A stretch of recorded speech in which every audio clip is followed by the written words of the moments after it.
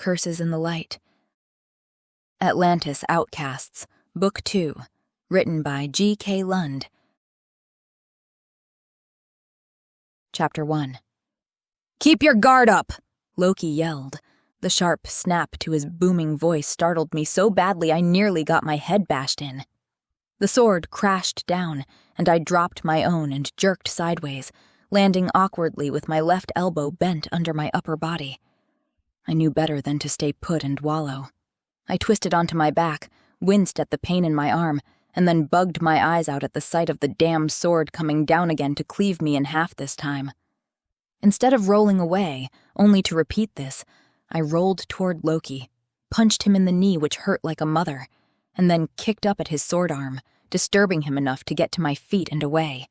I backed up in a seriously inelegant, panting, and half-crouched state, eyeing the ex-god with an insulted look. He was shaking his hand, looking miffed, but had simply switched the sword over to his left hand. The asshole was ambidextrous, and when he used that arm, things got 10 times worse. "Just because they're practice swords doesn't mean you can't kill me," I said, and straightened up. I eyed my own weapon on the floor behind Loki. Like his, it was a wooden sword with a metal core for weight and balance, but the dull wooden edges wouldn't kill you, or at least I'd thought so. And just because it's practice doesn't mean you should feel safe. That's not how it works. Loki lowered his sword, so it had the point on the rubber mat that covered the floor, and then rested his hands lightly on the pommel. "So?" he asked. "How are you going to retrieve your discarded weapon?" There was a slight smirk on his stupid face, and a twinkle in his unnatural emerald green eyes. "Well," I said, crossed my arms, and then regretted it. "What did I say about that?" he chided like an annoyed schoolteacher. I lowered my arms. "Crossing my arms means I need a microsecond to open them to defend myself against an attack," I muttered, reciting the lesson he'd installed in me. "Good. Now your sword?" "Usually I'd use my daggers instead," I said, and automatically felt for the weapons that were not strapped onto my left hip. The magical weapons were my first choice and always would be. "You don't have those. You're unarmed, and I am not." "Yeah." I rolled my hand in a need-to-get-this-over-with motion. "I'd consider my opponent, and in your case, I'd insult your looks and make you cry and then lunge for the sword." That only made him throw his head back and laugh. He was good-looking, though, and he knew it. So yeah, my roommate was an annoying jerk. When he wasn't drinking, or going out drinking, he took teaching me new fighting techniques seriously. Too seriously. I was sore and stiff in places I didn't even know I had muscles these days. "I didn't know tiny infants could make jokes," he said. "Now think, Chastity." "Emery," I corrected him, hating it when he used my middle name. "The sword is behind me," he went on, unaffected. I sighed. "Okay, so you'd expect me to go for it, and I would do best to find another weapon." "Good." I glanced around, seeing nothing but weapons. We'd turned the largest room in the basement of the Morgan mansion into a gym with just about anything one could need for hand-to-hand combat and training with close combat weaponry. The walls were covered with everything from scimitars to halberds and even a couple of morning stars, though I had no idea how anyone would ever choose to use such flimsy things. They always had me thinking of people in online videos smacking themselves in the head with nunchucks. The internet wasn't an issue in Atlantis, though, since it didn't exist there, and I pushed memories of idiots filming themselves aside. There were a couple of punching bags on one side, and various other equipment, too. How Loki had found all this was beyond me, but he had, and I'd only had to provide the rubber mat, which had been costly enough. "Now try to imagine," Loki said, catching my gaze and stopping me from eyeing all the surrounding weapons, "that you are in fact in a situation where you do not have all these weapons within reach.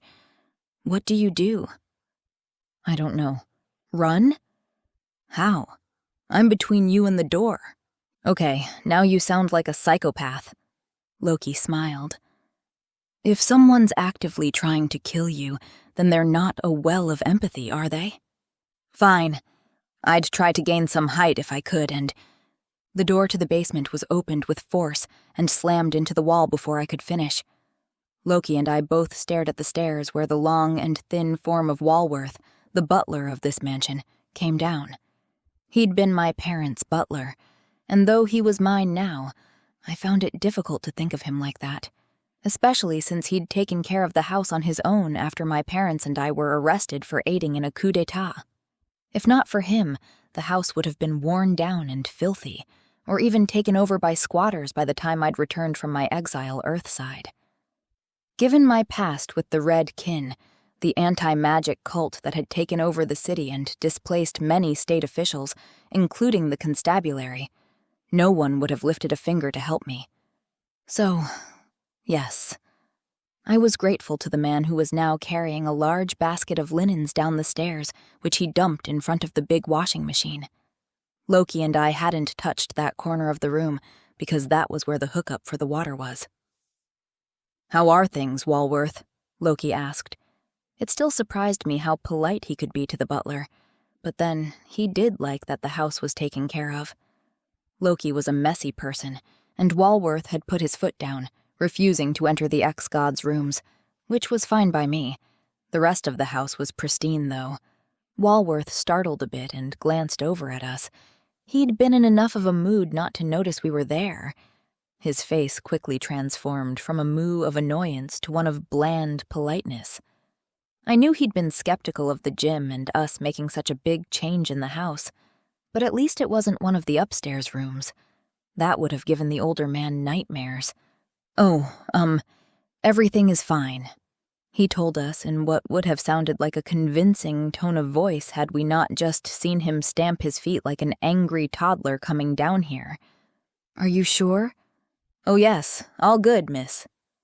"Excellent," Loki said. "Do you have some of those tasty turkey sandwiches, then? With the cheddar from the little cheese shop down the block?"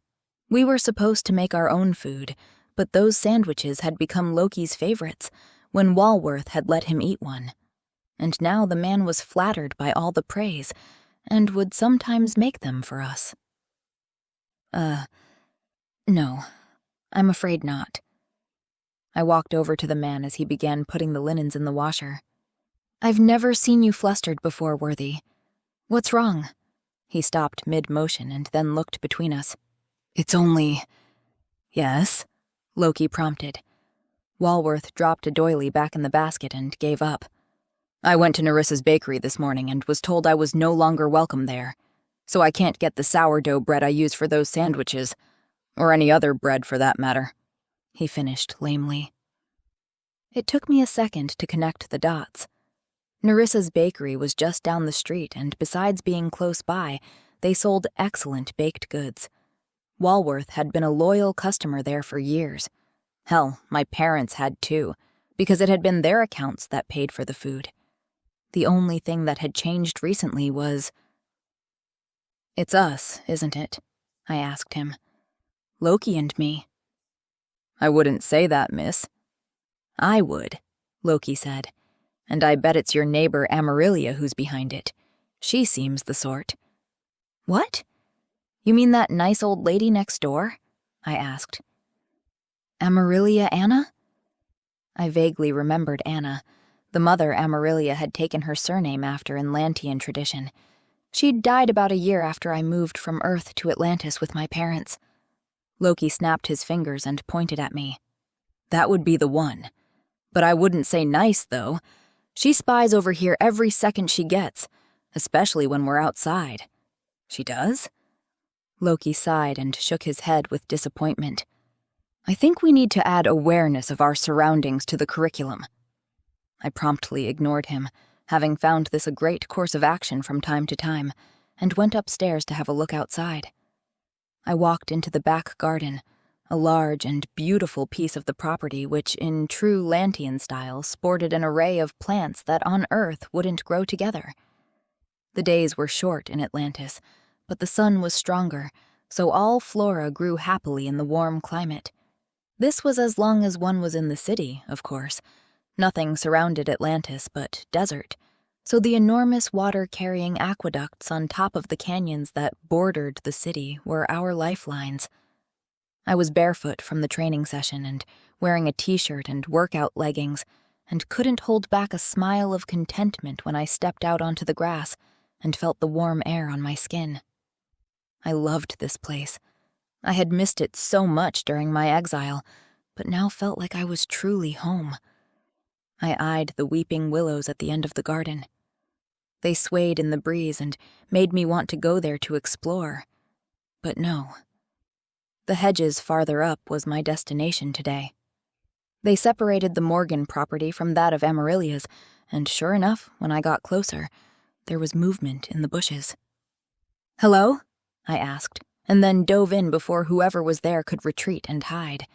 This was followed by intense ruffling and a grunt of shock as I laid my hands on a shoulder and someone's neck, and then pulled an old lady into my garden.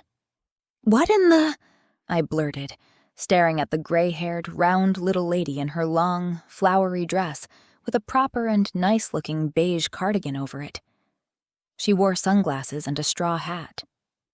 "Amarilia?" I glanced back up at the Morgan mansion where everything was quiet. The only thing I'd done was go outside in the sun like a normal person, and she was spying on me for that? Loki was right, which was annoying in and of itself, and this little revelation had me on edge. "Let go of me, young lady," the woman ordered. She yanked her arm free when I relaxed my grip. "What are you doing? I thought someone was preparing to break into my house." "Excuse me?" the woman said, her voice bordering on shrill. "I have never. Accusing me of being a thief? You?" I uttered, baffled by this reaction. "I'll have you know I was trimming the hedges, not breaking into your house. Like I'd set foot in such a place anyway." I glanced down at the woman's hands, which were blatantly empty of any gardening tools. Had she been trimming her hedges with her bare hands? And besides, Amarilia had servants for that kind of stuff. Our neighborhood, Trenton Place, was that kind of place. This was the home of many wealthy people who did not trace their bloodlines to any of the royal families.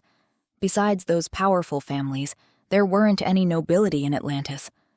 That didn't mean the city didn't have differences between the rich and the poor. Not until I'd returned from exile, destitute and alone, had it truly dawned on me how lucky I was to have a father who'd run an export business to Atlantis from Earth, providing dried goods. As far as I knew, my aunt ran that now. I'd been too ashamed to go see her when sent Earthside. Since my father was a known convicted traitor, and I was technically not, I had been given access to his bank accounts.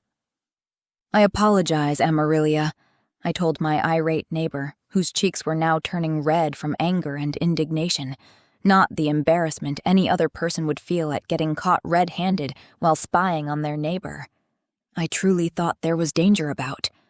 Amarilia huffed and stood tall, despite being shorter than me. "Seems I was the one in danger. You have no control, girl."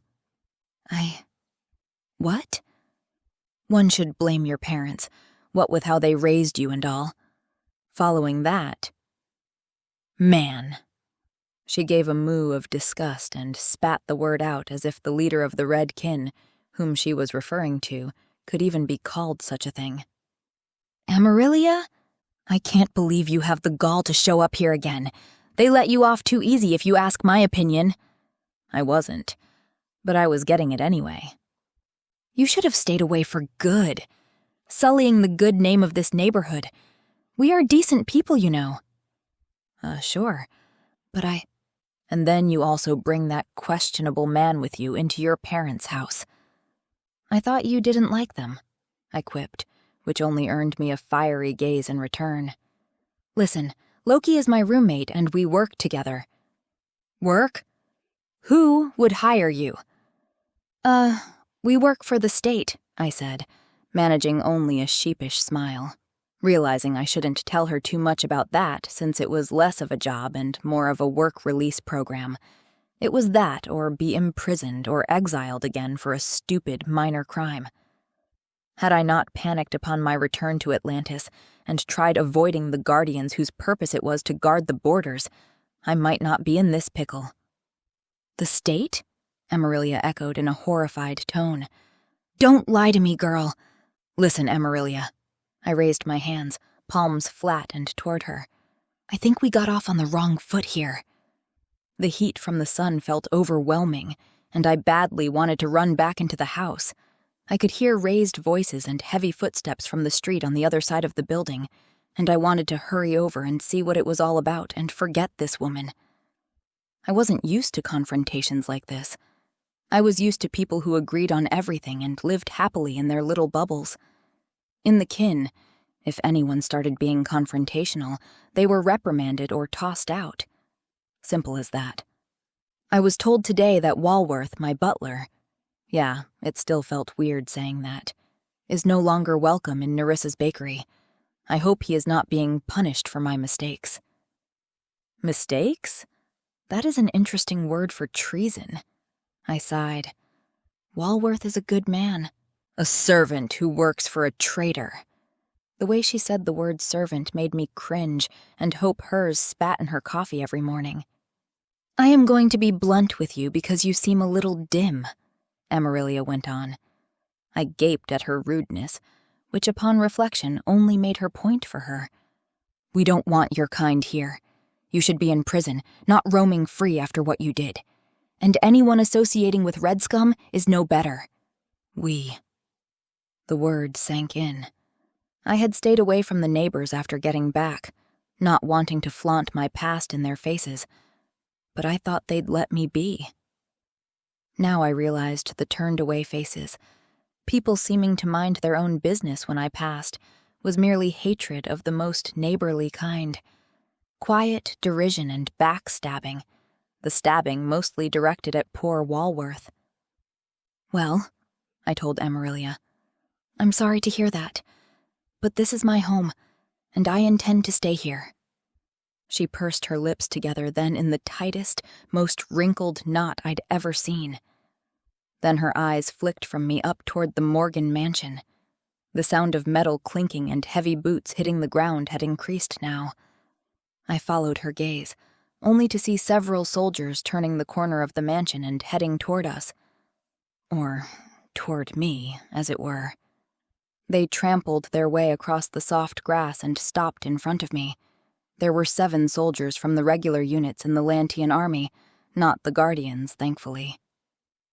"Emerald Chastity Morgan?" one of them, a sergeant by the looks of him, asked. "Yes," I sighed, the snickering of a few of them upon hearing my middle name not lost on me. "You need to come with us." "Why?"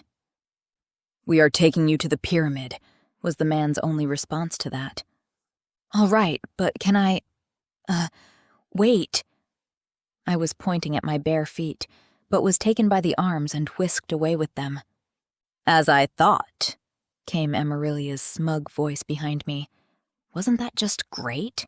Like she needed more fodder to feed her hate agenda. "How was the neighborly chat?" Loki asked when I was led to the front of the mansion and placed next to him.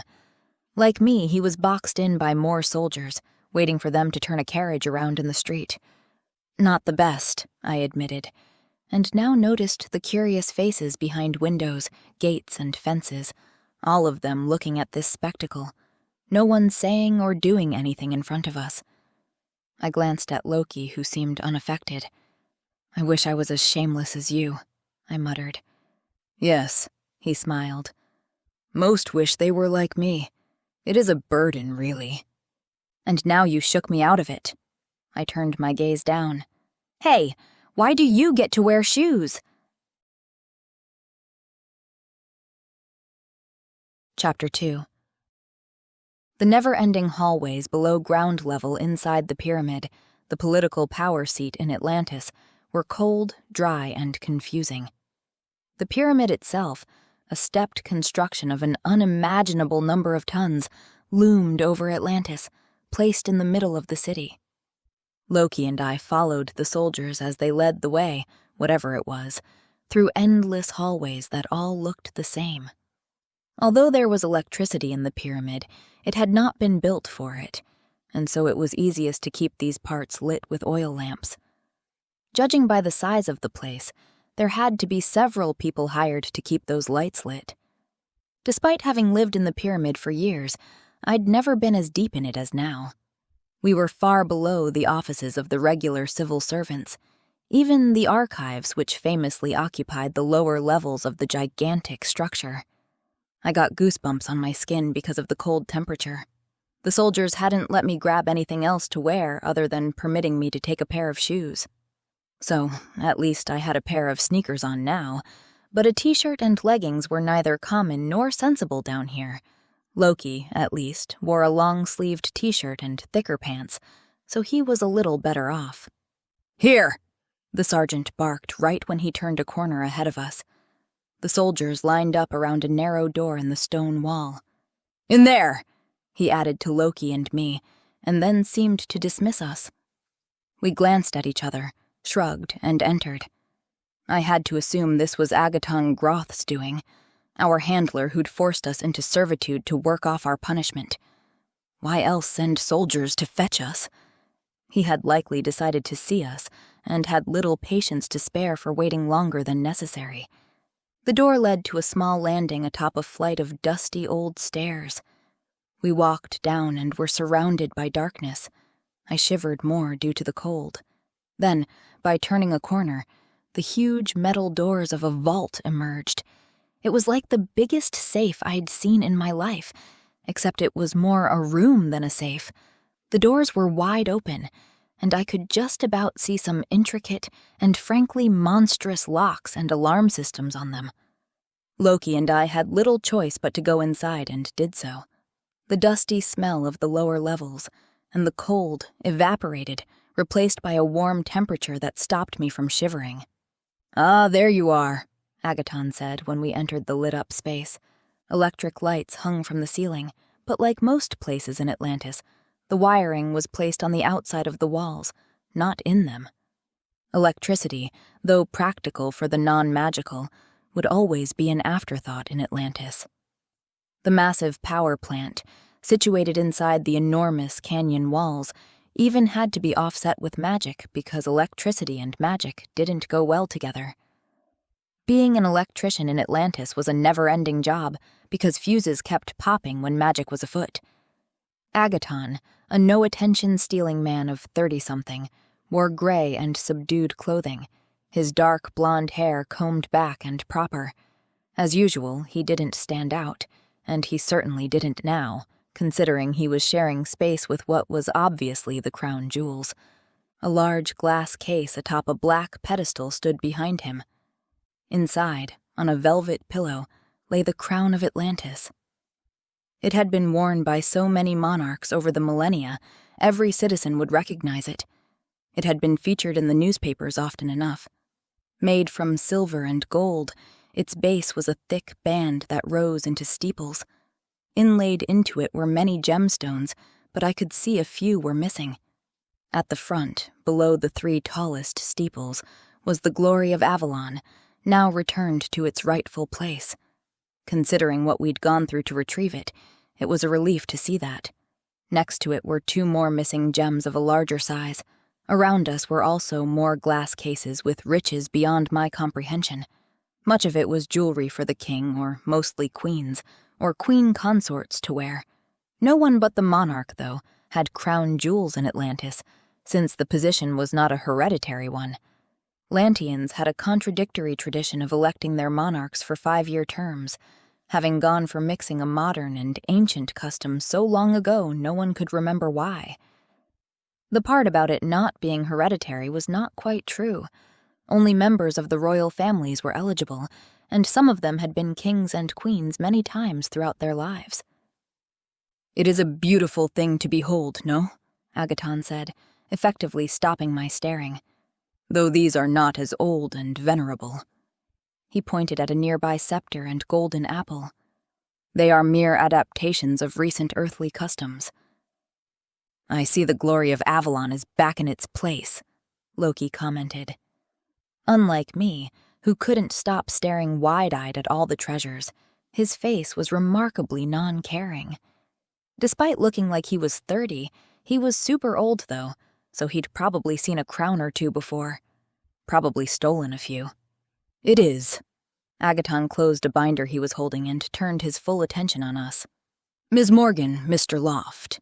He began with a sense of formality that wasn't necessary in Atlantis unless something special was going on.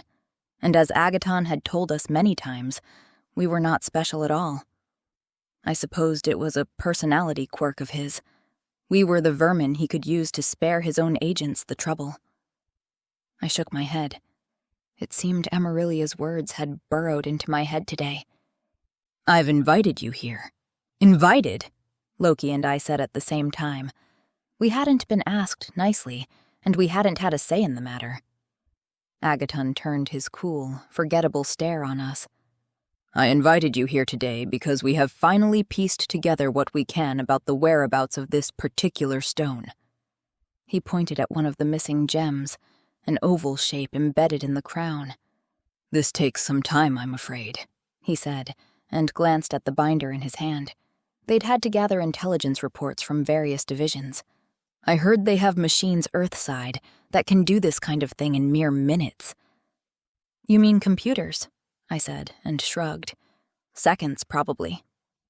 Since technology was heavily restricted in Atlantis, there were few computers around, and the ones that were not connected to any kind of interconnected network. Maybe we should consider it for bureaucratic purposes. Agaton looked surprised at his admission, but seemed to get over it fast enough. Criticizing his employers was likely something he had nightmares about. So, why have you called us here, of all places? Loki asked him. I would have thought showing us the most sacred is considered a risk. I have a busy day, and I had to be here for... Agaton changed his mind and stopped there. Instead, he handed me the file, likely because I was closest. That, he said when I opened it to the first page, is the Seimei talisman. I stared at a photo, paper clipped to the first page, of a faceted oval emerald with a bright, deep green color. It looked beautiful, and it would fit in the open spot on the crown. Like the glory of Avalon, it disappeared after the fall of the Red Kin. Do you know who took it? Loki asked while peering over my shoulder. Yes. We believe it was a man by the name of Jeremy Aegis. Agaton stopped again, but it took me a second to look up and realize that both men were looking expectantly at me. Oh, Jeremy, I said, when realization dawned.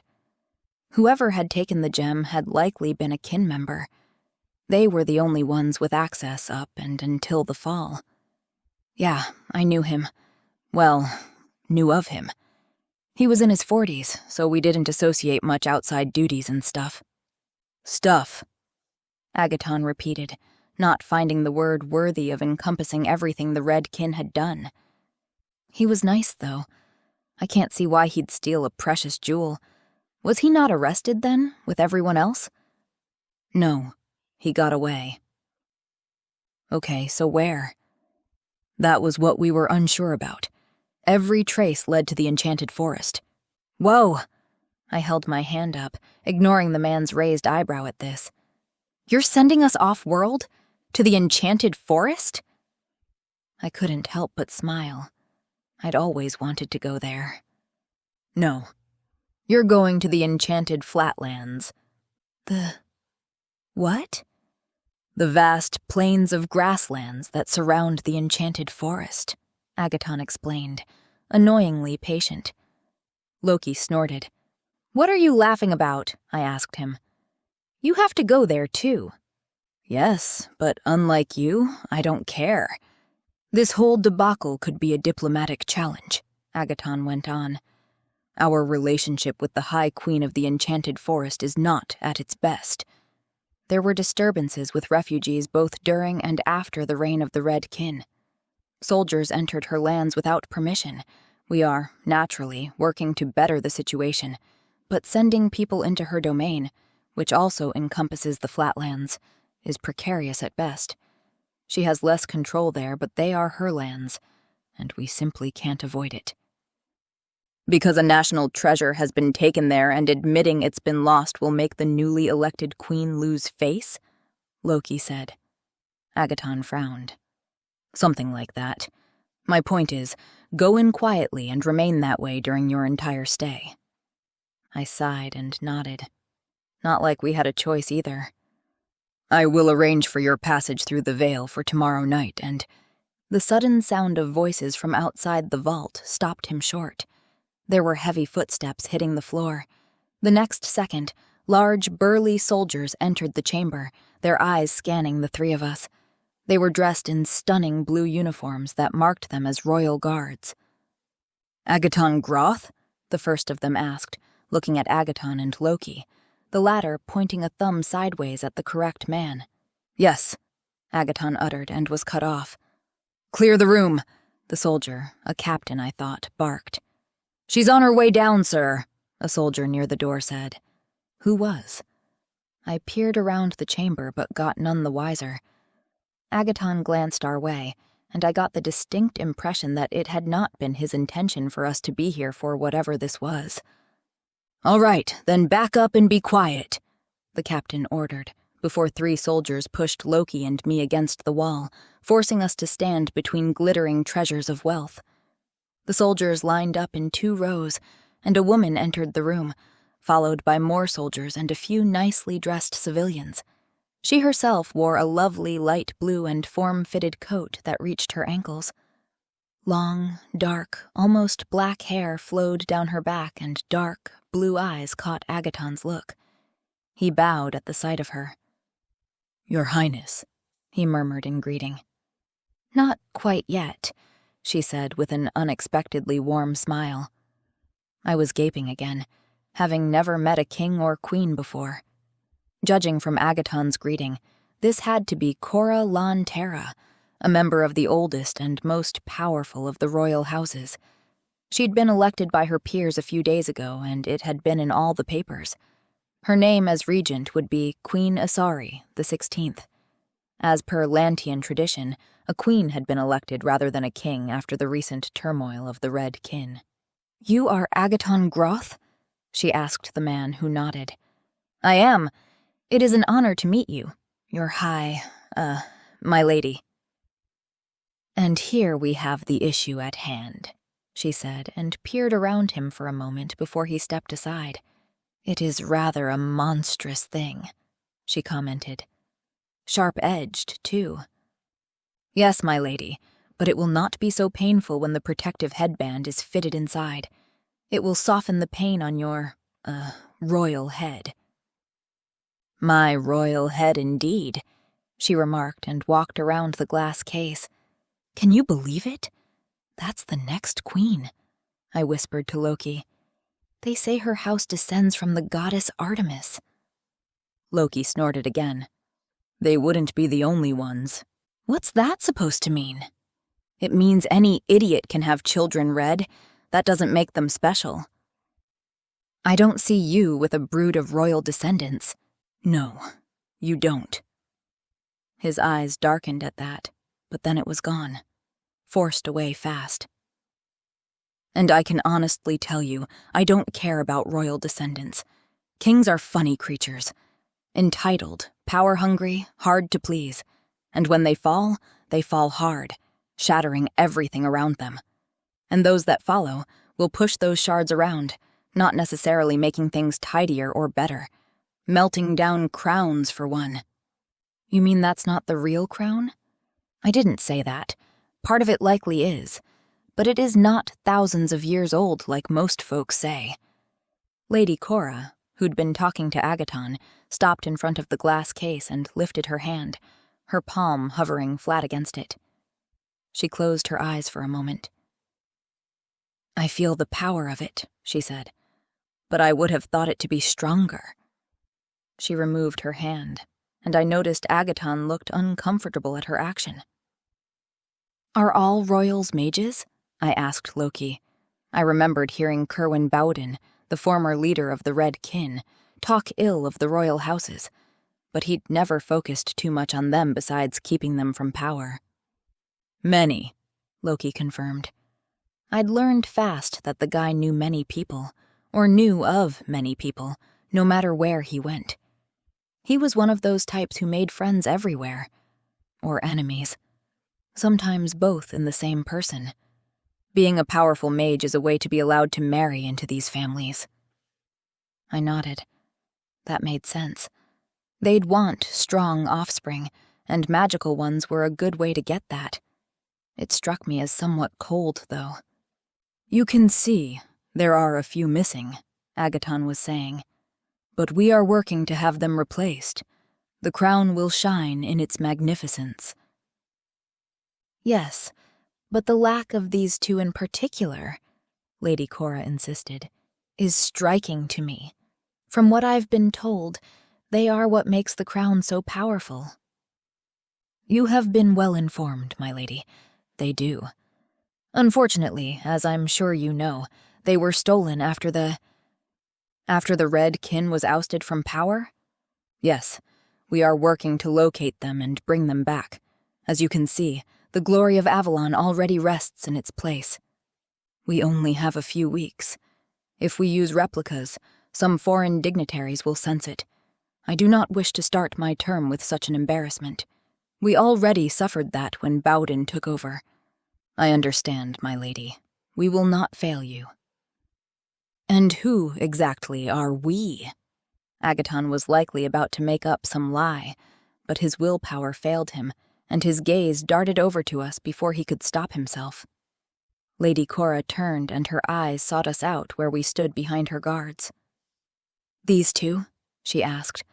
Her face was an odd blend of neutral and warm, making me think she was friendly, yet not to be underestimated. She was beautiful, too, with her olive skin and painted red lips, and I guessed many fools had underestimated her because of that, too. At the moment, her elegance and assuredness reminded me I was now meeting a queen for the first time in my life while wearing leggings and a worn t-shirt, and with my hair gathered in a loose bun atop of my head. Great. The only thing I had going for me was that I wasn't a sweaty mess, which sadly meant I didn't have a lot going on. Yes, my lady," Agaton confirmed. The burly guard stepped aside when Lady Cora gave them an elegant little wave. "And you are?" "Morgan and Loft, your ladyship," Loki said before I could. Why he chose our last names I did not understand. "And you work for the Office of Domestic Affairs?" "Oh no, your ladyship. We're technically criminals trying to get out of a bind." Agaton, who was behind our queen-to-be, put his hand on his forehead at this. "What he means," I interjected, thinking we needed the next queen to look favorably on us, "is that we are people who have taken our punishment and are now working to redeem ourselves by helping restore the crown jewels." Lady Cora blinked. Then she turned back to Agaton. "Odd choice." "Yes, but they did bring back the glory of Avalon." "Ah." She smiled at us then. "Highly motivated, eh?" "Yes," I nodded. If I was ever going to restore my name, it would not hurt to have a queen who remembered what I'd done. "Be careful," Loki whispered, when she turned back to Agaton and the civilians who'd come with her joined in on the conversation around the practicalities, or lack thereof, of wearing the heavy headgear during her coronation. "Why?" "Royals have feeble memories. She'll forget us the moment she doesn't need us. Is that why you gave her our last names?" Loki shook his head. "Though my name is given to others. And why shouldn't it? It's a glorious name. Ouch!" He jerked sideways as I elbowed him in the ribs. One guard glared at us and we quieted our movements. "There is a reason the Lanteras claim kinship to Artemis. They build their families like prized cattle, and they are very fond of gods." "You mean ex-gods? Is there any other kind? So they want to marry off their family members to gods?" "Preferably. It does look good." "But you're married, aren't you?" As far as I knew, he was. And I'd love to meet the woman someday. She had to be an interesting, not to mention patient person. "You'd be of no interest to them." "Oh, chastity." He shook his head in that annoying, playfully condescending fashion that meant a jibe was headed my way. "You cannot be so naive that you think children pop up magically during a wedding ceremony? Maybe the stork drops them off before the cutting of the cake?" "Shut up. So what you're saying is that they'll take any child of a god?" Loki shrugged. "The blood of the supramundane is the strongest there is, even now, especially in the old world." He wasn't wrong. I'd seen his powers in action there, and he was freakishly strong, although there was hardly any magic at all left on Earth. "But there are many ex-gods in Atlantis," I argued. "Were they all frolicking with the royals?" "There are a few here, if they're smart. But haven't you noticed how they make little of themselves?"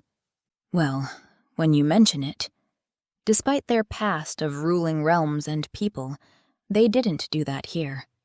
Why is that?" "When you are mortal, you learn to keep your guard up." I had a feeling there was more to this, but Lady Cora and her entourage were leaving, Agaton ushering them out, though not the whole way. He was likely loath to leave us alone in here with all this wealth at our fingertips. "She arrived sooner than I thought," he mumbled, not looking happy about this. "You two!" He pointed at us as if we'd mistake the comment being directed at any invisible people in the chamber. "As I said, I'll arrange for your passage for tomorrow night. That should leave you ample time for preparations." "Yes, about that," I said, stepping into the center of the room now that it wasn't crowded anymore. "We're going to need some equipment." Agaton made a visual scan of the chamber and its contents. "Whatever you need, I'm sure you can arrange it yourself," he said to that. "Judging by the way he keeps the coffers closed and expects others to pay," I whispered to Loki 2 minutes later when we were being searched for stolen jewels by the guards. "You'd think he was king." Chapter 3. Making preparations meant more than gathering supplies. Loki and I had spent the day going through the file Agaton had given us. The file had, as usual, been filled with plenty of redacted information. When Loki had then gone out to do whatever he did, I'd decided to check out something else from the file that had caught my eye, which was why I was now walking down a tidy and respectable street in the Hesperides Hills district in Atlantis. The houses were colorful and built on terraces here so close to the canyon wall, looking like a Greek village without the sparkly blue Mediterranean to gaze at. When I looked back down into the city, what caught my eye was the behemoth pyramid at the center. I found the correct street number and house I was looking for, a lovely pastel pink structure with a tiny garden out front. When I stepped into it to knock on the door, I noticed curious faces in the nearby gardens and windows, much like I had yesterday at home. By now, I wasn't surprised. I'd checked the city directory out of habit and not found this address listed under the owner of the house, but one of the intelligence reports in Agaton's file stated she lived on this street. I had therefore had a light bulb moment and checked an older directory that I'd found in my father's library, and there she'd been, Layla Kratos. She found it best not to list her address anymore, and I was beginning to see why. I knocked on the door and waited, but there was no answer. The lights were on, though. It was hard to miss that when darkness had fallen outside. I waited patiently. The woman was in her late 70s. Maybe she needed some time? When I knocked again, it became clear that this was not the case. There was a noise near the door, just inside. A shuffle of feet from someone frightened at the second knock? I glanced around and saw neighbors still watching me, trying and failing hard to be unseen or appear uninterested. "Layla?" I tried and stepped closer to the door to avoid shouting for the entire street to hear. "My name is Emery. I knew your son, and I'd like to talk to you." There was silence on the other side of the door, but I had a feeling it was the kind of silence that came from an animal frozen in fear. "I promise I only want to talk to you. No one sent me." I don't know what made her open the door, but she did.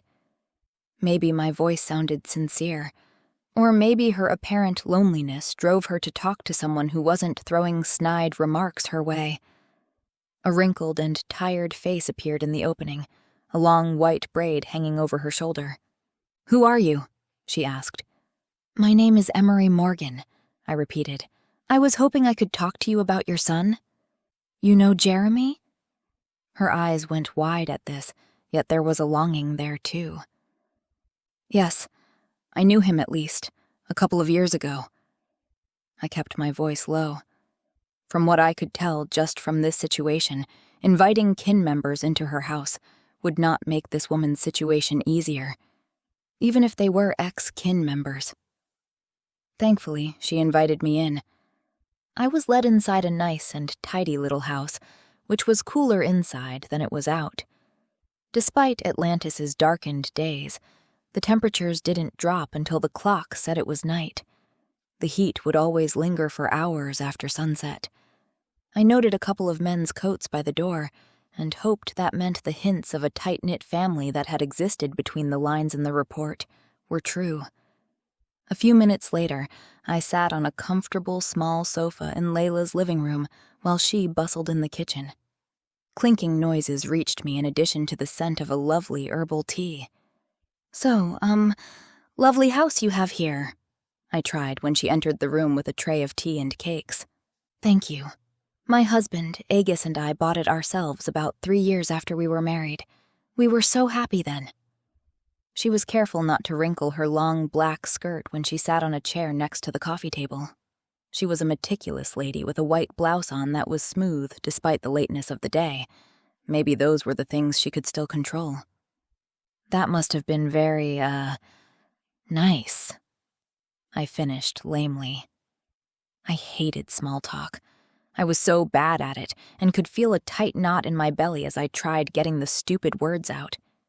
"You remind me of my son," Layla said. "Oh?" "Yes. He had difficulties with the pleasantries too. Told me once that talking about the weather made his brain hurt because he didn't care. I think that was one of the reasons he thrived so much in the... Her voice faltered, and at least I knew what to say now. "The kin." Layla nodded and then leaned forward. "Tea?" she asked me. I nodded and waited for her to pour the liquid into the flowery porcelain cup. Anyway, from what I understood, being in that cult was easier because he always had something to talk about with people. "Yes," I said. Kerwin Bowden's teachings. I'd come to realize that calling him by his name rather than his title of illustrious guide made him more manageable in my head. We never ran out of things to talk about, and we were always around like-minded people. Layla nodded and gestured for the choice of cakes. "Please, help yourself. I seldom get visitors now, and my freezer is stocked." I did help myself, choosing a piece of a nutty sponge cake filled with spices like cinnamon, ginger, and pepper. It tasted wonderful. It was a shame no one came here and was treated with this anymore. "You are very honest about this," Layla said, and sat back with her cake. A slice of a lemon sponge, I thought. "What's the point in lying? Were you arrested too, then?" "Yes, but I was exiled, not imprisoned. I recently returned to Atlantis from Earth." She sighed and got a dreamy look on her face. "I always wondered what it's like there. Agus and I wanted to go, but we had Jeremy, and Agus worked in the mines. Time never seemed to stretch far enough." I could understand that if her husband had worked in the mines and the canyon walls. The work was hard, dangerous, and time-consuming. The pay was decent these days, though. A century ago, it had been what people deemed the last choice when getting a job. The state had realized something had to change to ensure the city had minerals to exchange for all the goods that needed to be imported to a city in a desert. No wonder they'd been able to buy their own house so soon after getting married. "Well, Earth is nice, but it's not Atlantis," I said, and faltered. We'd veered off into small talk again, and I struggled with what to say next. Layla smiled and took pity on me. "How are your parents dealing with this, then?" I swallowed down the cake I was chewing on. Did she mean if they were going through the same thing she was? I wouldn't know. They were arrested after the fall of the kin, too. I don't know what happened to them. Your parents were in the... She lowered her teacup and stared at me. How old were you when you joined the cult? 14. Though I suspected now that my parents had been members long before that. 14? She slapped a hand over her mouth and then promptly lowered it. You were just a girl. I see why they exiled you instead of imprisoning you. That had been the court's reasoning, too. I'd been too young to understand what I'd been brought into, yet old enough to know better at the end.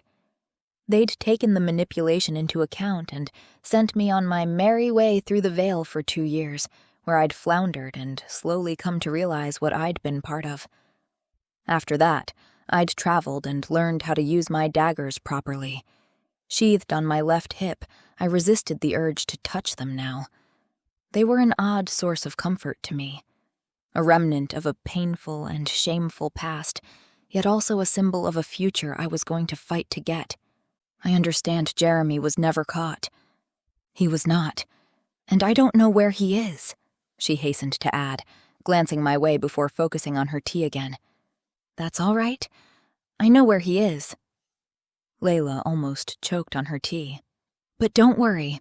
I will not bring him back to face justice or anything.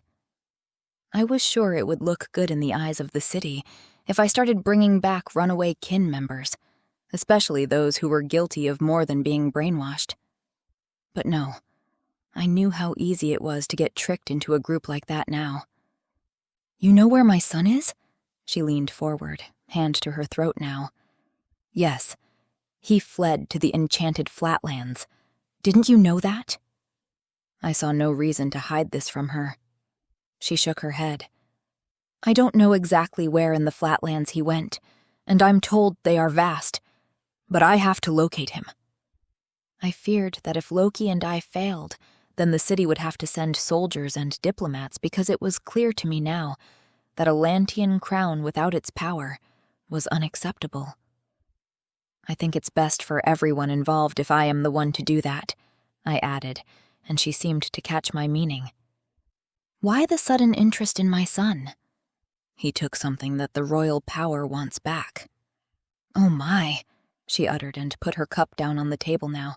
She was shaking. I could only imagine her fear. The royal houses were rich and powerful. I'm sorry. I didn't mean to frighten you, Layla. No. She shook her head in 3 hard swings, pursing her lips together and getting herself under control. She looked old and frail, but she was a tough lady. What did my son do? She pleaded with me then. The day when the Lantians took back the city, there were a few kinsmen who got away in the chaos. Your son was one of them, but you know this. What seems to have happened after that was that he took something, and I can't tell you what, but it helped him escape through the Veil. We know some kinsmen did this before the Guardians retook control of the borders. Jeremy was either one of the fast ones or he used the thing he took. Either way, he got away. There were witnesses who've testified to seeing a man of his description run through the Chrysalis Gateway. So he at least went to the Flatlands. I see. Layla clasped her hands on her lap, calm now that the worst of the shock was gone. He could have traveled on from there. Yes, but I guess he didn't want to go too far from Atlantis. Why? Because of you, of course. I smiled at her then. It was stated in the reports. Kin members were spied upon during the reign of Kerwin Bowden, too, especially when leaving the pyramid. He went to see you every week. I tilted my head and eyed her, though in a curious, non-confrontational manner. You must not have challenged him on the kin. He wouldn't have been allowed to be in contact with you then. We had all been forbidden from associating with those who contradicted what Kerwin said. The fact that Jeremy had kept going to visit his mother meant 2 things to me. Kerwin's spies had not deemed her a threat, and Jeremy truly cared about her. Layla sighed. I did not challenge him, but now I think maybe I should have. Perhaps there is nothing you could have done. Trust me on this. Just like me, Jeremy would never have believed you, and he would have stayed away from you. You did the right thing in letting him know someone was simply there for him. I got a lump in my throat, thinking about my friend Dell, who had also done exactly that for me. It had made all the difference in the realms. You had someone like that too? I nodded and swallowed hard. Which is why I am wondering if Jeremy has contacted you. Wait, I added before she could refuse me. I am not asking you to betray him, nor am I going to harm him. I need what he stole, and then he can go on with his life. Jeremy. I didn't know him well, but he was always kind to me. I have no reason to hand him over to the state. That won't help him. Why are you helping the royals? I am not. I work for the state. Well, sort of. It's that or get sentenced again. Again? Can they do that? No, but technically, I panicked a little upon my return to Atlantis and didn't report to the Guardians and was then caught. Oh, you shouldn't do that, she pointed out matter-of-factly. No, I know that. It sort of just happened. There was an ex-god in the mix and... Never mind. I have to do this to clear my record. My most recent stain on it, at least. I inhaled deeply and got back to my point. There have been reported sightings of Jeremy in the Enchanted Flatlands. He's believed to be staying with one of the tribes that live there. Layla went quiet, staring at some old photos on a shelf on the wall. A few were of a small boy. I let her think and finished my tea while waiting. After a few minutes, Layla got up and went into another room without a word. She came back in silence, too, though with a letter clutched in one hand. My neighbors and friends hate me, she said, and sat again, smoothing her skirt. If they hate you for something you didn't do, then they were never your friends. I shook my head. My neighbors hate me too, I added, having had that realization thrown at me today. I'd thought they were apprehensive, but that had been a truly naive assumption. However, I am guilty. You're not. You know that, right? Layla shook her head. I raised that boy, and what he did as a grown man was his responsibility, not yours. She nodded and offered me a weak yet grateful smile. He was a grown man when he joined, unlike you who were a child, and yet you've become a level-headed young woman. Not as level-headed as she might think, I thought, but decided not to tell her of quirks that remained after so many years with strict routines and regulations. I got this letter about a year ago, she went on and held the envelope up. He must have gotten it smuggled in somehow. She opened it and took a piece of paper out, considered it for a few seconds, and then handed it to me. I took it with apprehension, but then unfolded it to read it before she changed her mind. Mother, I write to tell you I am safe. I have found people who have welcomed me and taken me into their fold. I can well see spending the rest of my life here. I am sorry for the pain I caused you. If we had been allowed to remain in power, illustrious Guide would have changed our society to rival that of Earth. With being cut down too soon, I don't see that happening anymore and have settled in my new fate here. It grieves my heart to know I might have caused you hurt and worry. Some time must pass, but you will hear from me again. Hopefully, you will join me then. Jeremy. I looked up at Layla, who was watching me intently. He's still a believer, then? It looks like it. But I also think he gave up, nonetheless. He wants you to join him. Yes, but I never heard from him after this. If he is in the Enchanted Flatlands, I might join him. I have nothing keeping me here anymore. I nodded. She had nothing but friends who had turned their backs on her because of what her son did, not something she had done herself. That was cruel. And as I'd learned the hard way, they had never been genuine friends to begin with. I handed her back the letter. Thanks for showing me this. Do you want me to take a message for him in case I find him? She nodded at this and instructed me to tell him she would join him if given the chance. She would likely be watched going through the veil, but could go somewhere other than the enchanted forest realm and then find her way from there. Every realm was connected to 8 other realms. It was only a matter of finding the correct connections and unguarded passageways.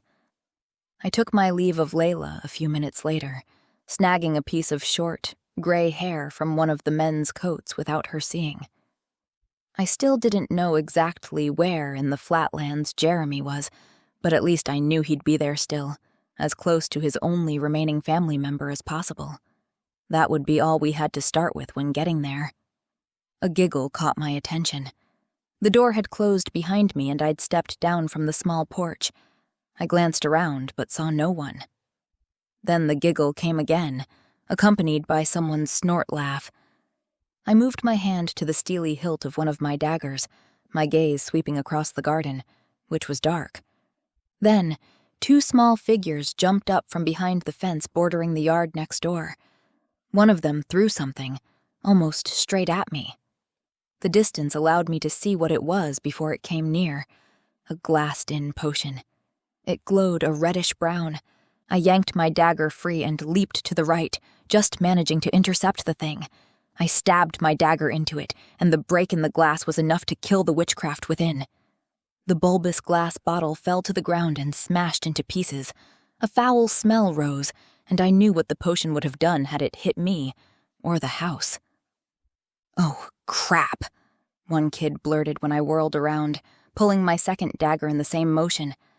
I had no clue how many of these little nasty dirt bombs they had, but I was ready for them. They only seemed to have the one, though, because the sight of me, armed and pissed off, and beginning to walk toward them, had them squeal and run. I remained stock still, noticing the few faces in nearby windows who'd been alerted by the noise, no doubt. No one did anything to chastise those kids, and they probably belonged in one of these houses. The realization made me bristle with anger. I sheathed my daggers and went back to the broken bottle. My daggers had done their job, dispelling the witchcraft within. At least Layla wouldn't be cleaning this mess off her house tomorrow. I picked up the glass and hoped the foul liquid would sink into the lawn overnight. Then I went and threw the broken pieces of glass in a nearby bin and headed back home, hating what I'd been a part of for such a big stretch of my life. Chapter 4. On the day of our departure, I still had some things to do, most importantly, purchasing some useful things in Dell's shop. I entered Pingbrook Square, a busy place with a fountain in the middle.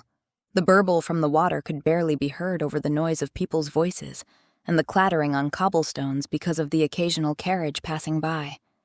The stalls in the square usually took too much room and drew too many people to make it practical to use carriages unless one had business in the area.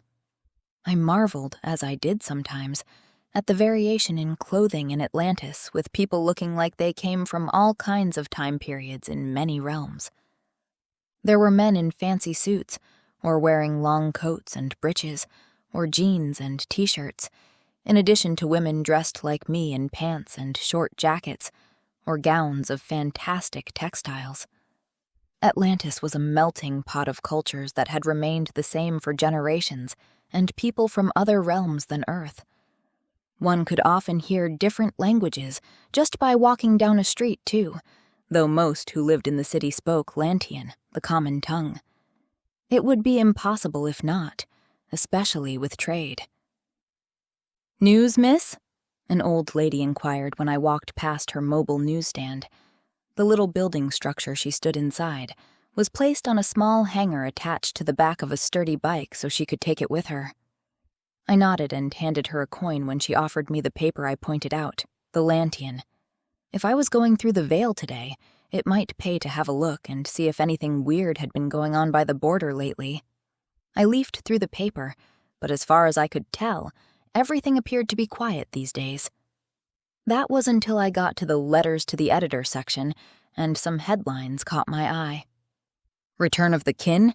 Kick them back out. What is our city coming to? Exile was too good for them. Imprison them and throw away the keys. This would never have happened under King Acheron. I frowned at that last one, considering King Acheron had been the monarch when the Redkin had taken over in the first place. He'd been a lazy king, but the others worried me as I skimmed through the contents. 2 years had passed now, and the first exiled kinsfolk had begun returning. I should know, but most had done it the right way and registered with the guardians who now likely had some statistics that the newspapers had presented. Their readers didn't like it. That was abundantly clear as I read the response of vitriol indirectly aimed at me. "Can you believe the gall?" the woman selling the newspaper said, seeing from her elevated perch in the newsstand what I was reading. "Huh? Oh, yeah. Gall. I'm sure they'll revert to old ways soon anyway and get thrown in prison." I forced a laugh that sounded fake, but she didn't notice when an old man put in his order for tobacco and a newspaper. I folded the lantian and threw it in a bin before heading straight for Dell's shop, Alba Herbs and Potions, which lay close by. I entered and found her shop busy with people buying their medicines and potions. Delphine, tall and blonde with a white blouse on today, saw me at once from her place behind the counter and gave me a wave. I signed I'd wait, and spent a few minutes perusing her wares. Walls and shelves were filled with vials and bottles of potions or remedies, and many posies of dried herbs hung from the crossbeams up in the ceiling. There was a powerful aroma in there, a mishmash of herbs that seemed to change every time I came to visit. But it smelled nice, though, sort of calming and serene. "What's up, Crimson Princess?" Delphine greeted me when it was my turn. It was better than Loki just calling me red, I supposed. The one red color I could never escape even after shucking the red garb of the kin was my auburn hair. I sighed dramatically and Dell laughed. "Good to see you, Em. Care for some tea?" She added and winked, which took some time because she had to focus to do it right. It was a hilarious sight because Dell was a bog witch and a strong one at that.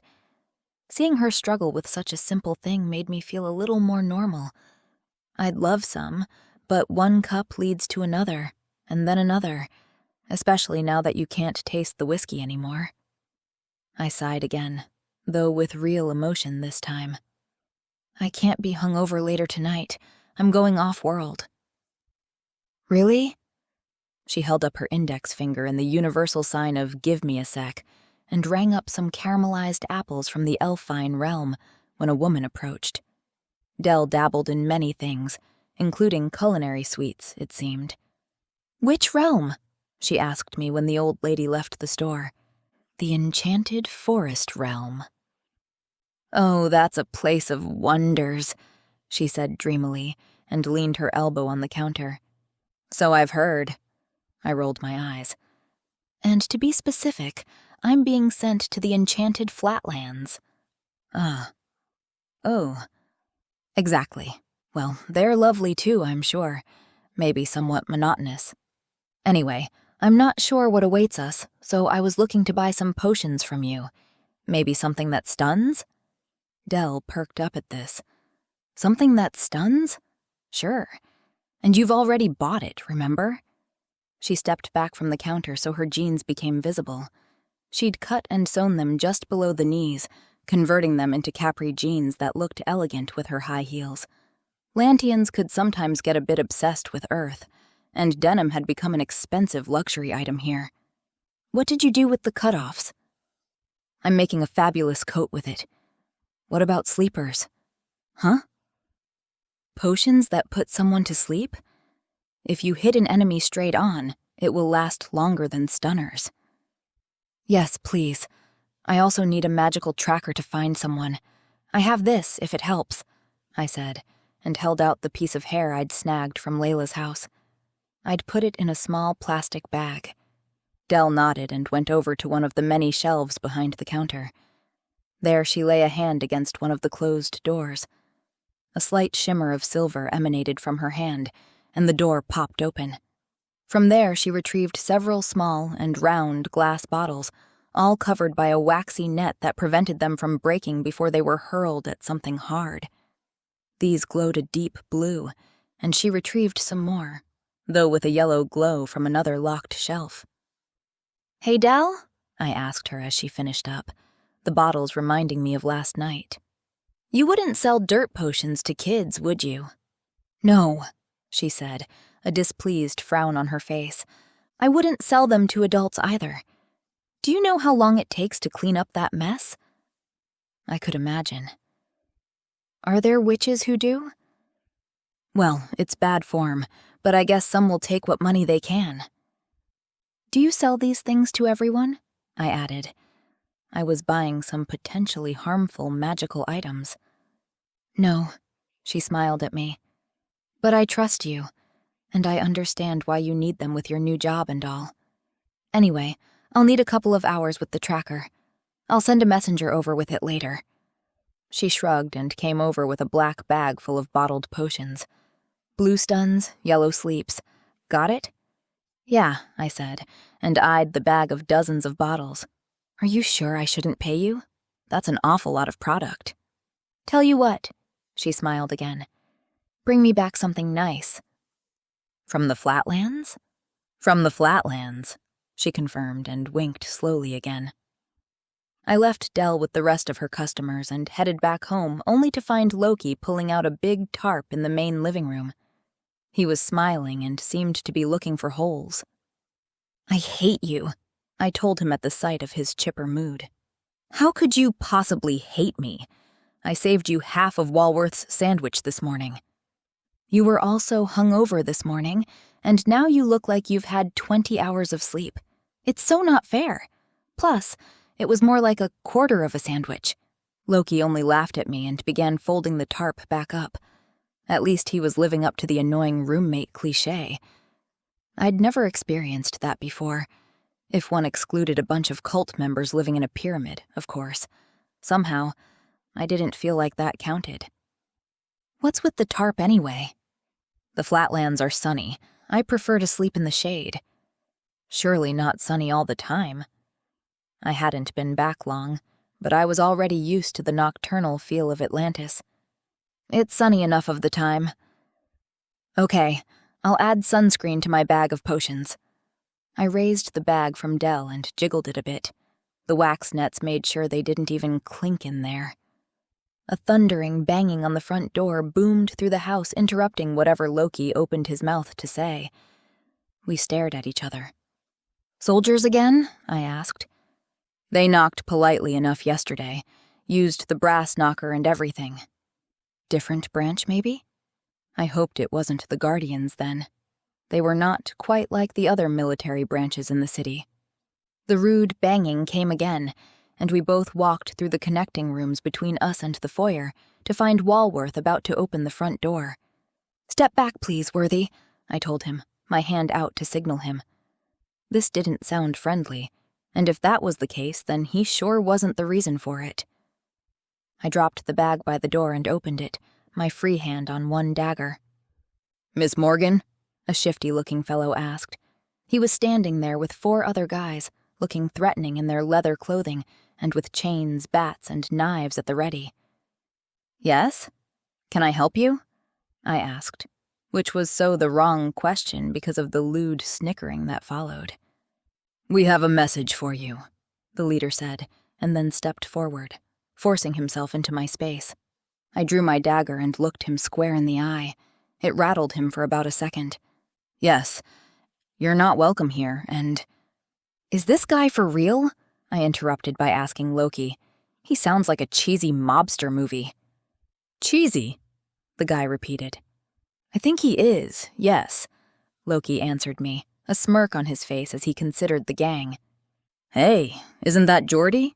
He added and cocked his head, trying to see the guy at the back. It is you. You owe me money, Geordie, he reminded him. You lost that darts game. Don't think I've forgotten. Is he trying to cheat you out of money? I asked. Oh, yes. Dumb idea to come bearing threats where you live, then. Loki shrugged. Everyone can't be supervillains. Will you two shut up? The leader shouted. This had not gone where he wanted. What? We asked him in unison. The guy's eyes darted back and forth between us. Then he shook his head and tried again. We have a message for you. Not welcome, as I seem to recall you saying, Loki said. We heard you the first time. Unless you changed your mind in the last few seconds, I added, and for the first time in a couple of days felt some kind of joy. This I could deal with. The leader faltered. No, he growled, and the surrounding guys looked confused. Then his growl grew into a roar of such a clear warning that a geriatric with a walker would take the hint. With a hand on the door handle, I bent backward as he swung his knife and saw it swing over me. Then, flashes of green light flew over me, and the thugs screamed. I let go of the door handle, falling in a controlled manner to the floor and rolling away from the door and weapons I couldn't see. I was aware of Loki's steps nearing and then jumping over me. When I got to my feet, he was fighting the first of them who'd gotten inside.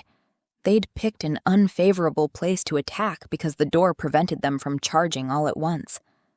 I hesitated for a second because Loki was fighting the nearest thug in a way he hadn't during our practice sessions.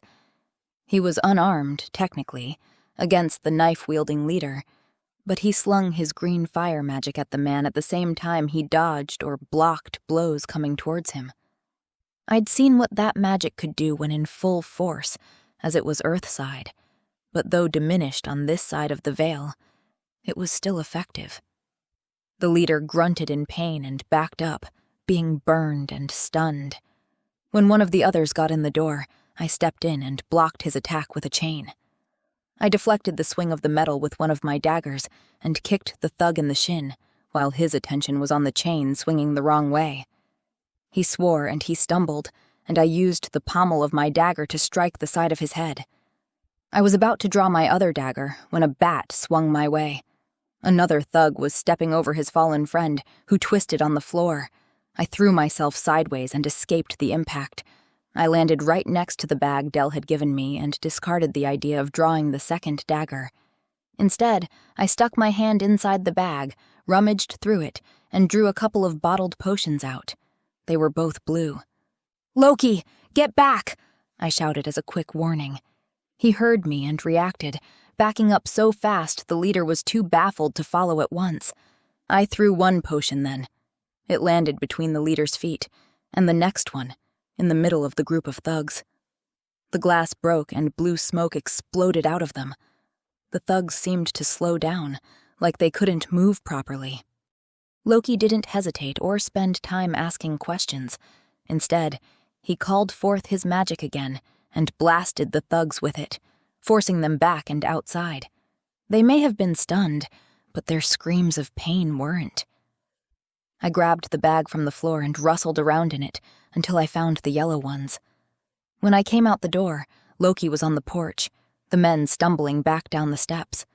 I threw the yellow sleeper potions after them, and like the stunners, they exploded in a hiss of smoke among the group. A faint sulfuric smell emanated from the smoke, and the men, despite fighting it, fell unconscious to the ground. "You procured some witchcraft, I see," Loki commented. "I told you I would. This morning, remember?" "Oh, no. I was suffering from a severe case of the after effects of alcohol consumption then. Your voice was in varying states of grating and screechy." "I do hate you," I concluded. "Of course you don't. I can't help it if the supramundane heal fast, and so hating me for that would be like blaming me for something I can't help, like my extraordinary good looks." Ugh. I shook my head, and the motion had me notice the prying eyes all around us. "We have an audience," I said, lowering my voice. The neighbors were indeed watching. A few from down the street had even come over to the ones living closer to have a look. I peered over at Amarilia's front yard, and there she was, looking both anxious and angry with her clenched fists pressed against her mouth. "Obviously we have an audience," Loki said and shrugged. "Who do you think sent these simpletons?" "Seriously? When am I not serious?" I took in the sight again and noticed that yes, there was disappointment going around in all the faces that were watching us, whether or not they tried hiding it. "Oh," I uttered, and my heart sank. "What are we going to do with these, then?" I pointed at the unconscious men, vaguely aware of the dark-clad men who came running down the street. The potions won't last long. It probably won't matter, Loki said and stared in the direction I was pointing. Those are constables. I called the constabulary, Walworth said then as he came out behind us. Why? Loki asked, a frown of confusion on his face. It's what you do? The butler asked, equally confused now. I got Loki's point of view, though. With the city fuming with returning Red Kin exiles, we couldn't assume the constabulary would help. And when I noticed the figure leading a few of them from the opposite direction of the first ones, I knew we weren't getting any help this time. Hello, Uncle Allen, I said when the dark-haired inspector of the group passed through the gate to the Morgan mansion and came closer. It's Inspector Sierran to you, he snarled, and then took in the mess of armed men on my front yard. The constables had come fast, and the fact that my uncle was among them meant he paid attention to what happened on this street. The man hated my guts for joining the kin, my parents too, especially since our actions had halted his law-abiding career. What happened here?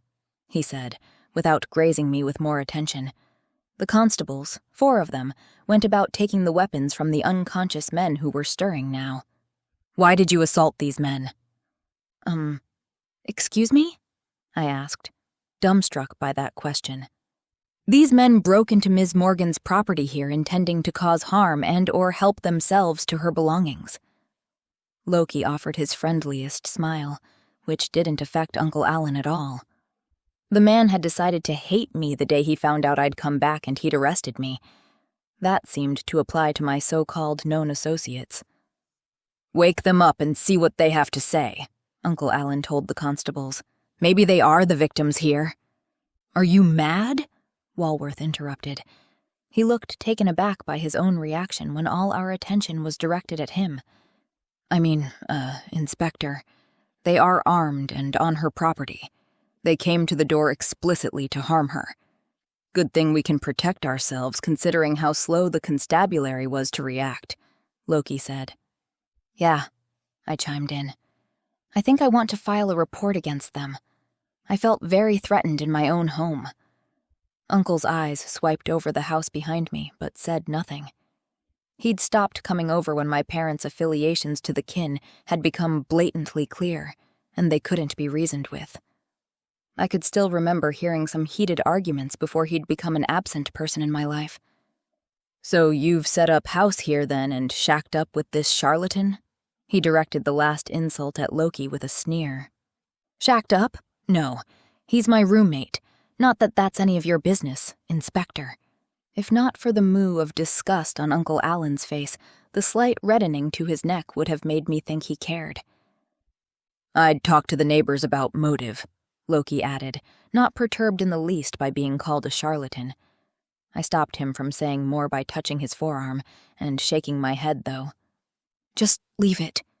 What? Leave it. I sighed and faced my uncle.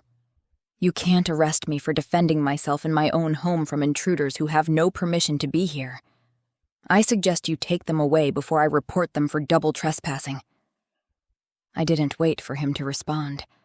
Instead, I walked inside. Arguing more with Uncle Allen had the possibility of me saying or doing something he could arrest me for. At least bring me in for a few hours to make my day more difficult. And I had a job to do for the state, an institution that wouldn't look too kindly on me blowing it off whether voluntarily or not. I eyed the bag of potions and stopped. Walworth? I said, and the butler came inside promptly. Yes? I think you should have some of these while we're gone. He glanced at the bag, and a knowing look crossed his face. He'd seen what I'd pulled out of it. I wish I could stay, but Loki and I have to do this job, and I don't think you can rely on the constabulary if something happens again. I understand. Shall I show you how they work? He gave a firm nod, and I was so grateful for his loyalty despite what his life had now become after I'd returned. Yes, miss. Chapter 5. It all checks out, the guardian said, and handed me back the paper with our permission of passage. "If we're not here when you return, remember to check in over at the Gamma Gate." His voice was flat and uncaring, the best mood you could meet a guardian in. This one had not been one of the ones that arrested us upon our arrival in Atlantis. If he had been, he might have actually developed a mood. "Ready?" I asked Loki when the guardian stepped back to confirm that we would go through. Loki merely shrugged and then adjusted one of the straps on his backpack and simply walked forward. "I guess I'm the only one who's impressed, then," I muttered and followed him. The chrysalis gate shimmered in silver and green in front of us, covering the part of the bedrock behind it. I looked up and had to stop moving to see to the top of the canyon up there, without falling backward. The veil, the shimmering gateway between realms, was fractured and appeared all over the canyon walls. Historians claimed the emergence of the city, a millennium ago when it had appeared here, had forced its way through the shimmer and freed it from the confines of the rock. No one knew, though, and some were equally convinced it was some great sorcery performed by gods that had done the deed. Either way, the veil was open in many places here, and many of the gateways had been identified. A few were also open all the time, like the chrysalis gate which led to the flatlands. Most went through the gates that led to the enchanted forest, so Loki and I were the only ones here. Loki disappeared into the shimmer and I followed, enveloped by the bright light for a second, and then stepping out on the other side.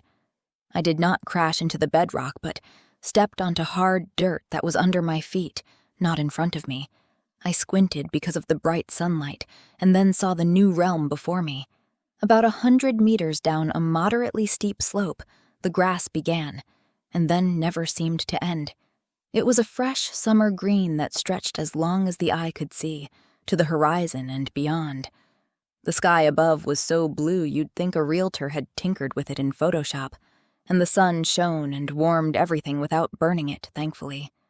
I'd expected something worse, but the air felt comfortable with a slight breeze that took the edge off. Still, I found my sunglasses and put them on. We'd likely have days, if not weeks, of this. I was wearing a t-shirt and a pair of tight-fitting cargo pants and felt no need to wear more. Loki'd complained about my shoes before we left, claiming he refused to drag me across the plains. Seriously, not even refusing to carry me this one. I'd foregone my sneakers for a sturdier pair of boots, though, and had to admit that with the amount of walking we had ahead of us, I'd need the added support. Loki wore much the same, except looser fitting, and he'd strapped his sword to his back and was carrying a hunting bow and had a quiver of arrows hanging from his belt. With his added magic and my daggers and potions, I hoped we were prepared. At the moment, everything looked too peaceful for me to muster any worry. "What does your little magic tracker say?" Loki asked me when he was done looking around at the empty plains in front of us. I glanced behind me and saw the ground rise into a rocky hillock where the shimmer flickered a little. The gateway was not stable like it was back in Atlantis.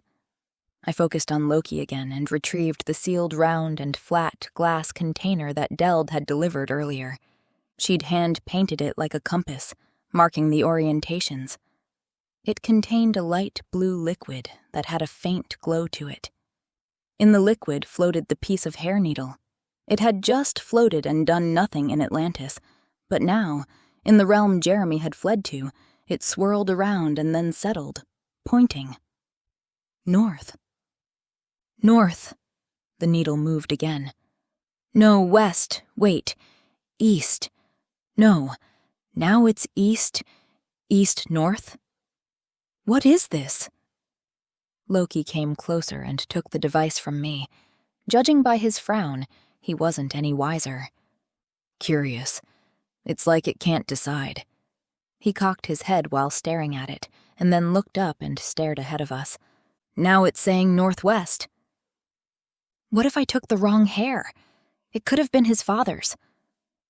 According to the file, he died 12 years ago. I frowned.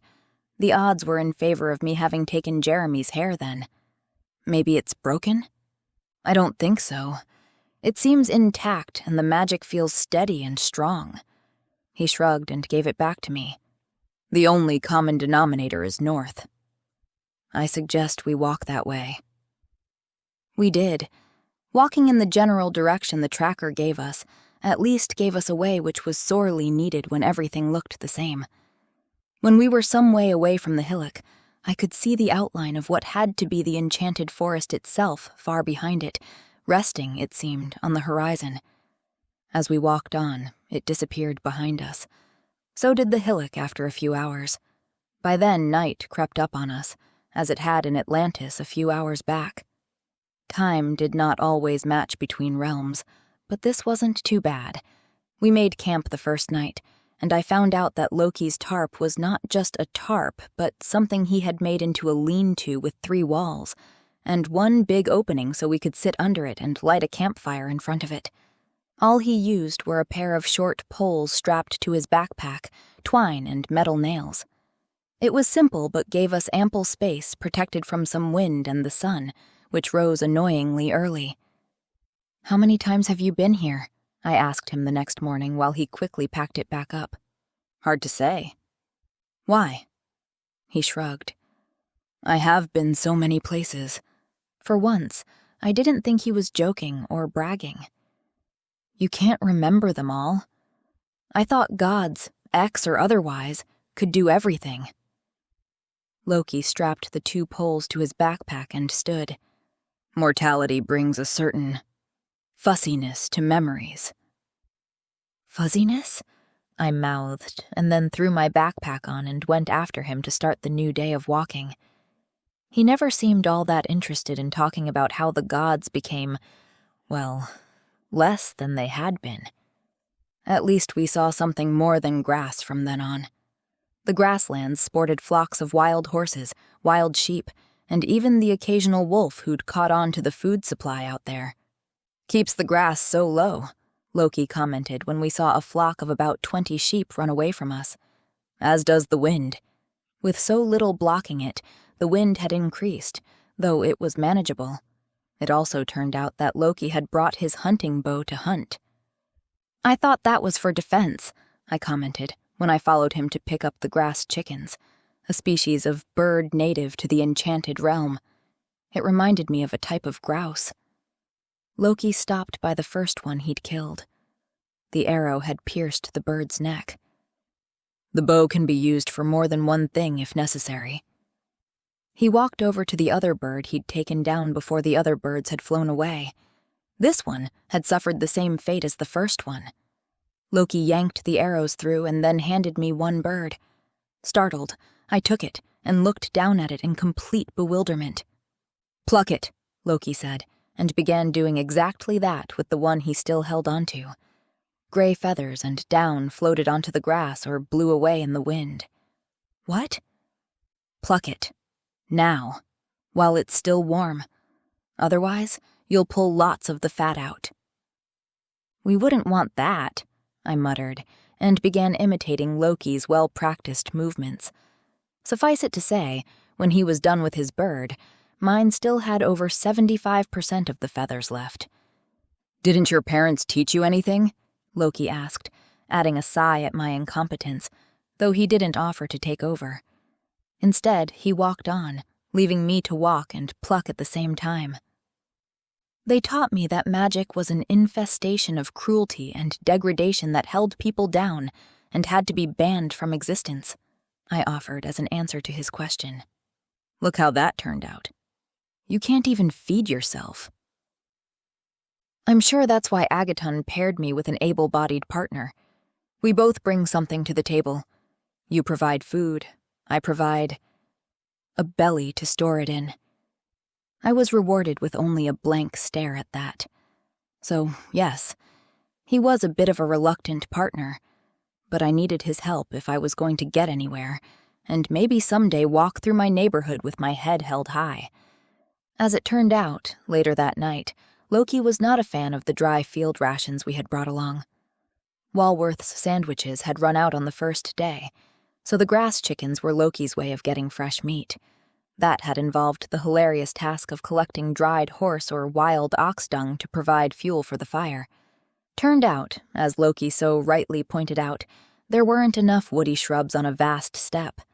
Loki was also right about the fat. After frying the meat in the small frying pan we'd brought along, the birds were incredibly tasty, like food can only be when you're outside hiking all day. I ate every piece of mine and promptly fell asleep.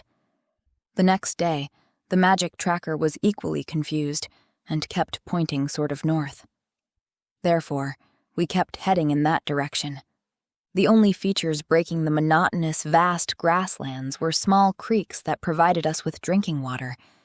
This was a relief, since we didn't have to carry so much of it. I swore I saw a fish in one of them which had Loki lament the fact that he had brought no equipment for that. The guy sure seemed to enjoy being out in nature. He even started teaching me how to shoot with the bow during our breaks. I had little say in the matter, of course, but had to admit, yet again, that something he said had some truth to it. It could be a useful skill. After a few quick sessions, I did at least not miss by meters anymore, merely decimeters. Go me. "That backyard of yours is big enough to set up a small shooting range," he said after one of these breaks. We were standing, as we had for the last days, surrounded by nothing but green grass in lovely weather. "What do you think Amarillia will say to that? She'd have a stroke because of her anger." Loki walked over to the can he'd set up as a target. He grabbed it and the surrounding arrows in the dirt and came back. "Why does that bother you?" he asked then, like he'd thought hard about this. He had a frown on his face and seemed somewhat puzzled, I thought. "Why I take my neighbor's opinion into account?" "Yes, because it's the neighborly thing to do. Why else?" "Why didn't you report them to the constabulary then? Like you said, what they did was not neighborly. Would you have reported them?" "No, but I'm me. I'd have solved it differently." I snorted. "I bet you would." I quieted and watched while he cleaned and checked the used arrows for damage before deeming them whole and returning them to the quiver. "What's the point?" I said then. "I don't want to throw more fodder or ox dung onto the fire. Let their fears die down. They'll come around." "That's what you think?" "That's how people work." Loki shook his head and started walking without warning, as I'd learned he so often did. I scrambled to catch up and then fell in beside him. "You don't agree," I said. "Show me some infinite wisdom, then?" "Which parent did you choose as the source of your surname?" I frowned at the sudden change of topic. "Why is that important?" "Says a lot about Atlantean whether they choose their father's or mother's name. Every citizen made this choice unless they had some other name to use at the age of 12 when the state registered them in their system. Every state needed taxes, and therefore the ability to differentiate between people. Birthdays were used too, but social security numbers were not a thing in Atlantis. I'd made my choice at 14 because that was when we'd moved to Atlantis. Still, it was an odd thing to ask. "I sense bullshit. Why do you ask?" "Walworth didn't know." I smiled then, and that seemed to make Loki more curious because he was looking more at me than his surroundings now. Of course, Walworth wouldn't know. "Tell you what, I will tell you if you tell me when the gods lost their powers." "Deal," he said, agreeing a little too fast. "Okay, you first." "The gods, all of them, lost their powers the same day magic disappeared from Earth." "That's not really answering my question."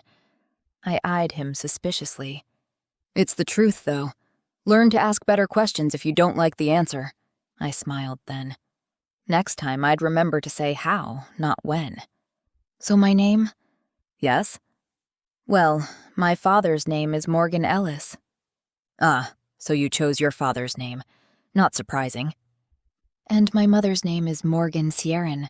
That stopped him short. I'd never had to make a choice when choosing my Lantian surname.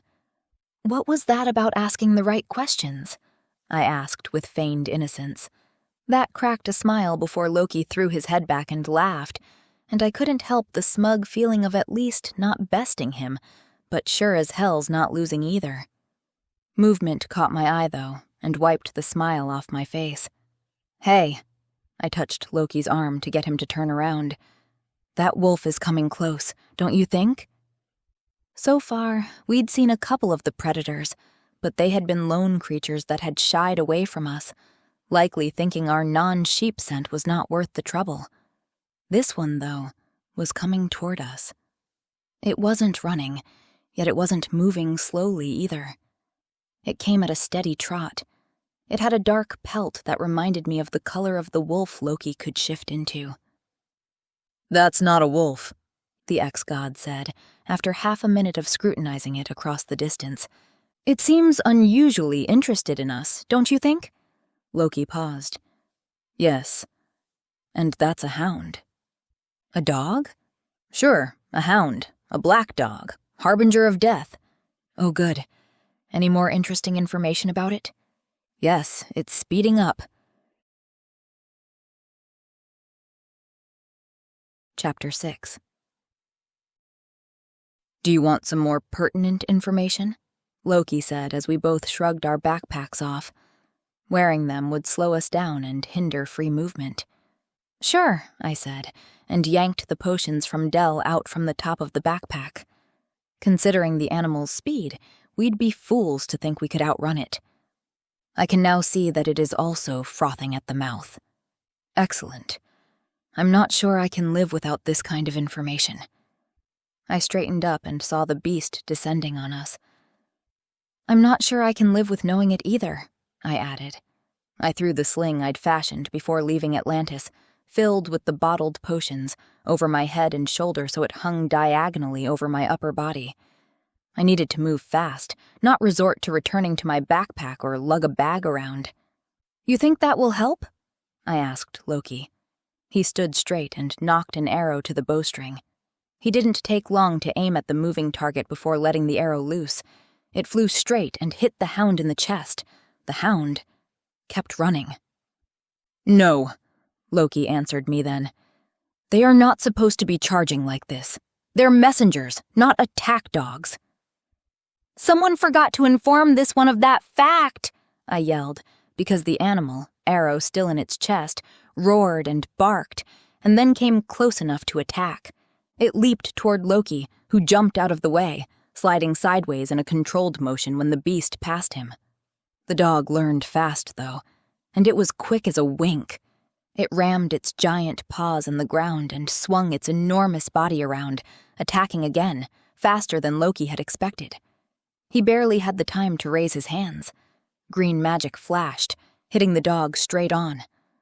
I couldn't believe the size of the beast. Its head reached up to my chest, and the shaggy, dark, fur-covered muscles flexed with every abrupt movement. It was huge, with claws that would make an eagle jealous. Its sharp-toothed maw snapped at Loki, who barely backed away in time, drool flying from its mouth. If not for the floppy ears and canine snout, I wouldn't have guessed it was a dog. Loki's magic didn't even singe the beast's scruffy fur. I grabbed a few stunners and threw them at the dog. Its attention was on Loki, who drew his sword. I doubted it would help any more than the arrow, but instinct was a hard thing to disregard. I ran forward, throwing the potions as I passed by. They struck the animal's body, hissing and giving off its smoke, but the dog merely growled and turned its head. Then its entire body followed suit, and I backed up fast, grabbing for more potions. Loki swung his sword and it bit into the dog's hindquarters, but even that didn't stop it. It didn't even look bothered. Instead, it lunged for me, its paws hitting the ground so hard I could feel the vibrations. I threw more bottled potions at it now. I didn't even care which ones as long as some or many of them worked. The hound barked, and the sound reverberated, shaking me to my core. Smoke hissed and billowed from its fur. I zigzagged to get away, feeling the closeness of its sharp teeth and claws too near many times. Flares of green fire magic mixed with the potions, and the black dog snarled and glared back and forth between us. "Our magic's no good!" Loki yelled from the other side of it. It was obvious the magic combined could be felt by the beast, but it did not stop it. The large animal bounded for me, and this time I got hit. It felt like colliding with a car when it slammed its bulk into my side. I was thrown several meters before crashing to the ground. The grass looked soft and pretty, but this wasn't a garden, and it sure didn't break my fall. Dirt and tufts of grass flew around me, and I barely managed not to crush all the potions under me and succumb to the stunners and sleepers myself. That would be game over. I could hear Loki somewhere nearby, swearing in a strange language, or maybe I was too dazed to understand. My ears were ringing. I crawled desperately at first, gained some traction, and got to my feet, only to be knocked over again. A scream lodged in my throat when the shaggy beast leaped over me. Saliva spread everywhere as the beast shook its head, opened its mouth, and all I saw were teeth. Rows and rows of them. My brain stopped thinking, and I merely reacted, jerking my upper body sideways. The ground shook when the hound slammed its snout into it, right next to my shoulder. Then it pulled back and hissed and groaned in anger. What was this thing? Its teeth reminded me of a shark's mouth, not a dog's. Out of the corner of my eye, I noticed Loki running toward us. He wouldn't make it, though. The hound raised its head to strike again, and this time it wouldn't miss me. Loki shifted his form while moving, 1 second upright, the next leaping forward and changing into a dark wolf while magic shimmered around him. I noticed all these things while staring into the rows of teeth that would eat my face in one bite. In desperation, I yanked one dagger from its sheath. There were no thoughts in my head then, because I had just seen a sword do no harm to the beast. But as with Loki drawing that sword, despite knowing better, I succumbed to my instincts too. I wrenched the weapon free and was lucky I didn't cut myself with the clumsy movement. The hound struck down, and I sliced the dagger in front of my face, hitting the large, nightmare-inducing mouth. The beast yelped and jolted its head away. It drew breath and was then promptly pummeled by the black wolf that was Loki. He crashed into the beast from the side, and had I not rolled the opposite way, my legs would have been crushed under the heavy bulk of them both. I scrambled to get up, unclear of the hound's whereabouts, but the snarls and yelps from behind me answered that quick enough. I turned around to see a fight of teeth, growls, and bites. It was clear, though, that despite Loki's shape-shifting making him better able to fight the beast, the hound was still exactly that, a giant beast. I ran closer again, grabbing more potions. They did nothing to stop the hound, but they were annoying enough for it to notice them. The wolf was in the way, making it impossible to aim. The last thing we needed was to get struck by our own weapons. Fortunately, or unfortunately, the beast clamped its teeth down on the wolf's neck. With an almost lazy movement, it lifted its head and chucked the yelping wolf sideways. My eyes bugged out at the sight. The wolf was no small creature. I threw the potions then, aiming for the beast's body, which was the only easy thing given its size. My dagger, though, had hurt it. The only thing my daggers worked like that on was magic, which meant the creature was not a natural one. The thought of its unnatural maw made me shiver and not doubt that. Getting a flimsy little weapon so close to such a huge monster was another matter, though. I caught the unnaturally green eyes of the wolf and raised my dagger, hoping he would catch on. Thankfully, he did. The wolf gave a bark of warning, which had the irate black dog turn away from me. For a moment, everything slowed down. The two beasts considered each other, snarling and growling. Then they ran toward each other. I followed, pulling the other dagger free moments before I reached them. The enormous creatures crashed together, and as they snapped their teeth and claws at each other, I leaped onto the dog's back and struck the daggers down like ice picks to hold myself up there. This turned out to be a blessing, because the hound reared up and yelped, then growled in pain and anger, and I managed to stay on it. When it landed, and I slammed down on its back again, it knocked the air out of me. The wolf, who'd twisted away at this, jumped up then and bit the side of the hound's neck, slightly into its throat, forcing it down with me on top, but the landing was less rough this time. The wolf's teeth dug into the flesh but would not hurt the beast in the long run. I yanked one dagger loose and, for the first time, saw blood spurt from one of the dog's wounds. Then I jammed it into its neck, right next to the wolf's snout. The beast shuddered and then stopped fighting us altogether. I slid the dagger free, only to see blood gushing out this time. I must have hit an artery by chance.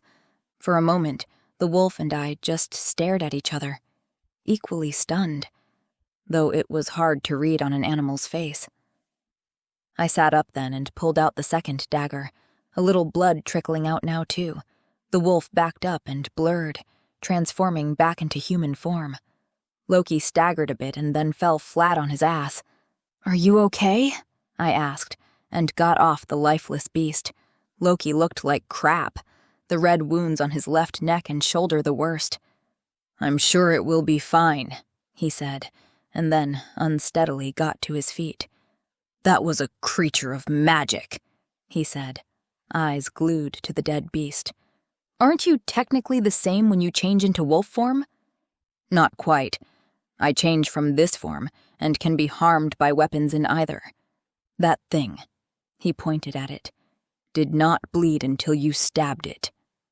"My daggers do work wonders against magic." "They do indeed," he said and stared at them. Then he shrugged and went to fetch his weapons, which lay scattered in the surrounding grass. I noticed a lot of shards of glass, too. This area would be treacherous for anyone walking barefoot. "So, I suppose the lesson is that when you drop your weapons, you don't do the expected and run toward them to fetch them?" I said, remembering our training session days ago, and then stopped to catch my breath a bit. The whole situation was unreal. It had gone from 0 to 100 and back down again so fast I didn't quite know how to react. Scream now that I had the time? Laugh? Cry? Carry on? I paid attention to Loki's reaction. Calm and assessing. Sure, that would do. It seemed the most sensible thing. I headed over to my backpack and started taking the sling, which surprisingly still held a few bottled potions. It felt like I'd used them all. Before I could do so, though, movement caught my attention. Loki?" I said without looking at him. Yes. I'll just get this and then we'll get going," he said, and I heard him lift his backpack. "No, it's... Am I seeing things, or is that another black dog?"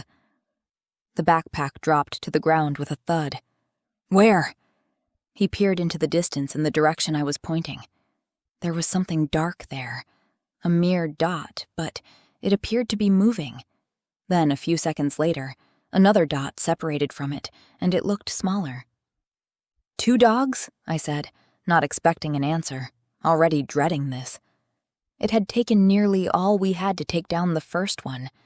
2 more would kill us, and, as it turned out, that wasn't even the worst of it. "One of them is bigger than the other," Loki commented. He sounded at ease, but I could see the strain in his stance. His supramundane vision was better than mine, and I could only wait for his assessment. "Uh-oh," the ancient being said. "That cannot be good." I shook my head in dread. "No, it's not. One of those 2 is bigger than the other. If I'm not mistaken," Loki said and pointed at the dead hound, "that one is merely a pup." "Are you serious?" "The biggest one charging us seems serious enough." "That's the mother?" "Yes." "We are so screwed." I wriggled the backpack off and then glanced around. Nothing but more grassland to see. Nothing to hide behind but a hulking, dead beast of a pup. "This will be painful," Loki said, and drew his sword. Chapter 7. Running was futile. With nothing but flat, open land around us, the 2 beasts would mow us down before we got out of breath. The speed, strength, and agility the dead beast had shown told us as much. I followed Loki and took up position behind the dead hound, my back against it. "Hiding behind an angered monster's dead offspring?" I commented while grabbing more bottled potions from the sling around my upper body. "Don't you think that's like throwing fodder on her fire of fury?" "It's our best chance," he insisted, but the moo on his face didn't inspire confidence. "I can't believe monsters have puppies," I muttered. "Unfortunately, we don't have time to go through the tale of where babies come from again. Chastity." Loki had his sword in one hand and green, swirling magic in the palm of his other hand. Then, the magic disappeared in a puff, and he sheathed the sword on his back. "We don't have enough firepower for this," I said, and handed him one of my daggers. "At least these work." He glanced down at the dagger in his hand and then gave it back to me. "I may have to shift again. It will be lost in the grass then." Not really. I was magically connected to my weapons through a spell orchestrated by Kerwin Bowden. If more than a few rooms' worth of distance away from me, I would sense their location. I understood Loki's meaning, though. I wouldn't have time to search through the grass for it now. With both daggers in hand again, I got up on my knees and peered over the dead dog. Its ruffled black fur swayed in the breeze. Not far away now, its mother barked and growled, coming to kill us. I couldn't blame her, though I was sure she would have done so had we not killed her pup too. The monster beside her, the other pup, would be no easier judging by its already immense size. "We have to try the same tactic again," Loki said. "But there are two now and one is bigger. In plain speak, we were effed. Even if we survived, we'd have enough bite and claw marks to coat the luscious green plains red with blood." "All right," I said, feeling the ground vibrate again now that the hounds were seconds away. "The big one first?" "Yes." Whoops and shouts rose behind us. I turned to see several people coming out of nowhere, running straight for us. What in the hells? I grabbed for the stunners and threw them at the oncoming stampede of men and women. They carried bows, clubs, and long knives, and their eyes were on us, not the dogs. The stunners hit the ground between them, and a few went down. Loki took hold of me, and in a very inelegant move pulled me over the dead dog. Great. Now we were on the side of the attacking hounds, caught between two groups that wanted us dead. There was no time to think about logic. The group of people fanned out around us and started yipping and hooting, annoying the two approaching dogs. The loud sounds seemed to confuse them. Were they helping us? I glanced over at Loki, who seemed as bewildered as I was. The beasts veered off and lunged for the men and women, but new shouts and sharp whistles drew their attention. It was like they couldn't avoid reacting to the loud noises, yet every time they pounced to attack, another noise would draw their attention. I handed Loki one of my daggers again, and this time he took it. "If we could sneak up behind one of them," I said, and he nodded, no need for more planning. With the distracting people around us, we could stand a chance of jumping onto the animals' backs and stopping them. What we didn't expect was the men and women not going along with the plan.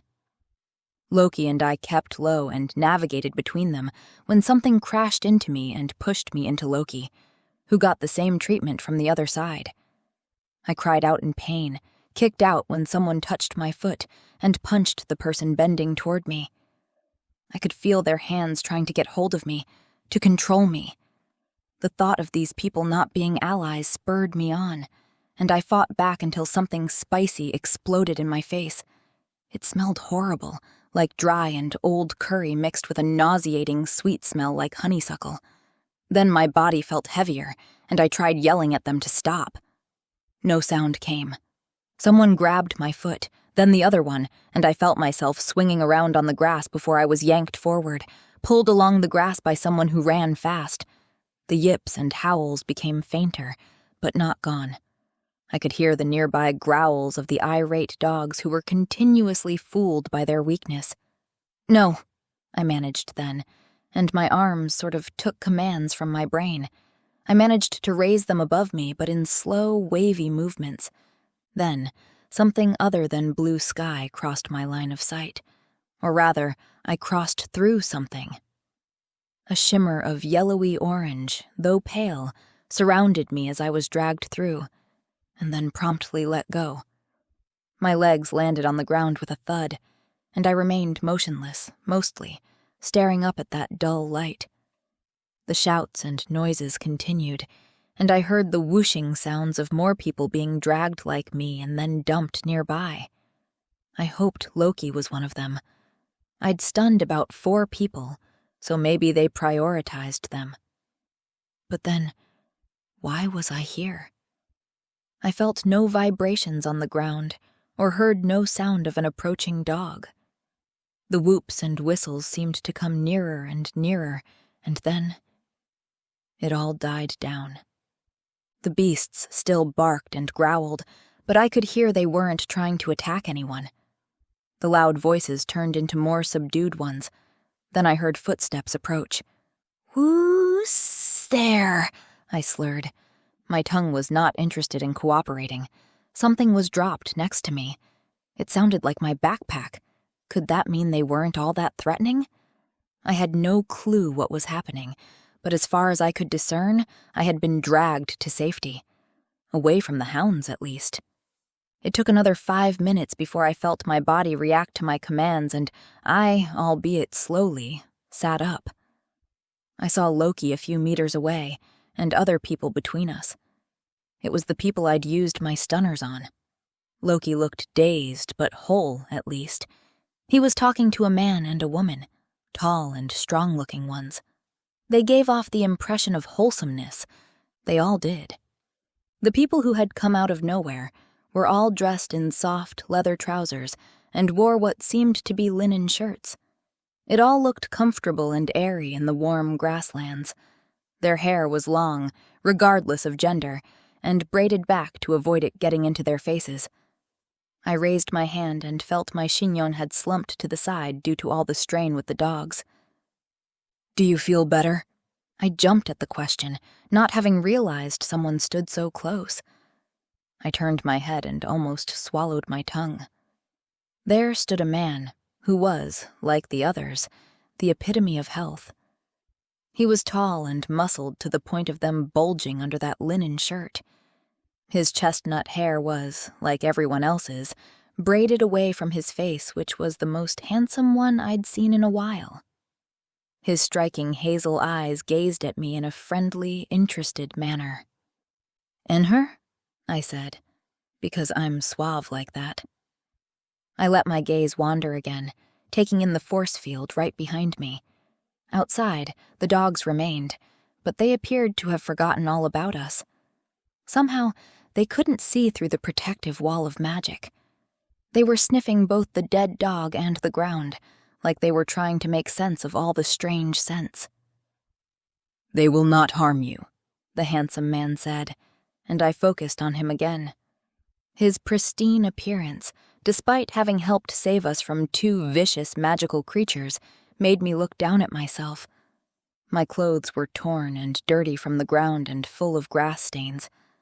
I still had wet patches of dog drool on me, my hair in complete disarray, and whatever spicy concoction they'd used to stun me now clung to that sticky substance.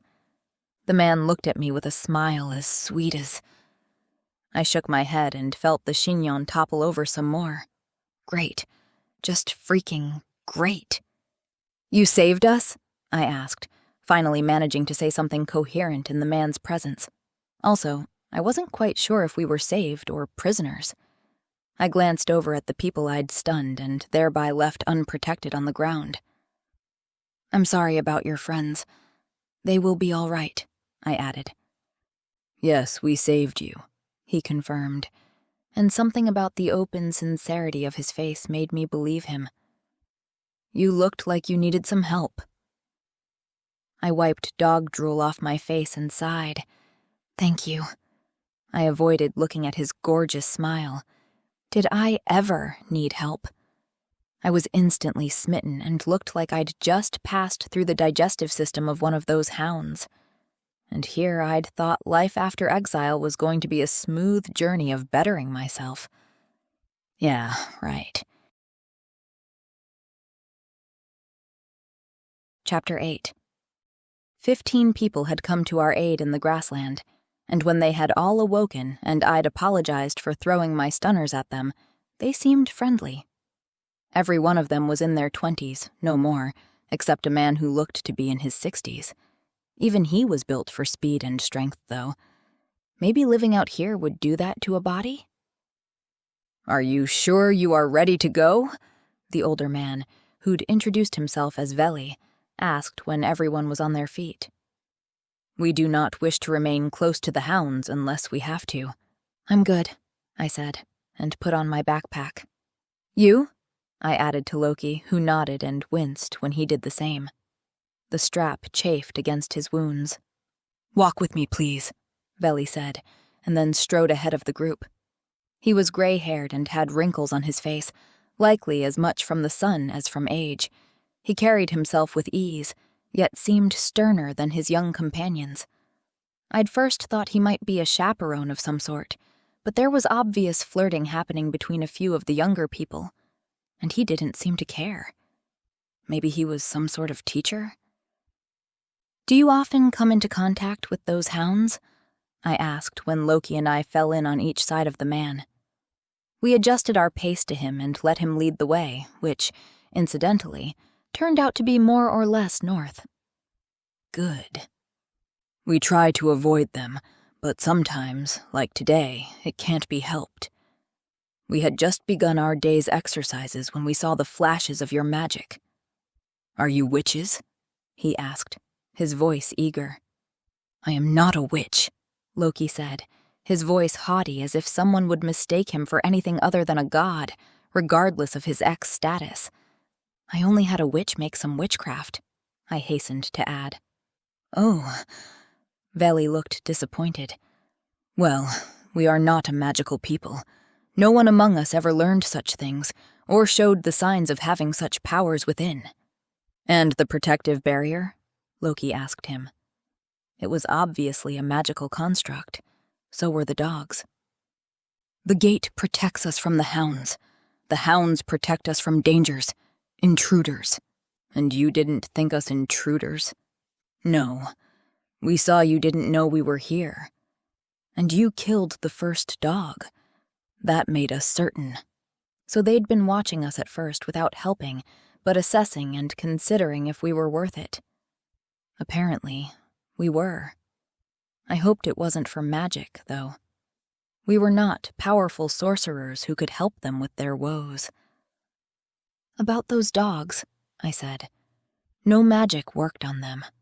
"No. They have excellent hearing, though, and are drawn to noise like flies to honey. That is their weakness. It took many lives of the first generation before mine to figure that out." "First generation?" "The wall came up some 70 years ago. Few remember it now. We are the people of Ridge Castle, but most folks call us the Ridgers." "Castle?" I glanced around, but saw no such structure in the distance. What a strange name for someone living way out here. What I did see was the beginning of a camp far away.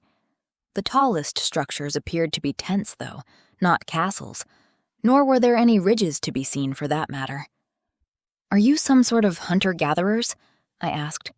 "Yes." Veli smiled and indicated our flat surroundings with a sweep of his hand. "We do hunt, and we gather. There is some cultivation, but not much. Merely some vegetables. We move camp now and then." "And the barrier?" Loki asked. We couldn't see it anymore. We'd lost sight of it the moment we stepped a few meters inside. It seemed one could only see it when close to it. "The barrier moves with us." I saw Loki frown at this. "But none of you control it?" "That's right. It's there for our protection." Loki didn't comment, though he seemed deep in thought with a crease between his brows. I focused on our job. "We are traveling the Flatlands, searching for a man. He would be a Lantean from the Atlantis realm?" I added questioningly. Veli confirmed his knowledge of the place with a nod, and I continued. "Last I saw him, he was a tallish man, thin, had gray hair and a receding hairline. Has such a man passed through your protective barrier in the last 2 years? Veli shook his head slowly while thinking about it. Not to my recollection. You might want to ask the elders, though, but if someone came here from the outside, it would be big news and everyone would know. Big news. Oh, yes. You two killed a hound with your bare hands and, teeth. He glanced warily at Loki, but then smiled. You are already big news. I looked back over my shoulder then and noticed stares and whispers directed our way. They were smiling, though. Then I caught sight of the ridiculously hot guy. He was also smiling. A bit differently. Blood rushed to my cheeks, and I hastily directed my eyes forward again, willing the blush to go away. By the time we reached the small village of tents, my cheeks at least felt more normal. I'd been right about the tents. The Ridgers lived in a community of tents and a few select wooden structures that appeared temporary and easy to take down and take with them when they moved camp. As Veli had said, there were a few patches with various leaves sticking out of them, but mostly they seemed to hunt and gather what they ate. I could see simple structures for drying meat and even a flimsy smokehouse. It had to take up most of their time, acquiring the food and supplies they needed, but judging by the happy smiles, leather-clad bodies, and children with full bellies, they were doing well. I estimated them to be a few hundred people living this way. Veli was right about us being big news. I got the impression they didn't get many visitors, and no wonder if one couldn't see them through their barrier. People would have to walk inside by accident or be taken inside, like Loki and I had been. Unfortunately, that meant Veli's guess that Jeremy had not come to this place was correct. The last time we had visitors was about, I'd say a year ago. But that was 2 women who'd been separated from the caravan they'd been traveling with. Jacked, one of the elders told us when we'd been introduced. The name was apt. They were all old, at least 70 years of age, and white-haired. I noticed the older women wore dresses that reached to the ground with intricate embroideries, while the younger women wore soft leather trousers like the men or knee-length leather skirts. Out here, it seemed everyone contributed to the hunt and needed to move freely. He had a special stone with him, Loki said, hoping this could trigger a memory, I guessed. A green stone, shaped like this. He drew an oval shape in the air with his finger. Was it a magical stone? Heather, a wrinkled, older lady, asked. She looked tough as nails, judging by her straight-back stance and steely voice. I glanced at Loki, who shrugged. It wasn't a secret. Yes, though I'm unsure of what it does. Must be powerful if you have come all this way to find it, she mused.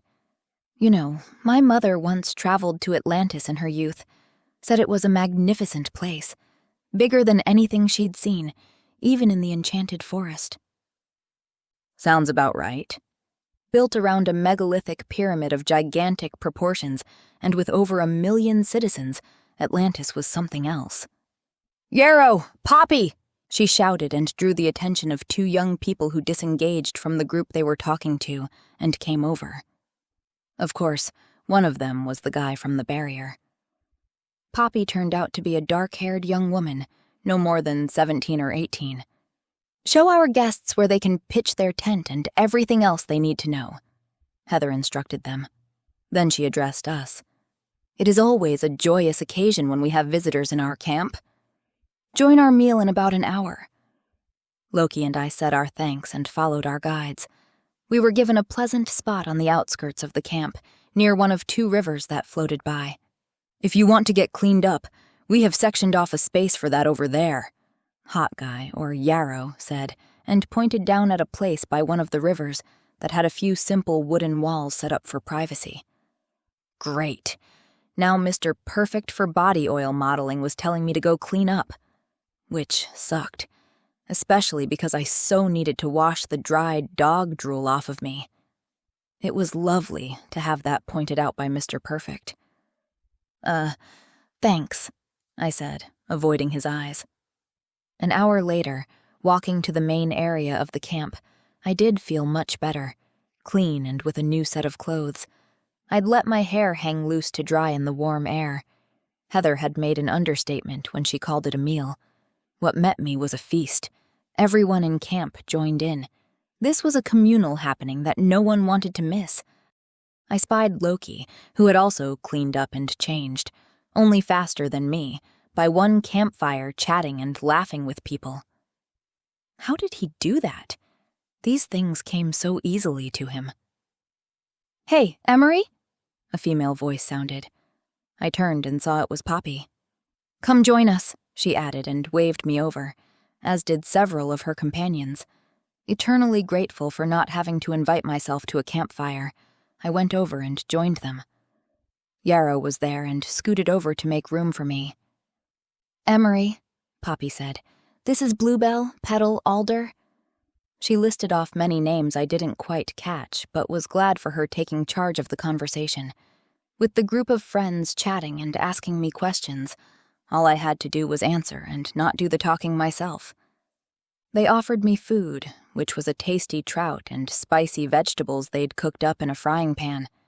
As the evening wore on, I felt rested, full, and grateful for the easy company.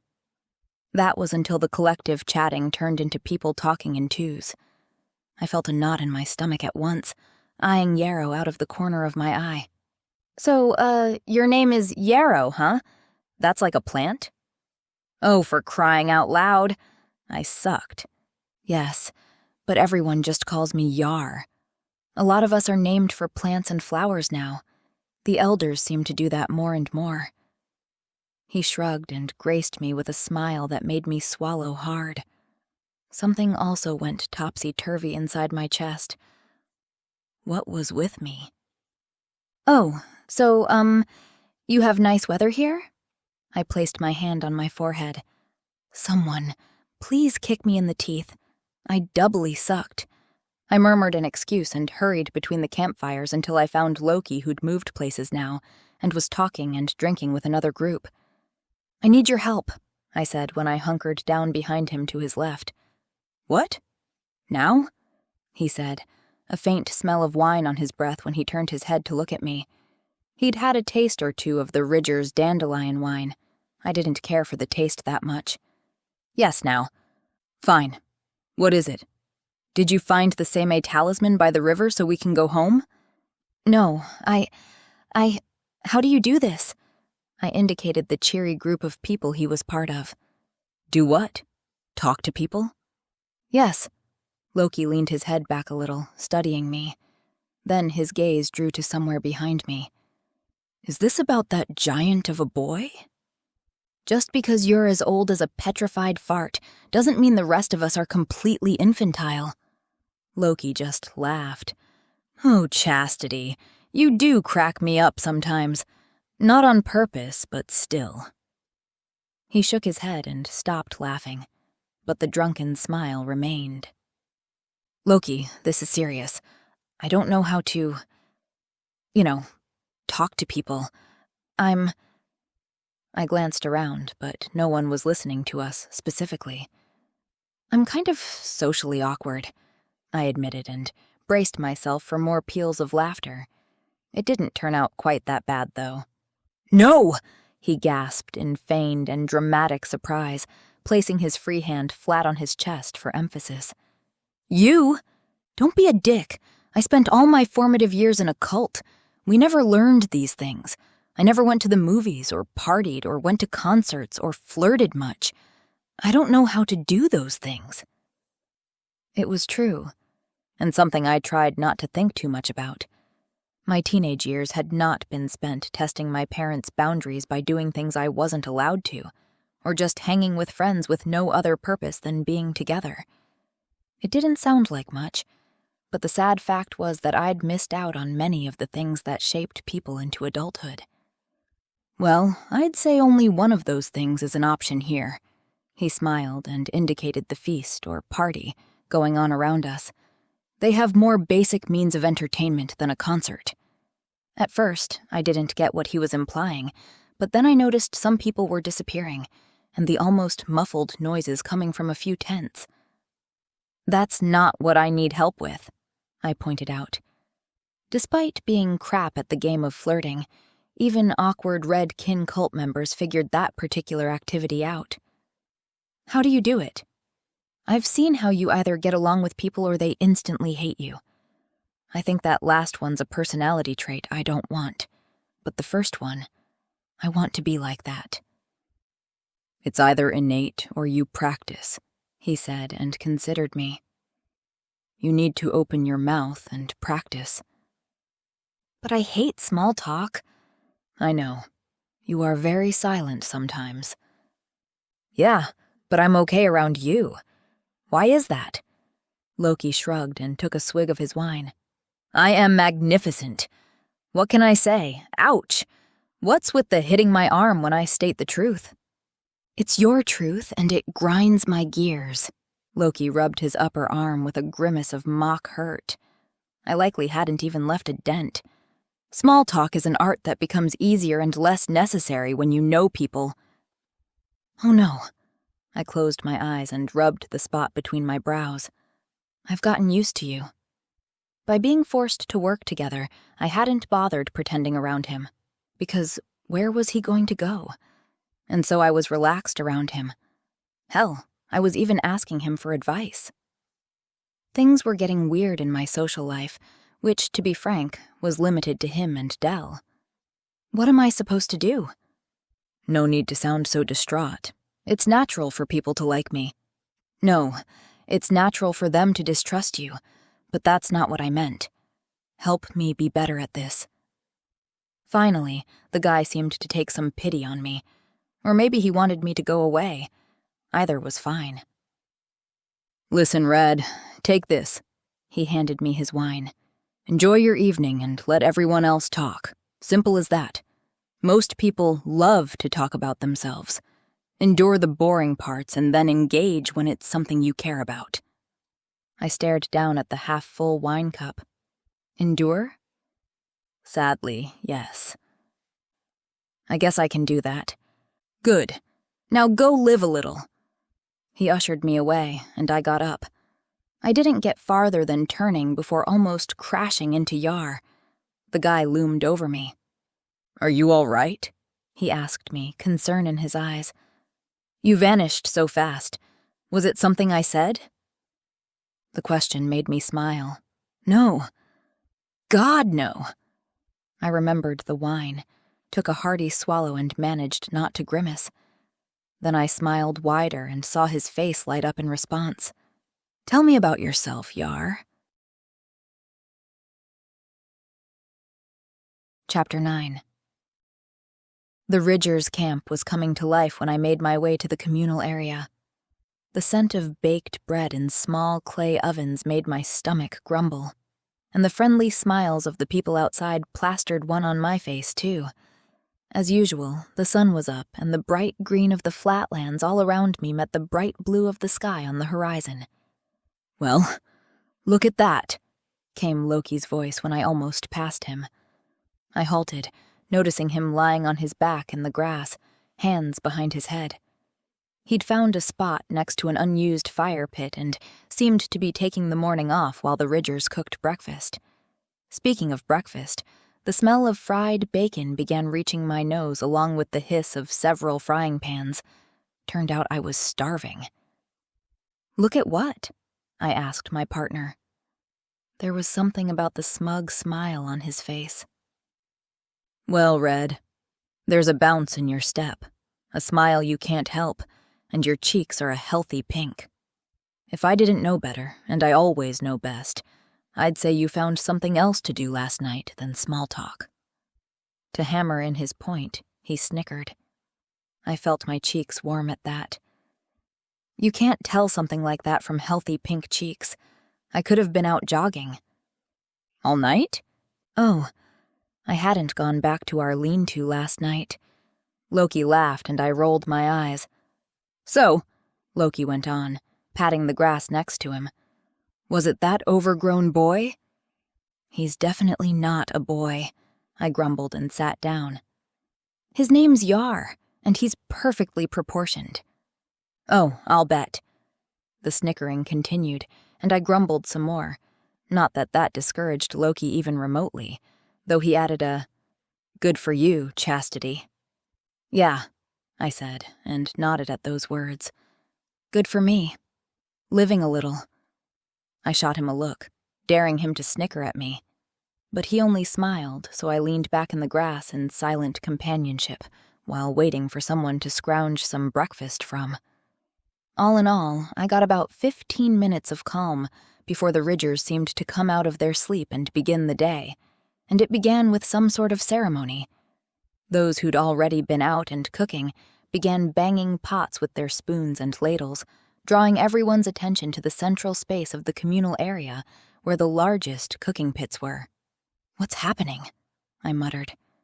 It wasn't like I'd had a lot of sleep last night, so the noise grated on my ears. Loki and I both sat up properly to see. People streamed from their tents, chatting and laughing together, drawn by the noise. "Some form of communal gathering, I assume," Loki said, and drew his legs up, leaning his arms on top of his knees and watching with a bland look on his face. "People of Ridge Castle," the booming voice of Jacked, the village elder, called out through the crowd that had gathered. The sound of muffled talking died down. "We only have a few points to declare today." I supposed that was a practical way of doing it. It was likely the time of day when everyone was present and able to hear the news that concerned them all. "We will send out the junior team today. The hunt will head south toward Elian Bend." "Seems like we won't have company for our trek north then," I said, and Loki nodded. We would leave after breakfast and continue with our job. "We also have some new unions to declare," the old man continued. I had to crane my neck to see him in between the crowd that stood before him. They were remarkably quiet, except for this particular news. They cheered and whooped, but the noise died down as the old man, smiling softly now, gestured for them to do so. "Heather?" he added to the woman we'd spoken to yesterday. She walked up to him and turned to the crowd. "Bluebell and Nady," she announced, and the crowd cheered again when two of them, a young man and woman, found their way forward. From what I could see, there were pats on their backs and words, undecipherable to me, that made both of them blush. At first, the two elders said a few soft-spoken words to the couple. I was sure that was what they were judging by the looks they sent each other, and how this ceremony was going. "This is like an engagement thing, right?" I asked Loki. "It appears so. It must be their custom to announce it so publicly to avoid any confusion in the matter. It's a small tribe. I suppose it's the best way to avoid jilted lovers from interfering." "Or," I said, eyeing the couple who kept smiling at each other, "it's sweet. Look at them." "We are all here to witness this union," Heather shouted for all to hear. "Both parties have confirmed their satisfaction." The crowd broke out in cheers again. "They are compatible and of sound minds," Heather said when she could be heard. "Let it be known for all time that they belong together, and no other shall share their tent." "So are they married now?" I mused when the clapping and jeering died down around us. "My guess is engaged, if we're using Earth terms," Loki said, looking bored. "Moving into the same tent would be the wedding ceremony. I remember seeing that once, somewhere." I glanced at him, but he wasn't giving more than that away, and besides, the elders were not done. "We have one more union to announce before we can get started with our day," Jacked shouted for all to hear. This did not seem to bother the crowd. To me, it looked like the best form of entertainment for them. They'd all likely be gossiping about it the rest of the day. Heather took over the announcing again. The back and forth between them went smoothly. They'd probably done this hundreds of times over the years. "Yarrow!" she began, and my chest tightened. Had the guy cheated on his intended? With me? "And Emery!" the elder woman finished. The cheering happened again. It sounded like muffled thunder in my ears. My name? Why had she announced my name? I stared around like a frightened rabbit. People were looking at me, expectantly. Why were they looking at me? Why my name? Why? Why? When I didn't move, some cheerful faces changed into bewildered ones. "Emery?" I heard Jack's voice. It sounded far off, like it was underwater. "Is she out there?" I noticed movement in the crowd farther off. Yar? Walking toward the elders? "I think you should go." The sound of Loki's voice broke through. I hadn't known him long, but it was the only familiar thing there. I turned my confused face toward him. "What?" "Just see what this is." He looked confused, too. No hint of the teasing he'd subjected me to earlier. Stunned and dazed, I got to my feet and walked over to the elders. People parted to let me pass, their cheers and applause alien to me now. Their hooting and whooping intensified, too. They likely thought me shy and unsure, which I was. Just not for the innocent reasons they thought. The last of them stepped aside, and then they were there, right in front of me.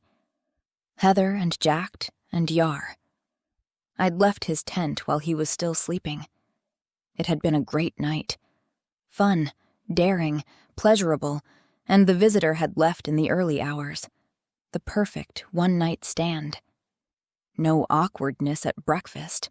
No small talk for crying out loud. I glanced to the side. Hundreds of people stared expectantly at me, witnessing this debacle. F my life.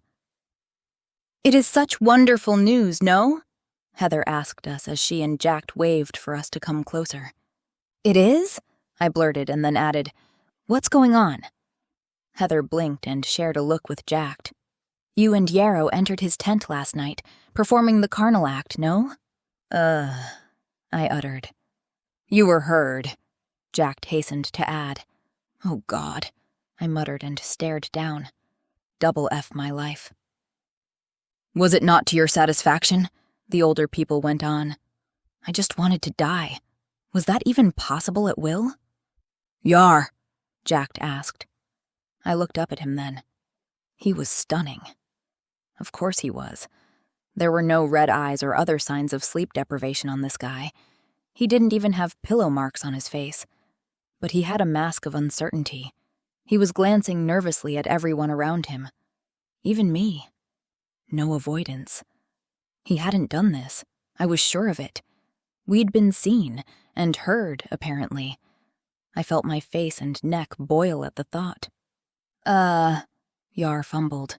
"Yes. And you, Emery, did Yar perform satisfactorily?" I stared at the woman.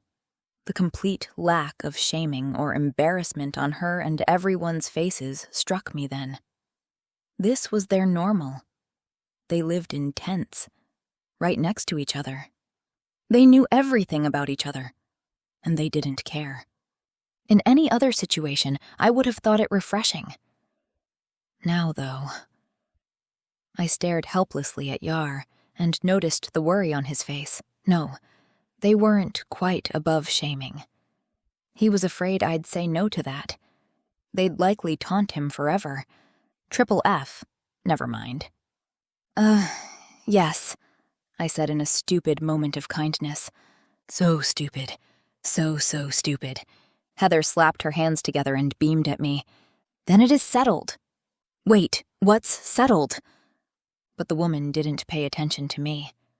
"We are all here to witness this union," she declared, her voice ringing out over the crowd. "Both parties have confirmed their satisfaction." The noise of the crowd escaped me as I, along with Yar, was declared sound of mind and eligible to live in his tent.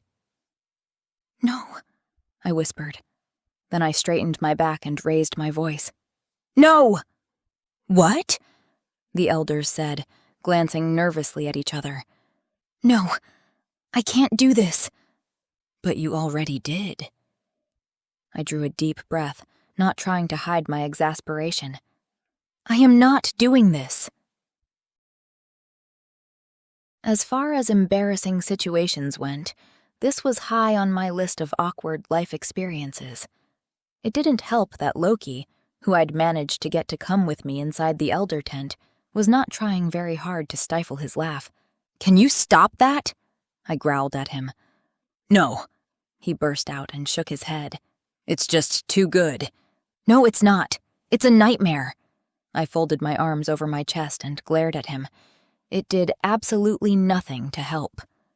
"This is most unprecedented," Jack said from across the room. We were inside the elder tent to avoid more people listening while the elders tried figuring this out. The tent, however, was one of the few wooden buildings in the camp. It merely constituted one room, furnished with a long table and simple chairs around it. No one was seated at the moment. "I can't have this!" A middle-aged woman I'd not seen before entering wailed. She was short, plump, and had lovely chestnut hair that flowed down her back. Unlike the older women, she wore the leather trousers and linen shirts of the tribe in general. "My son will never find someone else to tent with." She stood tall, or as tall as she could next to Yar. Oh, crap. "Now you've upset your mother-in-law, too. Excellent start on your nuptials, Red," Loki commented. "I will murder you unless you start helping," I hissed at him. "Oh, all right, fine. We'll never get back to Atlantis at this speed." "Why have you brought him along for this?" Heather asked, eyes on us due to our not-so-hushed whispers, probably. "He's my roommate. I don't have anyone else here." Jack looked affronted, his eyes bulging out. "Your mate? She went with my son even though she has a mate?" Yar's mother said. "How? It's incomprehensible." No, I protested, hands held up and palms toward them. "Not mate. Unless you mean mate as in pal, I guess. Roommate. We live in the same house, and work together, and—" I shook my head. Why am I explaining this? "So you are, in fact, not tenting with anyone?" "Huh?" I glanced at Loki. "No, she's not tenting with anyone." He told them and then added a married to me, waving his hand like this was inconsequential. It was so not. "Then I don't see the issue," Yar's mom said. "Really?" I said, not caring that I was beginning to sound frantic now. "Aren't you all saying that we," I waved back and forth between me and Yar, "have to tent because, I trailed off. "Because you had carnal relations last night," Heather said, nodding emphatically. "Yes, thank you." "Oh, chastity," Loki said in mock disappointment and tisked at me. "Did you not say it was satisfactory?" the old woman asked. I gaped. Then Loki nudged me with an elbow. "How?" I blinked and stared at her. "How do you know all this?" Had they been seated right outside the tent? "I think," Loki interjected, "that we have a clash of customs here. Maybe you can enlighten us as to how this all works." "Certainly," Jack said, and then began a long rant of the marriage customs of the Ridgers. They usually married young, and they married for life. The engagement period was usually short, starting with 2 people going off to spend the night together, the whole tribe knowing. If the couple proved to be companionable, i.e., if they both thought each other great in bed, they would then move into one tent a few days later, thereby being considered mates. Or married, apparently. After the initial night, one of the elders would approach one of the young ones and ask if an understanding had been reached. If that was the case, it would become public knowledge. "Okay," I began after this initial explanation. "So what's the problem? It's not that I don't, like you, Yar," I told him, and noticed how deeply uncomfortable he looked. No, not only that. He was worried, and very much so. His eyes flicked between the elders like they were hangmen standing there with a noose. "But," I continued despite this, "I can't stay here. I have to finish my work for Atlantis. I have a purpose there." "If she leaves, my son will be ruined. He'll never tent with anyone." The words of his mother sounded overly dramatic to me, but she was dead serious. "Can't he just find someone else?" I blurted. "I mean, look at him. What lovely Ridger woman won't want him? All of them, his mom said, her voice lowered now as that truth seemed to settle. What? Why? That's ridiculous. No, Heather said. You both confirmed it. Publicly. If you take it back, then that is it for Yar. She smiled sadly at him. I'm sorry, young man. And your first time, too. What? I grabbed onto Loki's arm to stay upright. Are you kidding me? This is not a joke, Heather explained solemnly. You said it was satisfactory. Oh, with that word again. Let's have a quick chat here, Emery, Loki said, and nudged me back toward the wall. The fact that he used my name properly told me he was done joking, so I went along. I think I have this figured out, he began, switching to English instead of Lantian. I glanced at the others, but didn't think they could understand us. Please enlighten me, because I am stuck in a bad soap opera. Yar is so not a virgin. Well, no, he isn't, Loki argued, a knowing smirk on his lips. You know what I mean. Last night was not that guy's first. Trust me, he knew what he was doing. Yes, I'm sure. But did he at any point ask if things were satisfactory, as they put it? Stupid word, I muttered. Emery? Fine. Yes, he did, after the first time. I thought it was like asking if it was good. It was. Great, in fact. So I said yes. I didn't think about the word choice. I thought it was just some weird culture thing. Oh, it is most certainly a culture thing, Loki said. But you inadvertently told him you were up for tenting, as they call it, and then when questioned, I'm sure the young man could be nothing but honest. Have you not noticed how candid they are? Yes. About everything, it seemed. Come to think of it, they flirted openly, not in secret. And then you confirmed it in front of everyone. Had you not done that, then the elders would have taken it nowhere. As it is... He paused, and then hammered in the words. I believe you've gotten engaged. Congratulations. He grinned at that, and I punched him in the arm. You're not getting better at social cues. Loki rubbed his arm theatrically. I huffed and then turned to the others, switching back to Lantian. I am sorry, but I can't stay here. My life is elsewhere. Too bad, then, that young Yar has to stay here, Heather murmured, sharing a glance with Jack. Then my son's life ends today, Yar's mom said. He might as well drown himself in the river. She shook her head and refused to look at her son. Instead, she laid her eyes on me. And you seemed like such a capable and sensible mate. Apparently, F. Yar's life, too. Chapter 10. I am a horrible person, I muttered. I rolled my shoulders, my backpack feeling constrained and heavy. Now, Chastity, you're being hard on yourself, Loki commented while putting his backpack on. You are merely a terrible fiancé. Oh, thank you, that helps, I said, the sarcasm bleeding from my voice. You are most welcome, the ex-god chirped and added a flashy smile. I excel at being comforting. Uh-huh, I muttered, and couldn't help another glance toward Yar, who was attempting to do his chores a few tents over, cutting pieces of what seemed like dried fish to me into smaller pieces. He was not alone, but with several others of the young Ridgers, and they were not kind. As far as I could see, nothing much was said, but the looks and smirks told me what I needed to know even at a distance. I was not surprised when, a few minutes later, Yar quietly laid down his knife and then stalked over in the direction of his tent.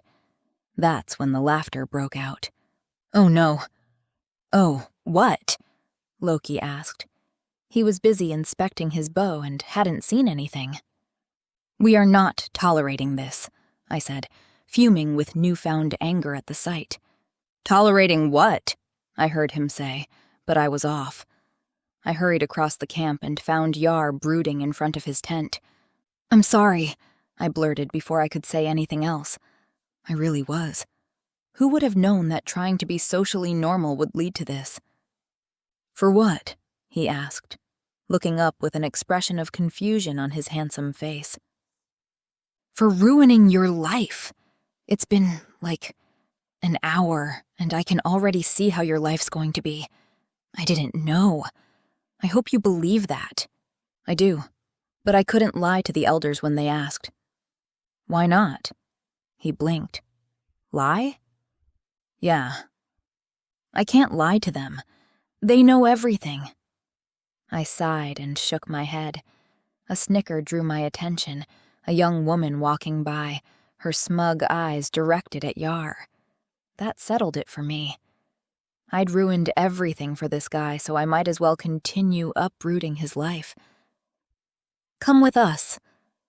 Yar didn't seem to catch what I was saying at first, so I repeated it. Come with us, Yar. Unless you want to spend the rest of your life alone and ridiculed. I can't do that, he finally said. The look in his eyes was that of bewilderment, like he couldn't understand why I'd even offer. Why not?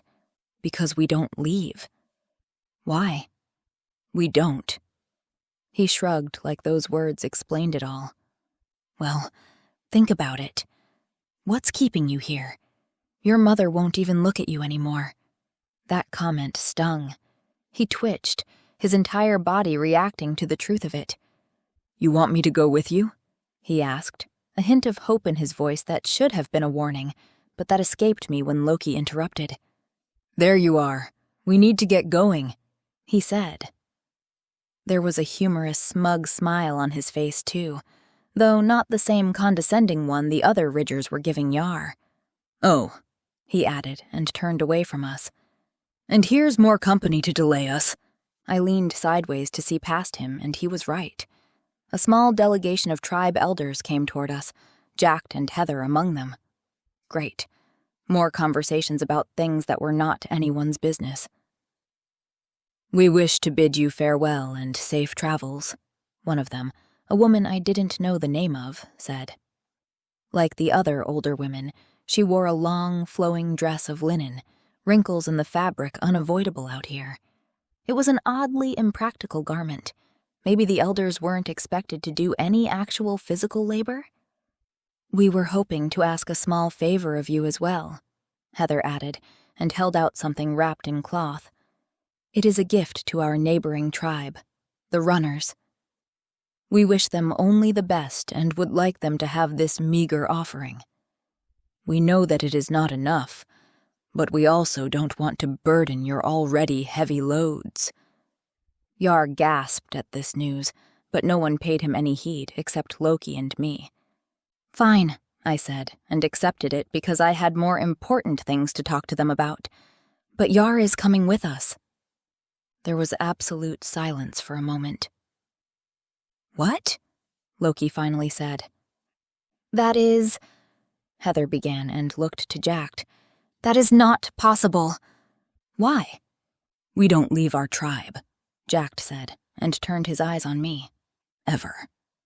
Well, the way I see it, Yar might as well be a living dead staying here with you, so he's coming with us. I stopped myself, and then cleared my throat. I looked down at Yar, who was still seated on the ground, the only way one really could look down on him. That is, if you want to, of course. I mean, what have you got to lose? He began, and then seemed to think on it. Yes, I have nothing to lose. He got up on his feet, towering over me, and proclaimed, I will follow my betrothed on her quest and protect and aid her. Yeah, that's not exactly what I... But young Yarrow, surely you do not wish to leave us, Heather said. I do not, but honor compels me to remain by her side. If she cannot stay with us, then I will go with her. There was some hope returned to his face now, as the world and his future no longer looked so bleak. I was making a right mess of things. Jack sighed heavily, eyes turned to the ground before he gave in. Very well. You may leave. Interesting, Loki whispered, eyeing them all. He didn't seem inclined to share, though, and left it at that. And that was how, half an hour later, when Yar had packed up his worldly possessions and left his tent behind, which belonged to the Ridgers, I found myself walking out of their camp, engaged and laden with an extra burden on my backpack. At least his mother had been both tear-stricken and content with the solution. She'd even looked at her son again, finding some solace in him tenting, in the world outside, as she'd put it. I sighed. There would be none of that. I glanced at Yar where he walked ahead and then blushed.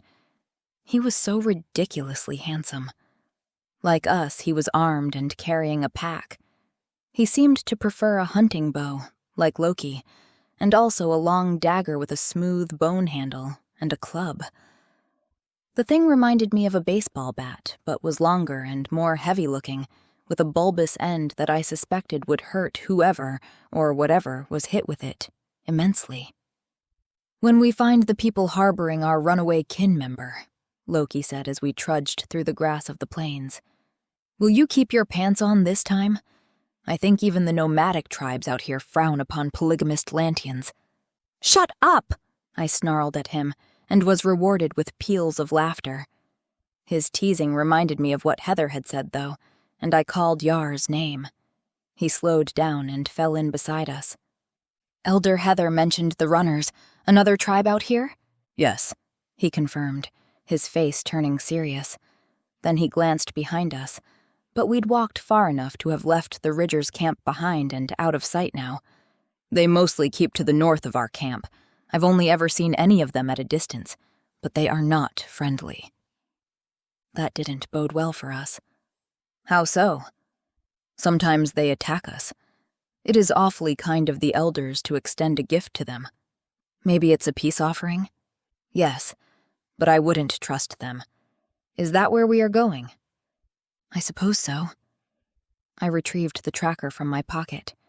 The arrow kept twitching, but every time it stopped, it was in some northbound direction. I showed it to Loki, who raised an eyebrow but nodded. "The runners are a good bet if they live north of here," he offered to that. "Why are they called that anyway?" I asked Yar. "What do you know about them?" Yar told us while we walked north, nothing but grass under our feet, nothing but more grass waiting farther ahead. The runners were, from what I understood, another nomadic people who lived on the flatlands. Like the Ridgers, they moved camp several times a year, sometimes far away, sometimes closer to each other. Apparently the runners were known to attack lone Ridgers now and then, and there was animosity between the tribes. The gift I carried on top of my backpack had to be a small peace offering. Maybe the Ridgers had realized they needed more fresh blood. Intermarriage had to be a better solution in the long term than hostility. Either way, all I cared about was finding Jeremy Aegis, and I was sure he would be among the runners. If not, it would be the next tribe heading north. "We should edge closer to the wall," Yar suddenly said, breaking himself off from talking of the untrustworthiness of the runners. "The wall?" I glanced around, but couldn't see anything but the impossibly blue sky.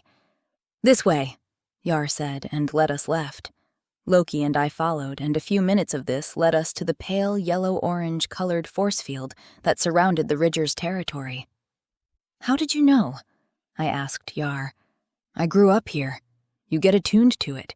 I simply know where it is." He shrugged while looking in our direction, then turned his attention to the force field. He began walking alongside it, and Loki and I followed. "Why are we not crossing?" Loki asked. "I am keeping an eye out for hounds," Yar said, craning his neck. "Not more hounds," I muttered. "Good idea," Loki added, just when Yar spotted one and pointed. It wasn't that far off. The beast was ambling, sniffing the ground. It looked as giant and ferocious as I remembered, despite seeming calm and not provoked at the moment. "Best to avoid it," Yar went on. "Let's go." "It can't hear us?" Loki asked him, his green eyes taking in the dull appearance of the shield. It was a good question, I thought. The beasts had been driven and lured by noise. Their hearing had to be impeccable. "Not through the wall," Yar said. "It protects us from the hounds, and they protect us from outside threats. That is likely why the runners don't like us. They don't have this protection. It's best not to cross through here." There was no arguing that last part, so we walked on, past the unknowing predator only a few meters away from us at one point.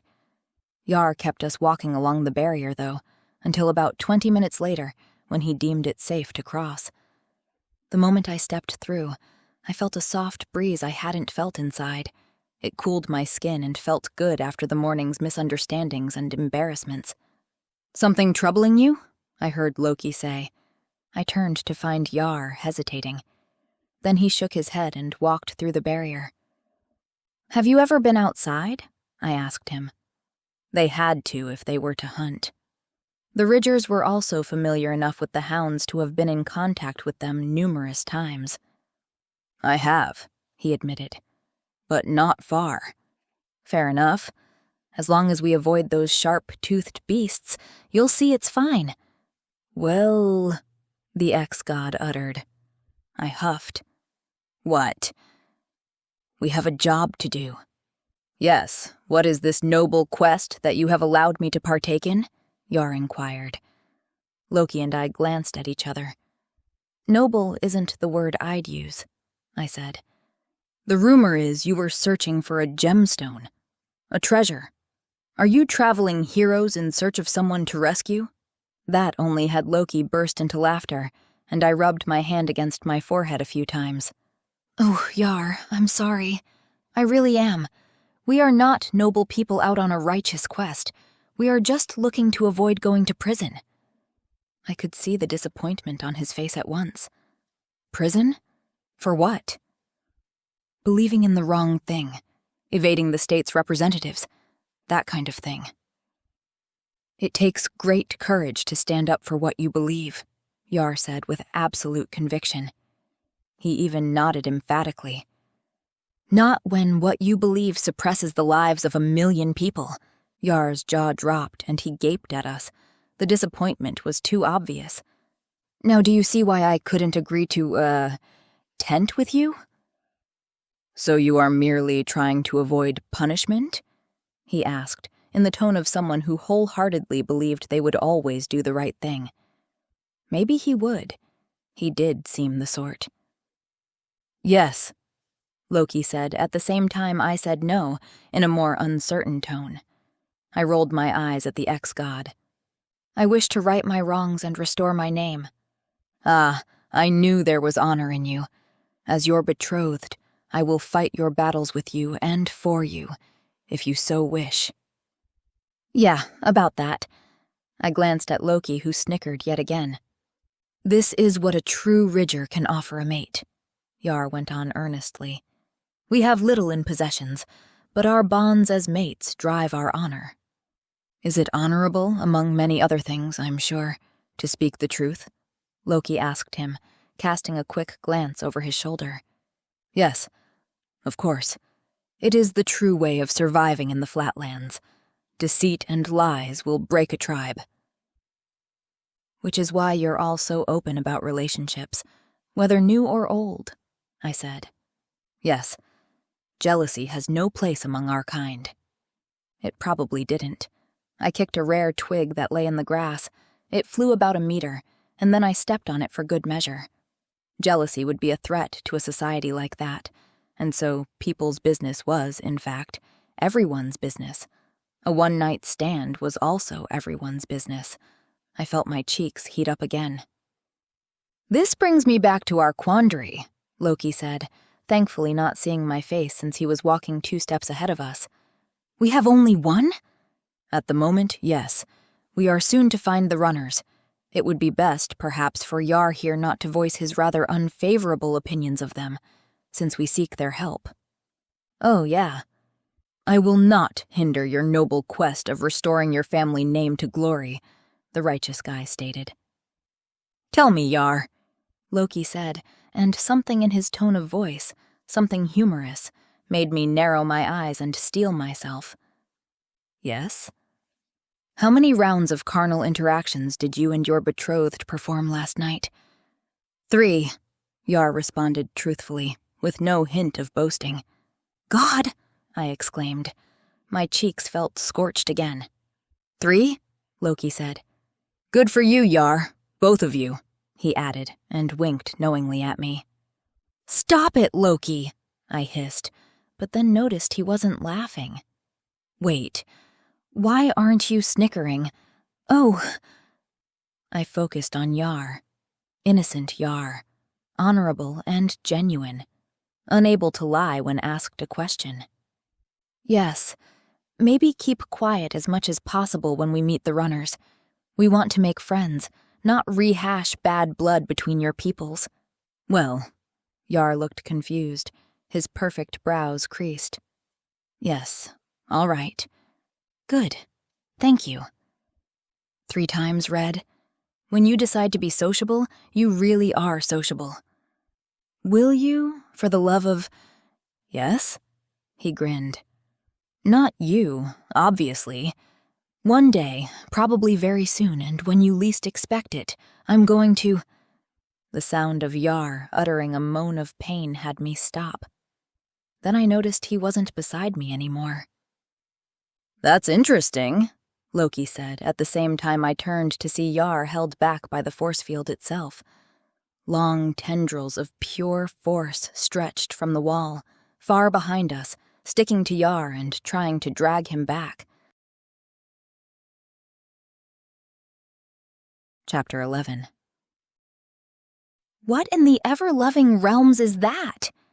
I stared in shock at the grand display of magical force in front of me. I'd say the Ridgers aren't allowed to leave, Loki drawled, taking in the sight with more ease than I, judging by his relaxed stance. I can't stop it, Yar gasped, and tried to force one foot in front of the other, before being jerked back the same length of that step. He was struggling desperately to remain in place or move forward, but the tendrils clinging to him were pulling him back, and they were increasing in numbers and getting stronger by the looks of them. Unlike the magical barrier itself, they were bright orange, so sharp it almost bordered on red. New tendrils flew from the barrier, ready to grip him and pull him back. Yar didn't have more than a few moments before he'd lose that battle. The magic was too strong. Okay, I shrugged my backpack off. We're coming to help you. We are? Loki said. Of course we are. We're not leaving him like this. He'll merely end up back with his people. I see no harm. Maybe so. But since they've already begun shunning him, I do. I knew what it was like to have people stare at you with disdain. So did Loki, I knew that. But we dealt with it differently. Come on, I need your help, I added. Or I swear I'll get worthy never to make those turkey sandwiches again. You are a cruel one, Red, he said, and took his own backpack off.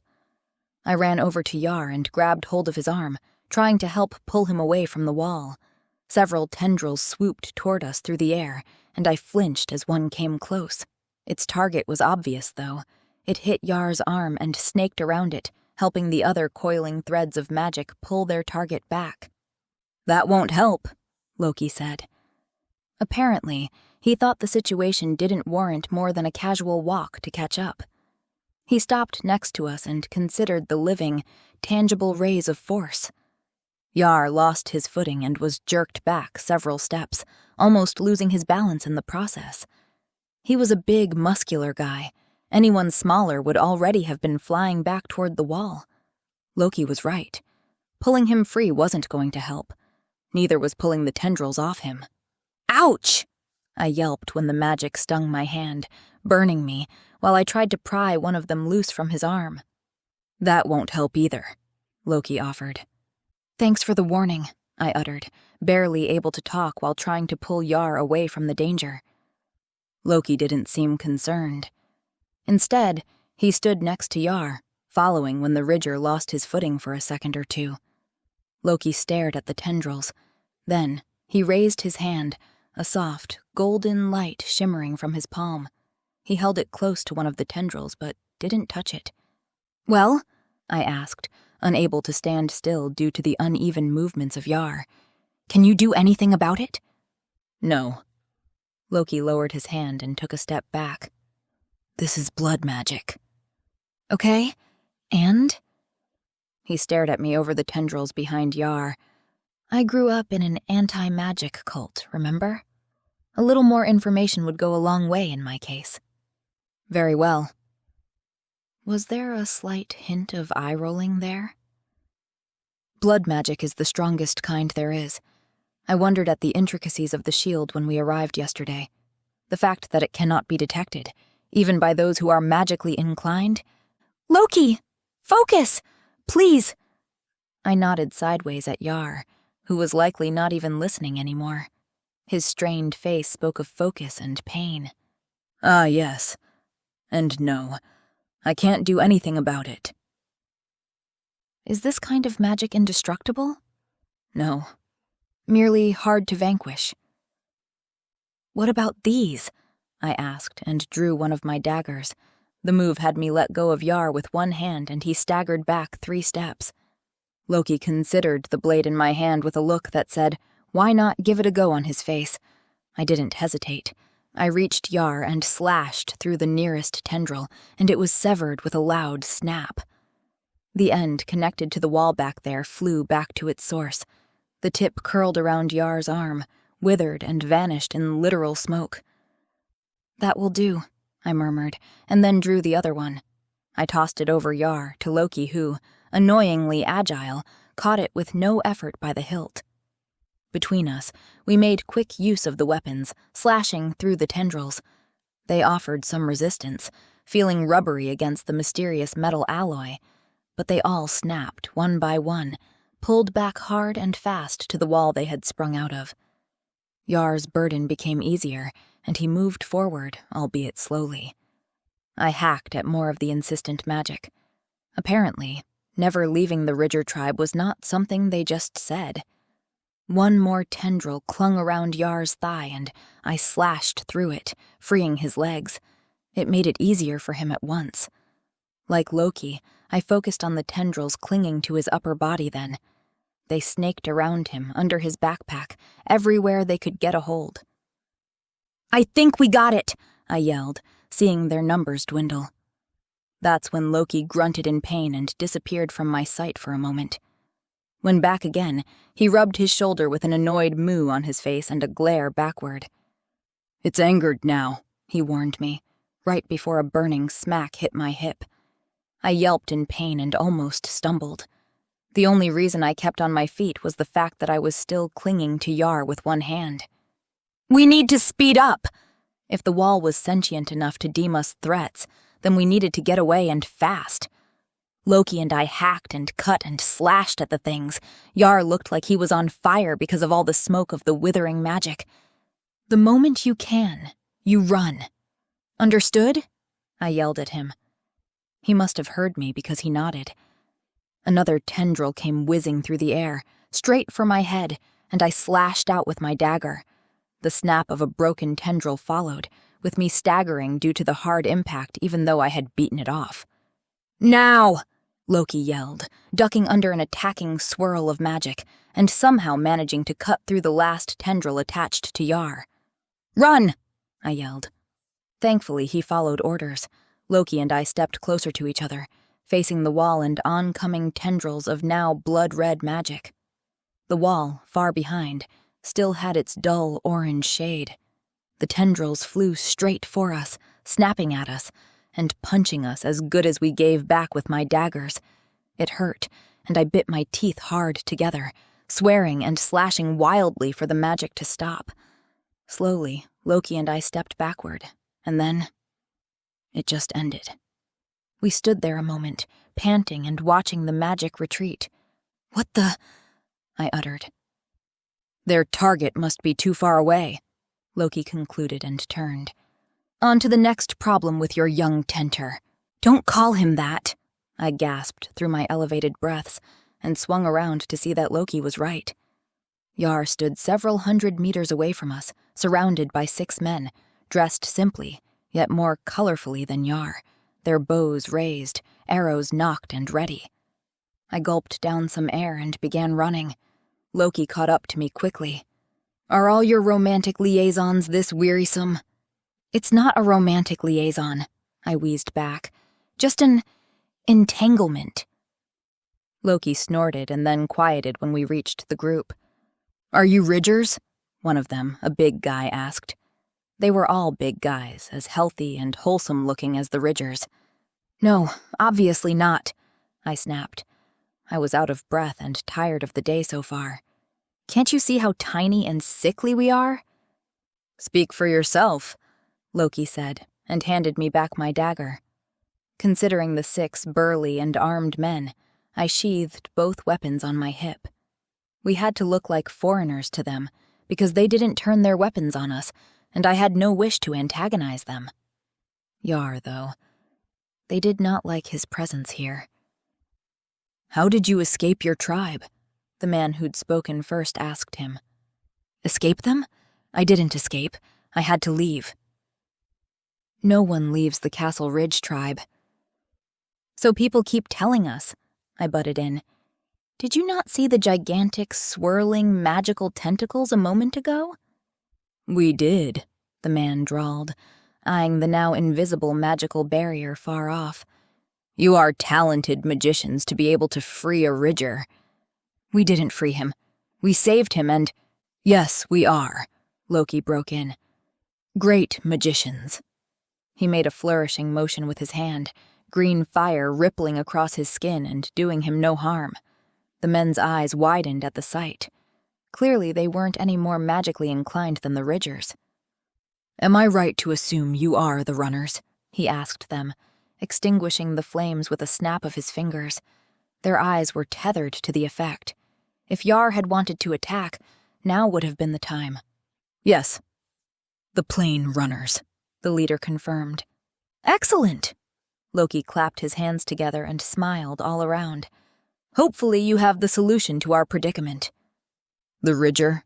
the leader asked. "No, not the Ridger," I said. "We have no wish to be part of the quarrel between your peoples," Loki went on. "We are searching for someone, an old friend of my conscientious enchanter here. I am not a—" "He was a Lantian, like us, and passed through here 2 years ago. We need to find him." The men exchanged glances, and I knew with certainty that they had some knowledge of this. "Maybe you have some village elders we can talk to?" I asked when I noticed the looks of doubt that followed. "Yes, we can take you to them," the leader finally said, his eyes on Yar still. "He is another matter." "Well," Loki said and shrugged. "He is free now." "I cannot abandon my betrothed to a pack of runners." "Okay," I said, hands up in a placating manner. "Let's not say something we'll regret." "Betrothed?" the leader asked and then turned his eyes on me. "Like that," I mumbled. "Gentlemen!" Loki said, drawing attention with his suddenly booming voice. "I suggest you take us to your elders, and while walking I will entertain you with the rollicking tale of how the mighty red magician," he pointed at me, should there be any doubt, "found true love in a most unexpected place." For the next 30 seconds, I plotted how to kill the ex-god, taking his supramundane status into account and realizing I knew too little about it. "I have decided not to kill you," I informed him while we hurried back to get our backpacks while the runners waited. "I am touched. Never really was worried, though. No, I am going to do something worse." "Uh-huh?" "I am going to get Walworth to make me the most delicious of turkey sandwiches, and I am going to eat it in front of you. Slowly. Enjoying every piece you are not getting." "Oh, Red, who knew you had such a cruel streak?" He looked almost impressed, but then seemed to forget about it when we rejoined the others. Needless to say, the next half hour was spent groaning in frustration while my cultural faux pas was retold to the great amusement of the runners. At least it made them relax and lower their weapons around Yar, since they now knew how he left his tribe. By the time the seemingly unchangeable landscape around us was altered by something far off on the horizon, Loki had 6 new best friends and knew almost everything we needed to know about them. The Plain Runners, a much more apt name for their environment, were well aware of the Ridgers, and the animosity we'd picked up on in Yar seemed to run both ways. Like the Ridgers, the Runners were nomadic hunter-gatherers, but they seemed to have more contact with other people. Their clothes were more colorful, and I noticed they also carried finely crafted swords. All had likely been traded for. Their amusement at my unfortunate attempt at being a normal person told me they were not as open with their people's romantic liaisons, as Loki had called it. With not being so isolated, they didn't have to keep such close tabs to avoid unwanted unions or deal with jealousy. I could understand how both issues could be problematic for such small societies. When we came close enough to see the camp clearly, it became obvious the Runners had a different setup than the Ridgers. There were tents, and many of them. Anything else would have been impractical out there on the steppes. But there were also sturdier wooden structures that struck me as communal buildings in the middle of the camp. Upon closer inspection, while walking past one of them, I could see they were made up of boards a meter wide each. They were likely easy to take down and take with them when moving camp. The Runners were similar to the Ridgers in other ways, though. Like Yar's people, they had a group of elders who made the major decisions, and though we were now on friendly terms with the 6 men who, after laughing so hard I'd noticed tears in their eyes, gave me sympathetic looks for my situation, I knew better than to assume everyone would welcome us with open arms. I could only assume that they did not have the same tenting customs here. The elders gathered quickly upon our arrival, thankfully inviting us into one of the larger buildings to have a chat. "I must apologize for our less than enthusiastic welcome," a woman who'd introduced herself as Eripta said. "Normally, we welcome travelers and partake in trade, but we have never encountered anyone traveling with a Ridger before." She glanced at Yar, but there was nothing threatening in her eyes. She was a woman in her 50s, with dark, graying hair, lines at the corners of her eyes, and a deep tan one would get from spending a lot of time out in the sun. This was another thing I realized separated the Runners from the Ridgers. Their elders were not old. Out of the 6 people in the room with us, the youngest had to be in his 40s, while the oldest was in her 60s. They also wore the same colorful type of clothing the men we'd first encountered had, and the elder women did not wear long flowing dresses, but the same practical clothing as everyone else. "I apologize for the confusion," I told Eripta and the others. "But Yar is no threat to anyone. Please don't judge him because of any ill will between your peoples." "What concerns us more," another elder, a woman named Scanner, said, "is how he is even here. Our young hunters told us you fought the magical barrier and freed him. Is this correct?" "Yes." "Why?" Loki flashed them a wide smile. "Let me tell you a—" "No!" I broke him off. "I'll tell them," I added and held up my index finger before him, a gesture that only made him smile more, but he didn't push it. This time the story was retold in a much shorter, less detailed version. I got my point through, though. And I couldn't leave him there to be mocked for the rest of his life. It's not Yar's fault I can't stay there, I finished about 2 minutes later. Yeah, a much better time frame for embarrassing stories. It worked, too, judging by the more sympathetic looks coming from the people in front of us. "Listen," I went on before they could ask invasive questions. "I don't think the Ridgers truly want any animosity. When they heard we were likely to pass through your camp, they asked us to bring you this." I took my backpack off and unbuckled the straps, keeping the wrapped-up gift in place. "It's a gift from the Ridger elders, a peace offering," I added and held it out. There was a moment's hesitation, but the youngest man, the one in his 40s, Festesh I believed they'd called him, stepped forward and took it. There were some uncertain glances, and then he walked over to a nearby table and unwrapped the gift. I craned my neck to see and found it fairly unremarkable.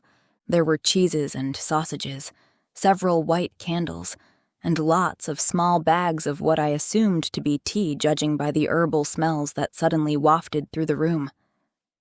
A simple gift from people living off nature, yet a noble gesture, I thought. They needed these things for themselves. The runners didn't agree, because only the candles were given to a nearby young woman to distribute. The food and tea were wrapped up and left on the table. Did they really think the Ridgers would be as evil, not to mention stupid, as to poison their food? I glanced at Yar, who, judging by his narrowed eyes, had noticed the slight, but at least kept to his promise of not saying anything. "You said you were likely to pass through our camp?" Eripta asked.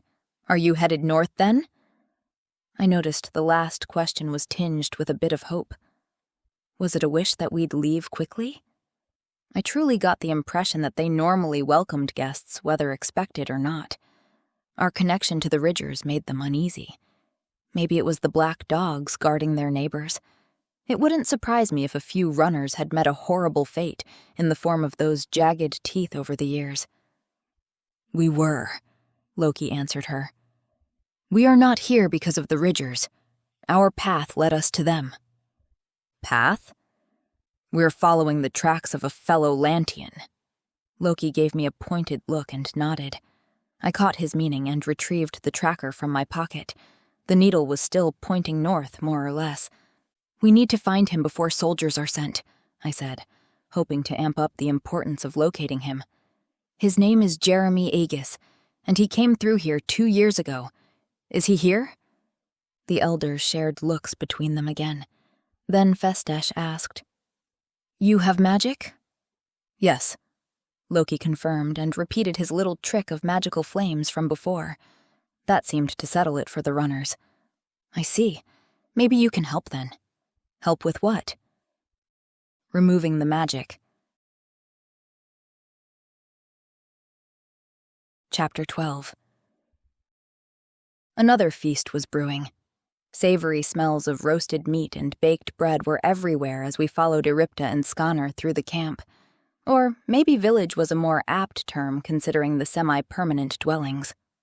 "So Jeremy came here?" I asked the 2 elder women while we wound our way between tents and people, children running and playing, free from the day's chores, no doubt. Much like the Ridgers, the runners' spirits seemed lifted now that the evening meal was approaching. It was the big happening of the day, no matter how normal. A time for companionship, good food, and relaxation. Yes, he did. His domicile is right this way. I shared a glance with Loki, who seemed to have gotten his hopes up about returning to Atlantis soon. I checked the tracker then, and stopped a moment. "Huh. What?" Loki asked, and then saw it himself. "Strange." I had to agree. The tracker had now gone from pointing erratically north to simply spinning around like it couldn't decide. "Here we are," Skanor said, and stopped before a tent. Like most of the surrounding tents, it was set up like a teepee, but not as big. I expected the woman to call Jeremy's name, but instead, they unlaced the leather strings that kept the flap closed and stepped inside. My brows creased, mirroring Loki's, and we, with Yar in tow, followed them inside. The darkness in there made it difficult to tell, but the shut-in smell told me at once that no one had lived here for a while. Instead of waiting for the women to light a fire so we could see, Loki conjured an orb of golden light that lit up the inside of the tent, giving it an eerie feel. "Has Jeremy left?" I asked them. Everything inside was tidy. Jeremy had a narrow cot next to his fireplace, the bedding folded neatly on top of it. There was also a small, rickety-looking table and a 3-legged stool to sit next to it on. Other than some candles, knickknacks, and some fabric, clothes, I thought, bundled into a canvas bag, there was nothing special to see. "No, Jeremy died." "Oh no," I sighed and shook my head. That was sorrowful news indeed. Jeremy truly had been a nice man when I'd known him, and this saddened me. Then I realized the implications for both his poor mother's situation and Loki's and my mission. That explains the wayward tracker, at least, Loki said. It couldn't pinpoint him. Has it led us to his grave, then? I asked. The arrow still kept spinning like we'd reached our end goal. I stared down. We're not standing on it, are we? We do not bury our dead, Erypta said. She was standing with her hands clasped in front of her, in deference to the deceased most likely. So was Skanor. We burn the bodies of our dead and scatter their ashes near the camp. This way their spirits watch over us and are always with us, even when we relocate. They never lose sight of us. No wonder the tracker was confused then, I said. Loki raised his hand and held it hovering over the tracker. The needle slowed down and eventually stopped. There was no more point in tracking Jeremy Agus. What happened? I asked the women. Jeremy came to us 2 years ago, as you said, Erypta began. He was dressed in rags and worn out. We knew he'd fled from something, and he was honest about it. If not, we would not have let him stay. But we had heard about the power shift in Atlantis, of course. News from your realm travels fast, especially those kinds of news. Jeremy admitted to having been part of this group which took control of your city, and like any faction that falls, imprisonment awaited. Erypta visibly shivered at the thought of being locked up in a cell. Like her people, she was used to the everlasting, open landscape around her at all times. We did not pass judgment on his alleged crimes, she went on. It is not in our right to condemn him for a crime not committed against us, so we let him stay a few days. When it became clear he was a literate man, we came to appreciate his value. He was not a hunter but made his contributions differently. Few of us can read and write. For the most part, we don't need it. She pointed to a couple of wooden boxes, crude in design yet sturdy, that were standing on Jeremy's table. She lifted the lid off the largest one and indicated the contents to us, some papers, pens, and a pencil, and a leather-bound notebook. May I? I asked and reached out for the notebook, lifting it out of the box when Skanor nodded I could. It was a diary. Every entry was dated, and I flipped through the pages to the last ones. It was an interesting day, all in all. I now understand the runner's joy of foreign guests. It's not just the gossip and seeing different faces, but also the possibility of trade contacts, which are sorely needed out here, as well as the entertaining tales. I have lived here long enough to appreciate a good tale when I hear one. Life may be simpler here than at home, and I am beginning to think of the Plain Runner camp as my home too. I am content. I never thought I could be after the way everything ended in Atlantis, but somehow life has moved on. It came to me as a stark realization when the traveler Clem had everyone laughing with his tale of the wee people and their shenanigans with his wife's shoes. I wish I could go back to the way things were. We were truly on to something grand, but as far as exiles go, I have found a good one. I think I must soon make arrangements to have Mother sent for. He went on from those reflections to recording the names of all the travelers who'd passed through the camp that day, in addition to their stories. In the 2 years that had followed the kin's fall, he had never really changed his opinion on either Kerwin Bowden or the task of ridding Atlantis of all magic. I noted the date on the entry. This was dated 2 months ago. I pointed at it for emphasis, and Erypta and Skanor both nodded when they saw it. And this? I went on, moving my finger down to another entry that was not readable. There were just nonsensical scribbles. He hadn't even been able to keep to the lines. He suffered at the end, Erypta told us. One day he woke up, and he was in pain.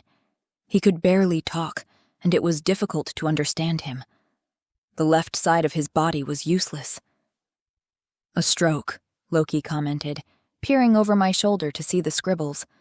That is readable, he added, and used his not magically orb-occupied hand to point at the last entry in the book. It was a simple statement, the letters scrawled hard into the paper.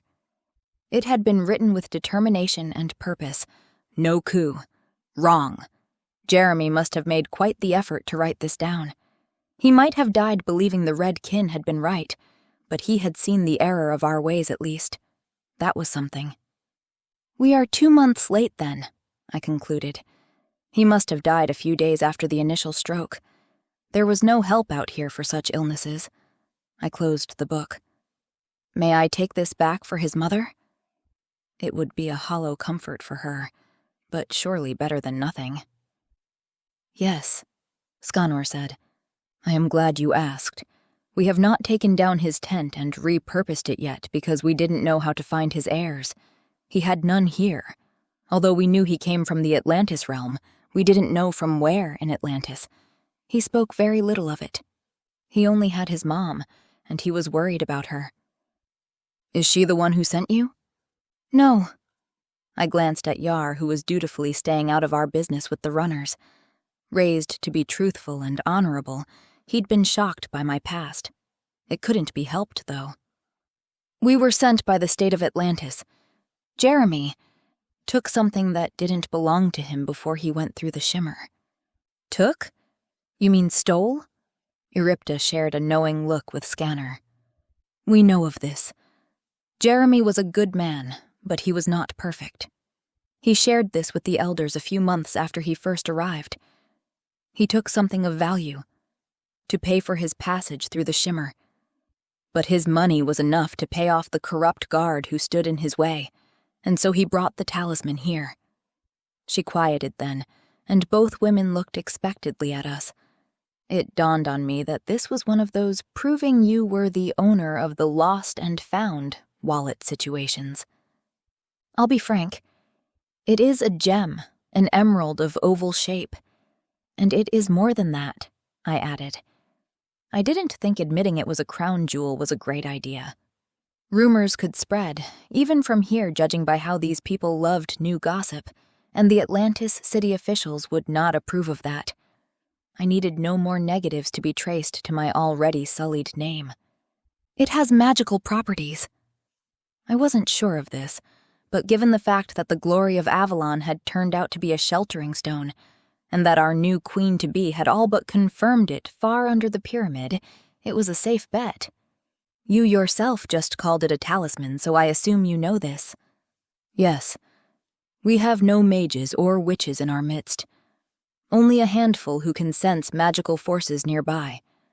So, we do know the gem is powerful, but we don't have the means or know-how to use it, nor can we trade with it.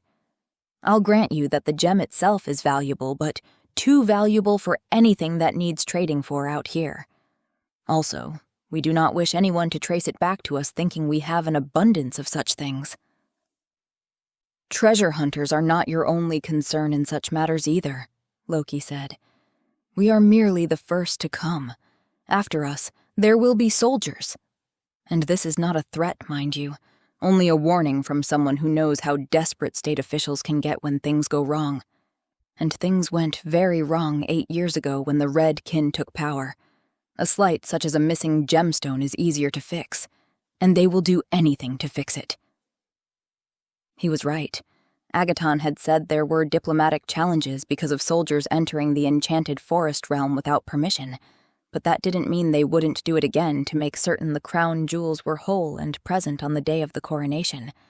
Skanor and Eripta excused themselves to talk together, stepping no farther than right outside. It took only a few minutes, whereupon we waited in silence until they came back. We have no use for this magic, Eripta said, and the tent flap fell behind her. We fear someone will sense it and come to claim it, and we don't want to be mixed up in Lantian affairs. Who does? Loki murmured. Thank you, I said. May we see the stone? Of course, right behind you. The smallest box.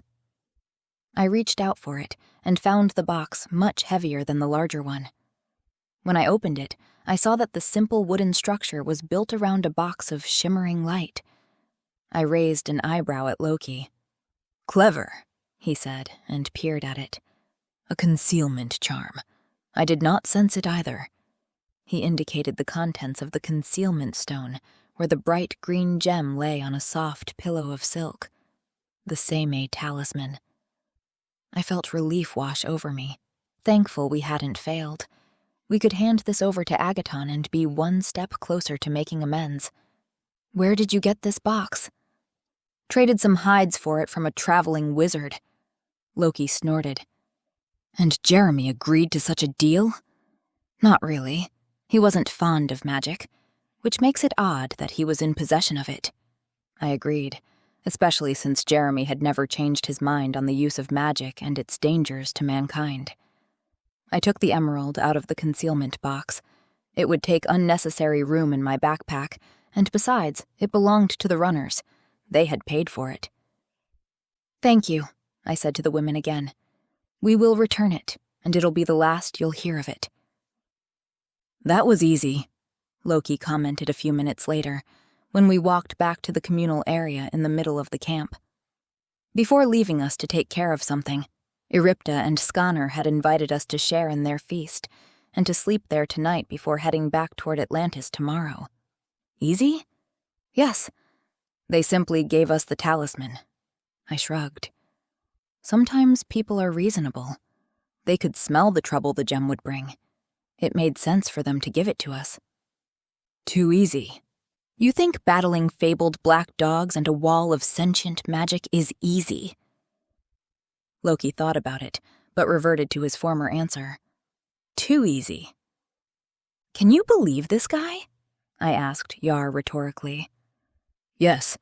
Does he not speak the truth? He asked sincerely. I managed not to groan out loud. Oh dear. I needed to have a talk with Yar about the outside world. The necessity for honesty among his people was not a prerequisite for navigating life on the outside. Now was not the time, though. We were invited to sit with a group of people, Eripta among them, and this time I stuck to Loki like glue. I was not going to make any more mistakes. One accidental fiancé was enough, thank you very much. Loki, of course, played the role of traveling adventurer perfectly, reading his audience correctly and dazzling them with tales of hunts in far-off lands. It gave me some room to relax, not worry so much, and to dig into the roasted grass chicken.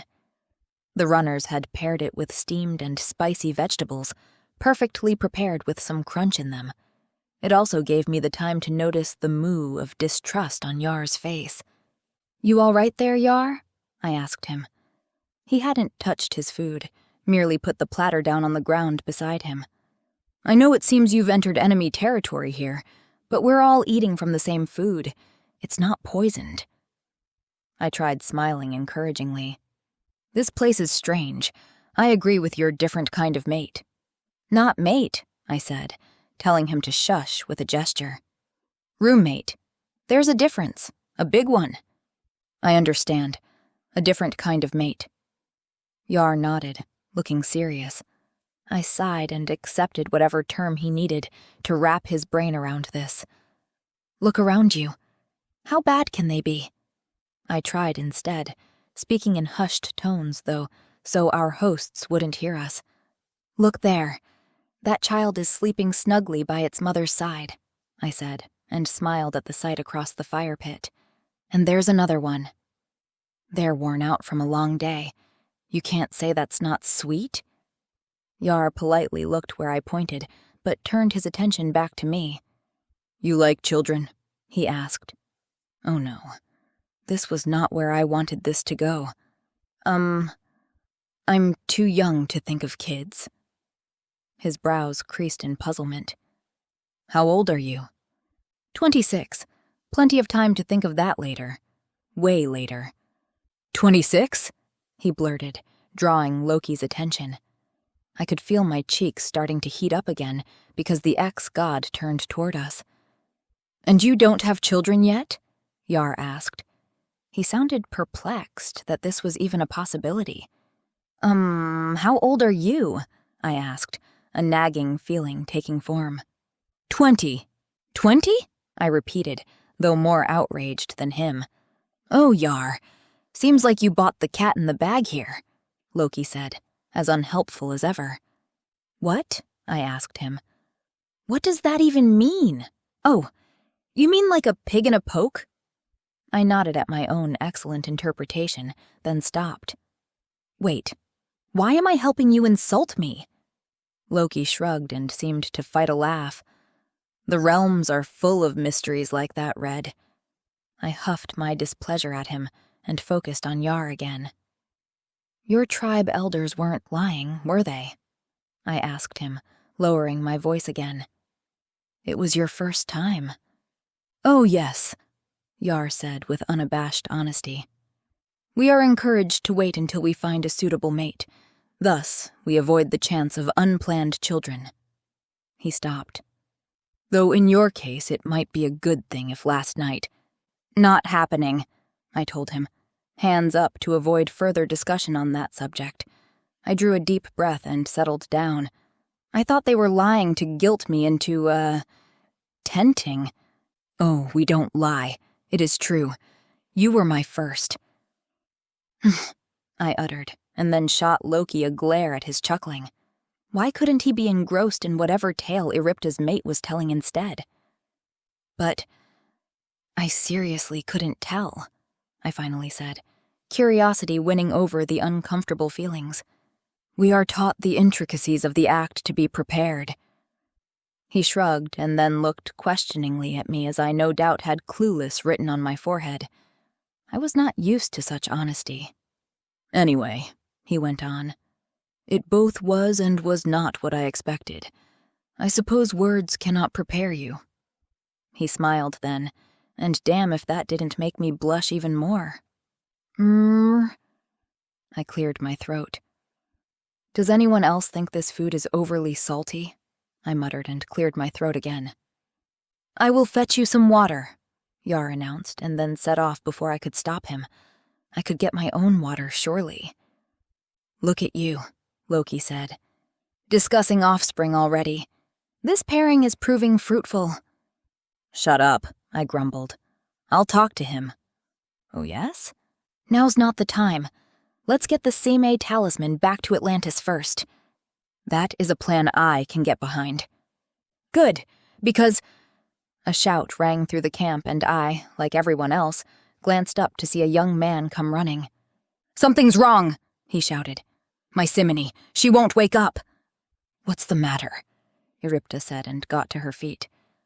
My daughter fell asleep and I can't wake her, the man cried, the fear coming out in his desperate voice and gestures. Arnett? A woman nearby suddenly shouted. She was patting her son's cheek desperately. Arnett, wake up! More cries went up by the other fire pits. The children were not sleeping, tired from a long day. I had been incorrect regarding that. Something was wrong here. I believe that it's not in our best interest to be here anymore, Loki said, leaning closer so I could hear. He seemed calm, but I could sense the tension in him. What? Surely they don't think we are to blame. Oh, just wait. Cries from desperate parents rang through the camp. This is not natural, Eripta cried, looking around at the panic that began spreading. Then she shouted the worst possible choice of words. This is no natural sleep. This is a curse. Screams and panic broke out then. Parents grabbed their unconscious children, erupting into a stampeding crowd. What they were trying to do, I had no idea. I could only pull my feet closer so as not to be stomped on. This is our cue to leave, Loki said, and grabbed my arm, pulling me with him as he got up. Why? I had to jump sideways to avoid being run down by a panicking mother with her unconscious toddler in her arms. It's the magicians, a man shouted. They cursed our children. That's why, Loki said. There was no time to think it through. I simply ran with him between the crowd before they could gather themselves into any kind of organized mob.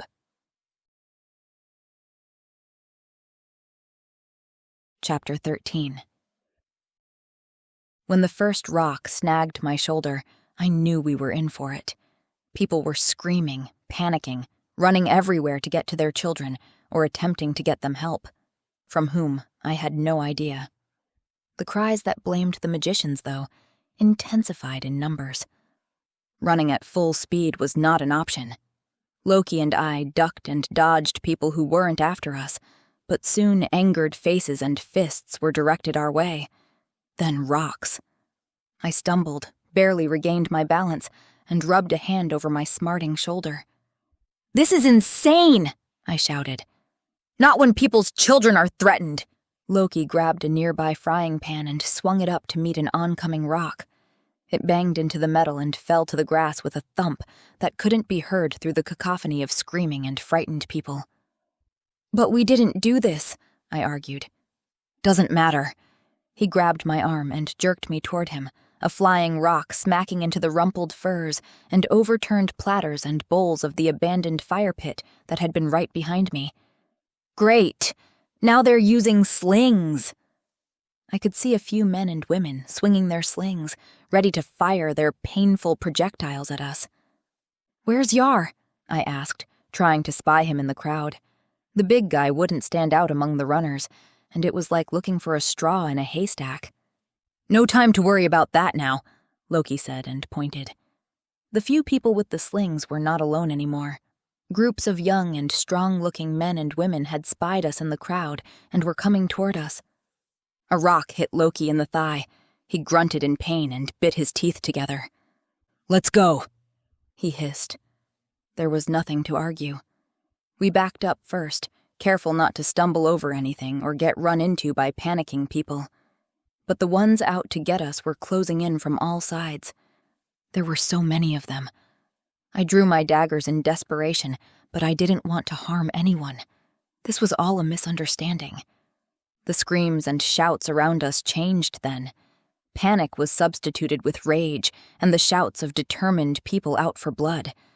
At least that was how it seemed. A flash of green to my left stopped the nearest group from getting too close. Loki's fiery magic flared between us, and they backed up a few paces. "Don't hurt them," I told him. "What in the realms do you think they plan on doing to us?" he snarled back. He was right. The hateful looks, the fear, and sudden hatred. Loki staved off some more people with his magic as we tried moving, but we were surrounded now. A shadow on the ground caught my eye, and I ducked on instinct. I could hear the buzz of a large weapon swinging where my head had just been. I kicked out sideways, hit someone, and swung my right hand, the dagger in it slicing into flesh. A young man screamed, and as I straightened up, I saw it was more to do with shock than the actual injury.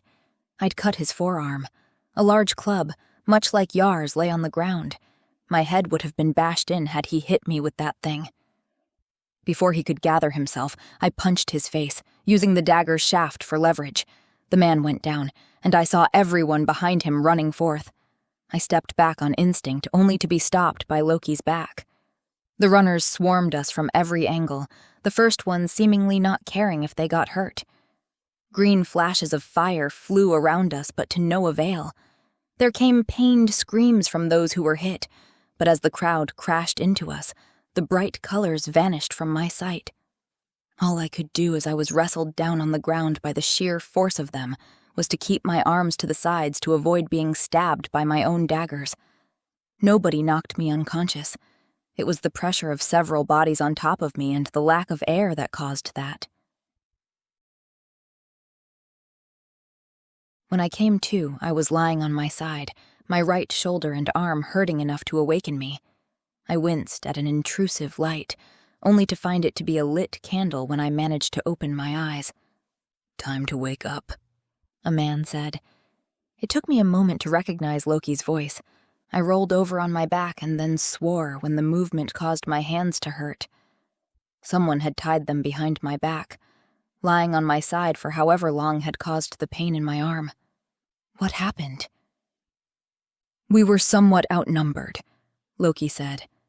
Then he made some noises, and I turned my head to see him try to wriggle closer to me. He was bound like I was, with his hands behind his back and his feet strung together too. We were in a small room. Nothing in there but a table and some chairs. It was one of the smaller wooden structures. High on one wall hung a candle holder, and a soul candle was our only source of light. It was also too high to use as a means of getting free of our bindings. hence Loki's inelegant wriggling along the dirt floor in my direction. "We need to get out of these ropes," he said, his voice hushed. "Okay," I mumbled and fought to sit up. My body hurt all over like it had been hit by a bus or a stampede of pissed-off plane runners. A familiar sensation kept tugging at the back of my mind, vying for my attention.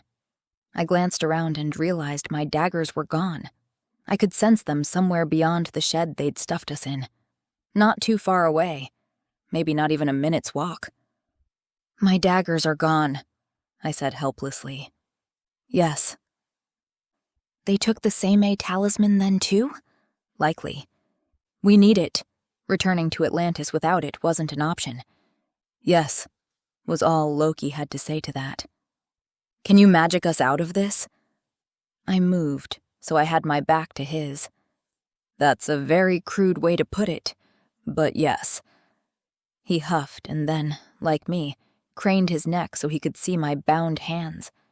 He reached out with his own, not far because of the rope around them, and conjured a small flame, green and flickering. "Is it too much to ask you not to sear the skin off my hands?" "Sometimes there is a price to pay for freedom," he said, though not without some humor in his voice. "Oh, great," I muttered, and then straightened up as the door to the little building opened. Eripta and Festesh strode in, their faces hard and cold. They were followed by a pair of younger men, some of their hunters most likely. Since there was no outcry, I could only assume Loki had quenched the flame before they noticed what we were up to.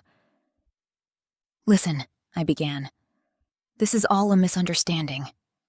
They were not listening. "Get them on the chairs," Eripta ordered the men. Loki and I were promptly dragged to our feet by hard and unforgiving hands before being forced to sit. It was uncomfortable, and I sat in a restrained position so as not to squeeze my hands against the back of the chair. Loki, on the other hand, lifted his arms over the back and then leaned back, looking unconcerned. "What did you do to our children?" Eripta asked us. Unlike the men around her, she wasn't armed. The pissed-off expression on her face made me not underestimate her, though. She likely held the key to our continued existence in this realm, or any realm. "We didn't," I began and shook my head in exasperation. "What has happened?" I asked instead. "We understand they fell asleep?" "Don't pretend you don't know what's going on," Festesh snarled at us. He might have been a tribe elder, but he was armed like the younger men were, with a club. Seemed it was a handy weapon out on the steps. "I don't know what's going on," I said, hoping I came off as earnest. Something unnatural had rendered the tribe's entire group of children unconscious. "Every child under the age of 12 fell asleep at the same time. They can't be woken. Why would you do such a thing?" "We didn't," I protested, but I wasn't heard. "What could we possibly have done to warrant such cruelty?" Eripta added. She ran her fingers through her salt and pepper hair and then shook her head in desperation. "What has happened to them?" she added. "They are incontestably cursed," Loki drawled. "Cursed? Why would you curse our children?" "I didn't say we are to blame, merely that a curse seems to be the case." "They all fell asleep at the same time?" I asked, trying to make some sense of it all. "More or less."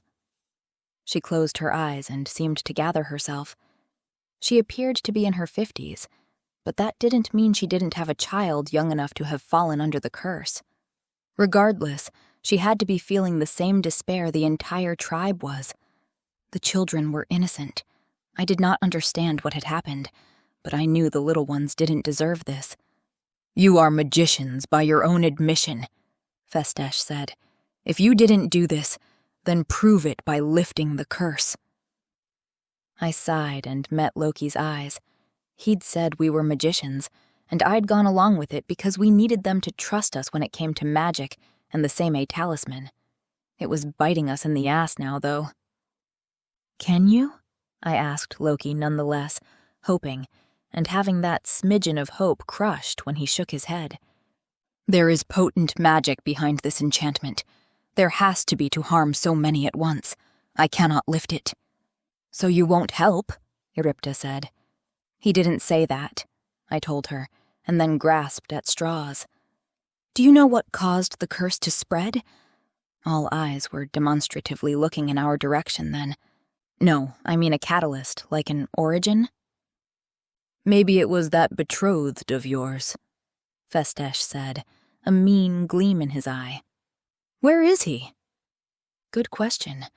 I'd been relieved when he hadn't been caught and trapped here with us. But where was he? If they didn't know, then he must at least have escaped capture. You brought a ridger into our midst, Festesh continued, catching Erypta's eyes.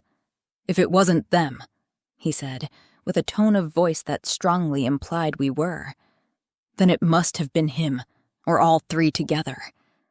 Erypta nodded slowly, mulling this over. We never should have believed her story. Festesh snorted. Of course not. It was a ruse. Betrothed through misunderstandings? Not probable. I refused to look at Loki at that, though I could hear the amused snort. That is a good point, Erypta said. Maybe some of the children found the gift from the Ridgers and ate it? It could be a poison. She turned to one of the young men and asked him to check. When he opened the door to go outside, I noticed it was dark out there. We must have been unconscious for longer than I'd thought. Why are you so set against the Ridgers? I asked, instead of trying to argue for my unfortunate and apparently improbable situation with Yar. They can't leave their area, so they can hardly pose a threat. Erypta's brows creased as she considered me. The barrier moves with them when they move camp. Yeah, they told us that. That's hardly a reason to hate on them. Well, the black dogs would surely follow, Loki pointed out. It is neither the barrier nor the black dogs, Erypta said. It's the Ridgers. They seemed fine, maybe a bit too candid for Atlanteans' tastes, but that's it. We are their wardens. I opened my mouth to ask what she meant, but I'd heard her clear enough. We are their guards, Erypta expounded, probably reading the confusion on my face. The barrier is there to keep them in, not let them out. Yes, Loki agreed. I gathered that when the magic tried to pull Yar back. That is because they can't leave. They can go outside the barrier to hunt and the like, but not far. They will always be returned to their people. Until today, Festesh pointed out. Until today, Erypta agreed. So we know you possess powerful magic. There is blood magic in that barrier. Not powerful magic, I objected. Purely the ability to dissipate some magic. That's what we did. Erypta didn't comment. Why aren't the Ridgers allowed to leave? That seems awfully harsh. Your young man, Yar. He is the only Ridger that has ever been seen this far from the barrier. How did his joining you occur? The way we told you, I admitted, meeting Festesh's eyes, refusing to back down. He was already being shunned and ridiculed, so I invited him to come. And the Ridger elders allowed it? Erypta asked. Why wouldn't they? Because they knew he couldn't go with you. Oh. They must have expected him to come back. They had to be worried by now. Oh, I added when something else occurred to me. They let him go way too easy. They wanted us on our way. Yes, Loki concurred. They wanted the peace offering delivered. Your guilt over the young man was unforeseen. They wanted to embarrass you so you'd leave. If they'd chased us, we would have been suspicious of their gift. He shrugged and seemed to settle even more comfortably on the chair. I sat stiff as a board. Elder Erypta, please tell us about the Ridgers. What have we been too blind to see? The barrier is a cage. They are not allowed to leave. When they move camp so as not to exhaust their resources, the barrier moves, but the entire tribe has to leave together, and they have to stay in the flatlands. Blood magic, Loki commented. The barrier is tied to their blood? All of them? Yes. But why? What did they do? I asked. Do you know their true name? The Ridge Castle Tribe, they told us. This is true, but there are no castles out here in the Flatlands. The Ridgers come from the Enchanted Forest. The Ridger elders still remember this. They were young at the time, but it was their parents and grandparents who were the original Ridgers. Their castle and the adjoining village lay on a prominent ridge within the Enchanted Forest. There, they lived a carefree and rich life. Unfortunately, this was provided for by the meager crops of their serfs and the poor. Not unheard of over there, of course. Eripta made a slight wave with her hand, dismissing the injustice with an added, judgmental sneer on her face. She might not like it, but it was not her system to interfere with. It was the Duke who made matters worse. He was not a good man. The extravagant festivities increased, and so did the morbid entertainment. They tortured and eventually murdered their people in grand displays in the castle. It was a long and horrid development, which I'm sure you can understand, but that was the end result of their cruelty. Then the Duke began experiencing delusions of grandeur, wanting the enchanted throne. That put a stop to it. Not the killing and torturing of people for entertainment, Loki asked. There was a slight twitch in the corner of Eripta's mouth at that, but she went on unperturbed. There was a king who ruled the Enchanted Forest realm in those days, and he stopped the rebellion quick enough. The Duke and his lords and ladies were put to death.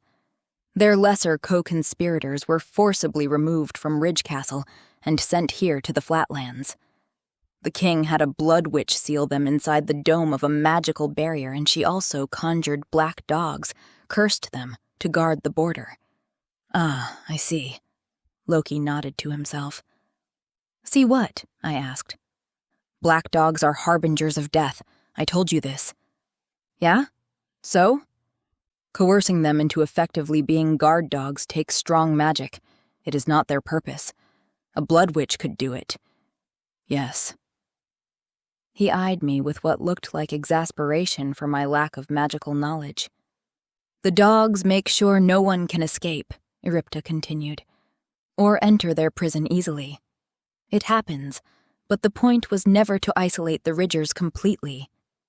There are new generations in there now, and the blood dilutes as was intended. One day, when the memories are gone, the barrier will fade. It is already no longer blood red. A few things were starting to make sense in my head at Eripta's words. The secretive Ridger elders, the older women who were still, in a sense, dressed for court in their long, impractical, and flowing gowns. The control over their young ones, raising them to be completely truthful and having absolute say in who they married, was merely in a different way than they would have at Ridge Castle. Status was no longer measured the same way. They sacrificed Yar for their petty revenge scheme, I blurted when it dawned on me. They had not cared about his future, only in embarrassing me enough to leave in a hurry so I could deliver a curse or poison or whatever as fast as possible. They tricked us. A grievous embarrassment, Loki said. But why? I pressed, staring at Eripta and hoping for answers. What's the point in attacking you? They're still not getting out. They seem to think so.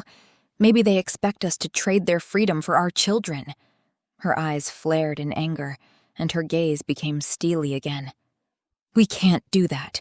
The blood magic was conjured and will not be defeated, not even by you if you speak the truth about your innocence.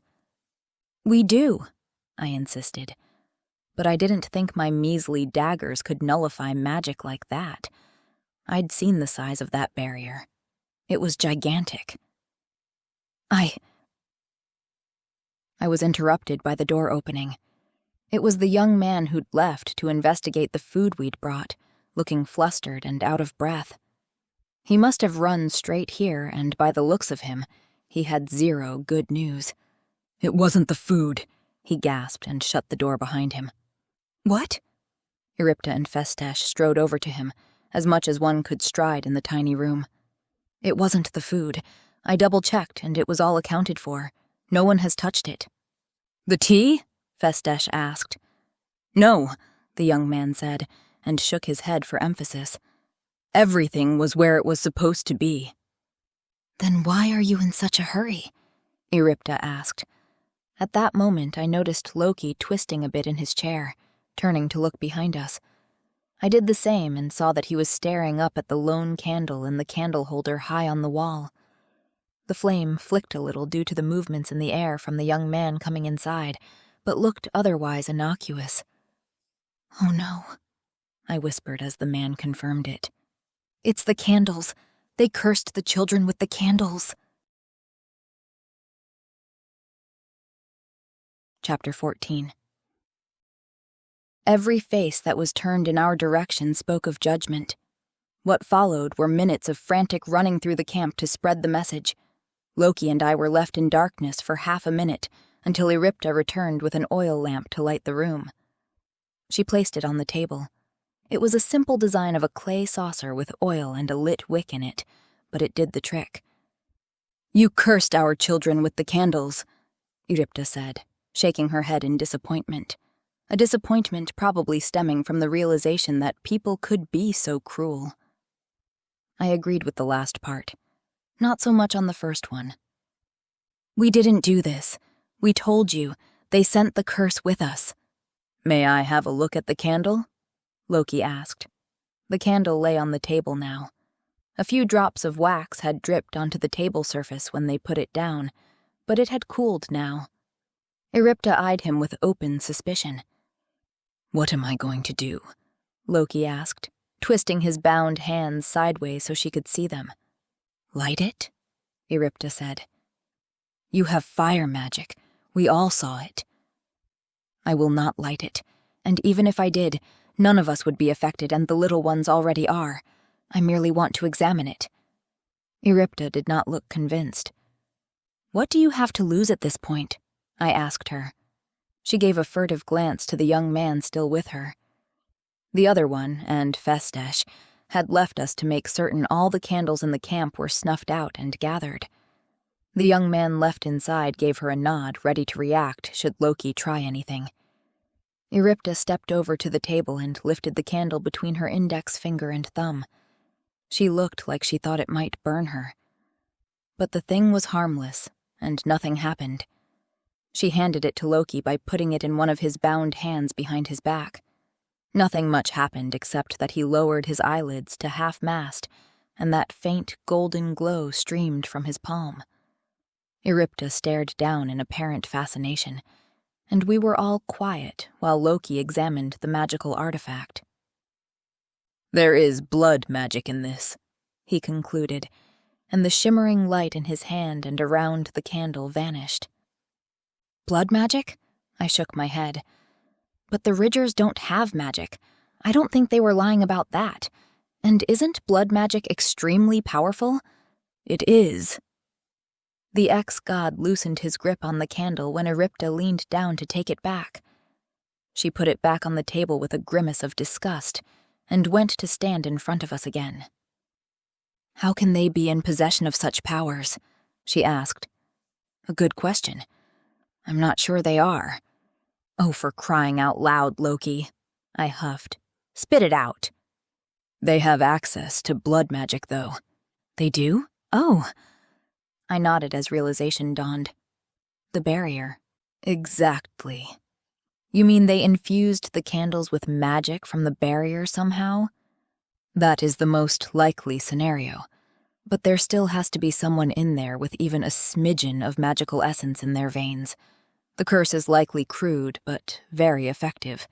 Like a disease." Erypta's brows creased at the comment. She didn't see the value of its effectiveness at all, and no wonder. "One of the elders, do you think?" I asked him. "Likely one of the younger ones. Or they would have tried this a long time ago. You saw how much control they wield over their younger tribe members. Manipulating one of them to do this would hardly have been a challenge for them." "You don't think it's Yar, do you?" Loki shrugged. "I hadn't thought of it until now. It could be any of them." "Very comforting." Your betrothed vanished before we could detain him, Eripta said, her voice a smidgen softer now. Maybe she was beginning to believe us. But we will find him.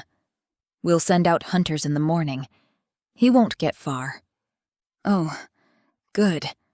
I sighed and sank back on the chair before immediately popping up into my upright position again, since the pressure against the back of the chair hurt my arms.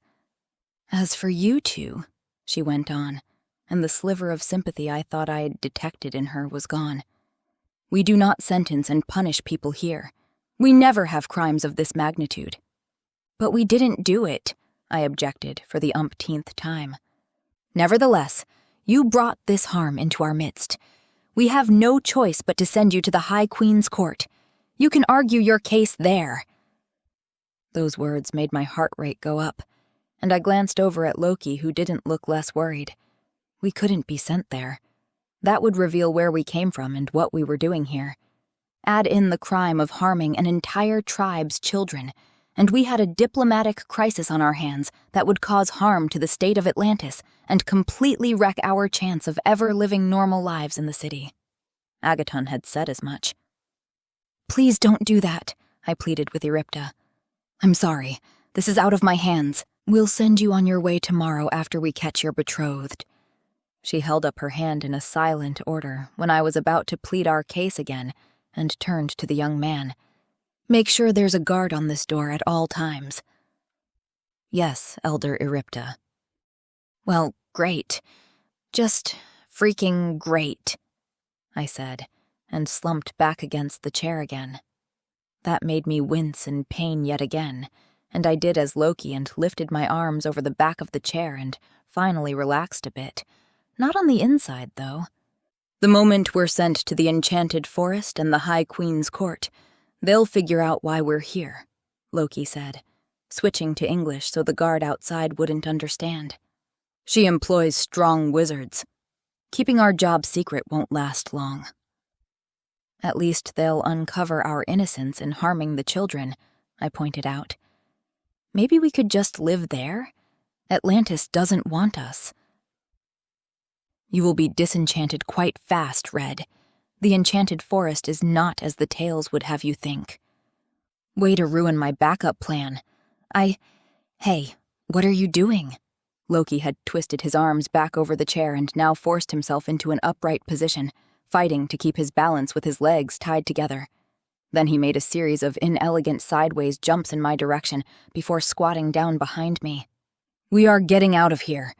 Or did you want to stay here like this? And what about the guard outside? I noticed the heat that suddenly spread up from the inner joint of my thumb toward my bound wrist.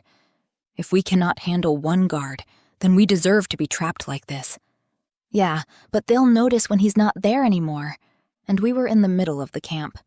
Leaving it wasn't done in a heartbeat. The whole tribe concerns me, not one guy with a club, Loki scoffed. You sound like you've never escaped dangerous captors before. And you sound like you've done it too many times. I blinked when the heat turned into pain. You should re-examine your life choices if people tend to take you prisoner on a regular basis. Ouch! The rope snapped just as the pain stabbed into me, and I quickly covered the hurting hand with the other. That was unpleasant, I commented, but wasted no time. Pushing the pain aside, I reached down and untied my legs. Then I freed Loki from his binds. Here, he said when the ropes were off. He took my smarting hand in his and peered at it. A red, likely soon to blister, mark spread from my thumb and over a quarter of the back of my hand. Loki put his other hand over the burn wound and a silvery light emerged from under it. It felt cool and pleasant. You have healing magic too? I asked him, staring curiously at not only the magic, but the kindness.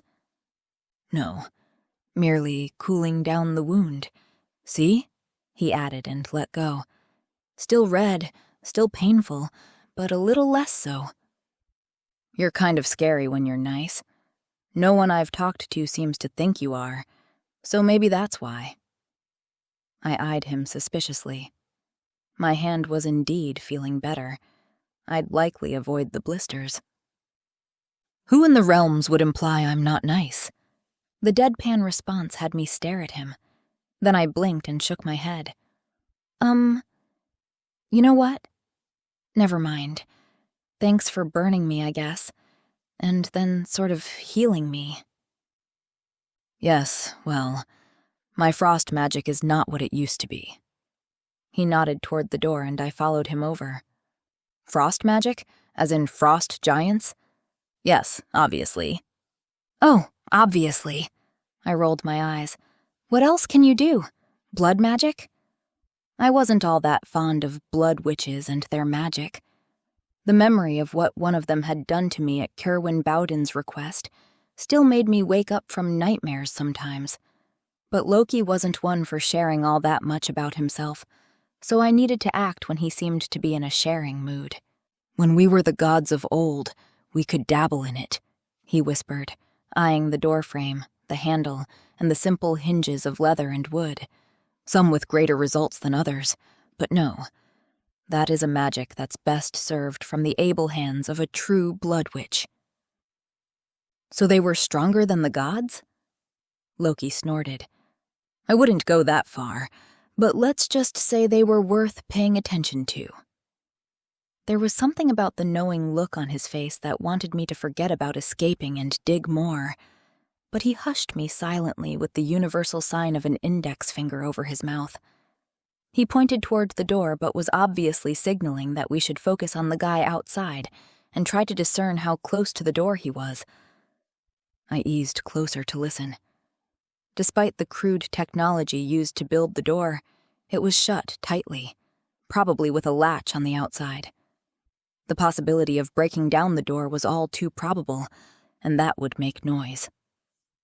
We might have to make a run for it, I whispered, hardly making a sound, but Loki was close enough to hear me. He nodded and then spun at the sound of a scuffing noise behind us. He pricked my shoulder and nodded sideways toward the area where the sound had come from. Slowly and with caution, we moved across the room. We stopped when the scuffing came again. It was so low we would hardly have noticed had we not been so on the alert ourselves. Something was happening behind the table, but it was hard to see anything due to the dingy and flickering light from the oil lamp. Loki and I went up to the wall, careful not to make a sound. The scuffing noise came again, almost scraping a bit now. I threw a glance back at the door, but the guard was likely not hearing this. We hardly could. A weak gust of air hit my senses when one of the wooden panels that made up the wall vanished. It was about half the height of the building. Then, a club became visible in the receding dark due to our lamp. Emery, are you there? Someone whispered, barely audible. I looked at Loki and shrugged, switching back to Lantian. Yes? Oh, I am so relieved. The voice came again before a shadow fell across the opening, revealing Yar's face. He winced at the light from the oil lamp but smiled at the sight of me. What are you doing here? I asked. Who cares? Loki said. He is here, and that is our way out. Excellent choice of tenting, fellow Red. I stopped myself from growling out loud and then followed Loki outside through the opening. It was pitch black on that side of the building. It must not be used as a jail that often. Personally, I'd at least provide lights on every side of such a place. How did you do that? I whispered when Yar began putting the panel back into place. They build their huts the same way we do. They slide into place, see? He indicated the panel that did just that. Makes it easier since we travel so much and take our huts with us. I wouldn't want to be inside them during a storm, though, but I nodded. Apologies for my lateness. It was difficult getting here. What happened? I went to fetch you some water, and then the entire camp started panicking. I saw them attack you, but was too far away to help you. With the panel back in place and no light coming from within, it was dark, but I could see him shake his head at this. I had to hide and wait for a better opportunity to help you. Which we appreciate, Loki said somewhere close by, to my right. But we can't linger here. We need to leave. I know the way out of camp, Yar told him. We need to keep low and hide out in certain places, but it is possible. That's how I got back in. That's great, I said, and hesitated. I hadn't forgotten the revelation from inside the runner's makeshift goal. Someone young from the Ridger camp was likely behind the curse. Still, I had little choice but to trust that Yar wanted to leave the runner's camp as much as us, and to his defense, he had come back for me. We need to find what we came for, I told him, and then stopped. We could hear the footfalls of the guard on the other side of the building, then the sound of a stream of water hitting the wall right around the corner from us. We stood in awkward silence until the guy finished peeing and walked out front again. There was a tangy scent of urine in the air.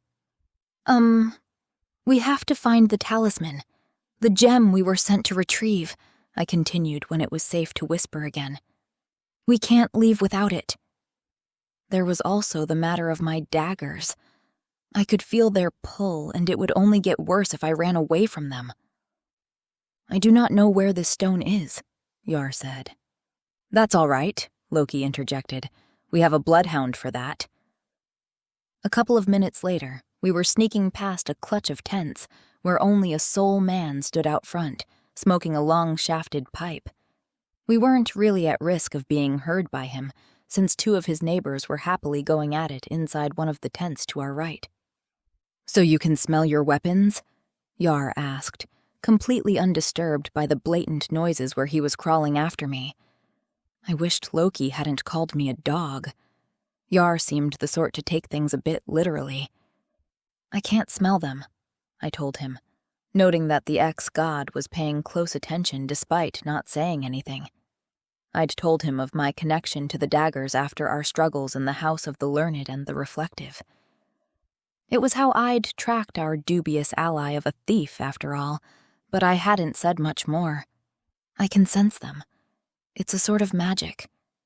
When I don't have them on or near me, I know where they are. I feel a pull toward them. And you think this gemstone is where they are? It's a good guess, I think. At least if they'd put all our belongings in one place. This is a lovely chat and all, Loki said. But by the sounds of it, the two runners who are already attempting to restock the child population in camp are about done.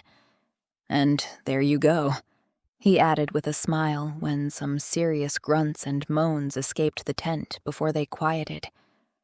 The smoking guy looked like he couldn't be bothered at all by this. With my two companions, I scurried along the ground, keeping low and hidden behind things to remain unseen. That was the best thing about moving around in a nomadic camp. They didn't store all their belongings inside their tents, so there were a lot of furs, baskets, and heaps of stuff to use for cover. The lights around camp also helped, yet weren't that intrusive in every nook and cranny. With a lot of circumventing while following the tug of my daggers, we used about 15 minutes on a route that would normally have taken 3 to reach one of the larger buildings, the Elder Hut. We spent another 5 minutes hovering out back of it, pressing our ears to the walls to discern if anyone was inside. By now, it was the middle of the night, and the silence from within made us take the chance. I could practically feel my daggers waiting for me in there. If nothing else, I would at least have them. I knew in my heart that if I had to leave without them, then I would one day return because of my bond with the weapons. I'd never truly escape this place without them. Yar used the same trick as before and removed one of the wooden panels on the backside of the hut. The darkness protected us here, and we also didn't hear the soft footfalls of a guard out front. Loki chanced sneaking forward along the side to have a look. It could be a guard standing still, but he returned with news of no sightings of such a thing. The runners did not need guards on a normal night. We had changed that for them. I scurried inside through the opening before the other two, and went straight for a side table opposite that wall and near the door where my daggers lay, still sheathed and probably mostly untouched. It wasn't until a soft, magical light filled the room that I even noticed I'd found them in the dark. Loki and Yar had entered too, the former with the magical light glowing from his left hand. "All our things are here," I noted upon looking around properly. Our backpacks and weapons lay on the large table in the middle of the room. Loki went and strapped on his sword. "Trying to leave unseen with all this will not work," he said, and took his bow and arrow. "Only the most necessary things. The talisman is wrapped in that piece of cloth," he added, sensing its magic, and pointed at a bundle of cloth on the side table. The gem was dark green in the weak light Loki provided so we wouldn't be seen from outside, but it was recognizable, even if I couldn't sense it as he did. "We need to leave now," the ex-god said, apparently content with having his weapons back. "Just a sec." I tossed the gem to him, which he caught with his one free hand, the jerk, and ran over to my things. I rummaged through my backpack and retrieved Jeremy's diary and a box of matches. I was not going to go traveling through the grasslands with Loki forcing me to rub 2 sticks together for fire, and I wanted to bring Layla her son's last words. I stuffed both things in the pockets of my cargo pants, got the potions Dell had made, and fastened the sling with them and was ready. "Okay, let's go," I whispered, and made to pass by Loki, only he wasn't moving. "Hey, did you not just say we need to leave?" Loki's eyes were narrowed while he stared at the gem in his hand. The glowing orb that was our light source hovered above his other palm. "This is a reversal stone," he murmured. That was when a shout rose up on the other side of the camp, a shout of alarm. It continued and then spread. "The prisoners are gone!" "Okay," I told Loki and tried nudging him toward Yar and the opening in the wall. "But as you can tell, we need to get the hell out of here." Loki didn't answer or move. Instead, his already unnaturally green eyes glowed with magic, and so did the gem in his hand. "No," the ex-god protested. "This is a reversal stone," he repeated. "Yeah, I get you think I know what that means, but I obviously don't." I took hold of his arm and tried pulling him with me. It only half worked. The shimmering light surrounding the magical emerald spread out toward the glowing orb in Loki's other hand and mixed with the light there, overtaking it, and then consuming it before the light was snuffed out. "We can't leave," Loki seemed to conclude. In the dark, both the magic emanating from his eyes and the emerald faded, leaving us in darkness. I saw green spots before my eyes. "Why not?" I asked in exasperation, stressed out because of the added shouts out there. The entire camp was waking up. "Because with this," Loki said, and held the gem in front of my face, "I can break the curse." Chapter 15. People were shouting and running around frantically while searching for us. Sneaking through camp had suddenly become less easy. No shadow was left unchecked as they ran around, peering behind and under things, ripping open tent flaps and checking inside people's homes without permission. "This direction leads out of camp the fastest," Yar said, and pointed away from the communal areas. We had only gotten 15 meters from the elder hut and sat hidden behind a cluster of tents. "We might have to stop some of them on our way," I said. It would be unavoidable. A few would still be easier than having 50 of them coming at us at the same time. Yar didn't have time to respond because a young male runner came around one tent, his club raised just in case. Then he noticed us, and even in the dark I could see his eyes widen. He opened his mouth to shout something, but Loki was faster. He sprang from the ground, grabbed hold of the man's wrist, holding the club back. He also put his other arm around his neck and wrestled him to the ground so fast, the runner never thought to scream for help. I reacted fast then and slung myself forward on top of them. I slammed my hand on the man's mouth, hoping to stop any sound. He wriggled like mad to get free of Loki's hold, and I had trouble keeping my balance. I yanked one of the bottled potions from the sling around my upper body and bit into the cork which was sealing it shut. I couldn't risk the explosion and smoke to reveal our position to anybody. I poured the contents right onto the man's face, hoping the effect would be the same. A pungent smell of sulfur, herbs, and hay reached my nose. I didn't even know it was a yellow potion until the man simply stilled and fell unconscious. Yar and I dragged him off Loki, who stumbled a little when getting up. A few drops of the sleeping potion must have gotten too close to his face. "All right," I said when I was sure he would not keel over. We didn't have time for that. "Yar, you lead the way. We have to keep low. Hey, what are you doing?" I hissed after Loki, who was going the opposite way. He didn't answer, merely slipped behind a tent 3 meters away when no one was looking. I gestured for him to get back, but he was ignoring me, his attention on the next thing to hide behind. I glanced both ways, deemed the open area unwatched for a second, and then ran across to him and threw myself down next to him. "What are you doing?" I hissed. "The way out is that way!" I angrily pointed toward Yar, who came scurrying toward us, the coast clear for him too. "Spread out!" a woman shouted nearby. "They might have escaped the camp already!" I bugged my eyes at Loki. "See? Now we lost our one advantage." The ex-god waved me off, his attention on the communal area and the wooden buildings. "I told you," he whispered, though loud enough for us to hear through the noise of the angered runners. "The Sime talisman is a reversal stone." "Yeah, I got that." I was losing my patience. "And we need to go or we'll be guests in the enchanted dungeon."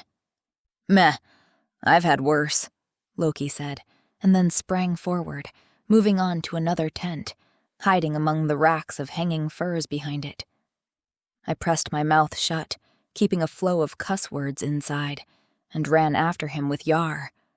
"What are you doing?" I repeated. "See that?" Loki pointed.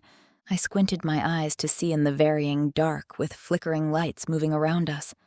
The smell of animal fur was pungent. Some furs tickled against my face. It was so tight between the racks. Loki was pointing straight at the largest wooden structure in camp. We could see the entrance from here. "Why am I looking there?" "That is where they've put the children." I sighed. "Okay." I could see the added security out front. 4 people, 3 men, and a woman were keeping watch, judging by their clubs, hunting bows, and generally mean stares at the surrounding chaos. They were not joining in on the hunt for us. Loki was right. It was the largest hut there, probably 20 meters long. What else would they be guarding that was so precious to them? They'd left the Sime talisman unobserved in the Elder Hut. They didn't care about magic and monetary value, but they did value and care for their children. We'll never get in there unseen. They'll find us. Yes. "Loki, what in the hells?" I stepped in front of him to get his attention. "We have to go now." He only smirked. "And leave the children to starve and thirst to death? Because that is what will surely happen here. Really, Chastity." He shook his head and tisked at me. "I expected more from you." I opened my mouth to argue, but he was right. Again. That was so annoying in and of itself. But his reaction was so unexpected. I was about to ask, but then he slipped past me and moved closer to the large hut. I had no choice but to follow, Yar at my side. "He is not wrong," he whispered. "It would be the honorable thing to do." I rolled my eyes. "Yeah, that's not what I'm questioning here." It was the fact that Loki had decided to do the honorable thing. It was weird.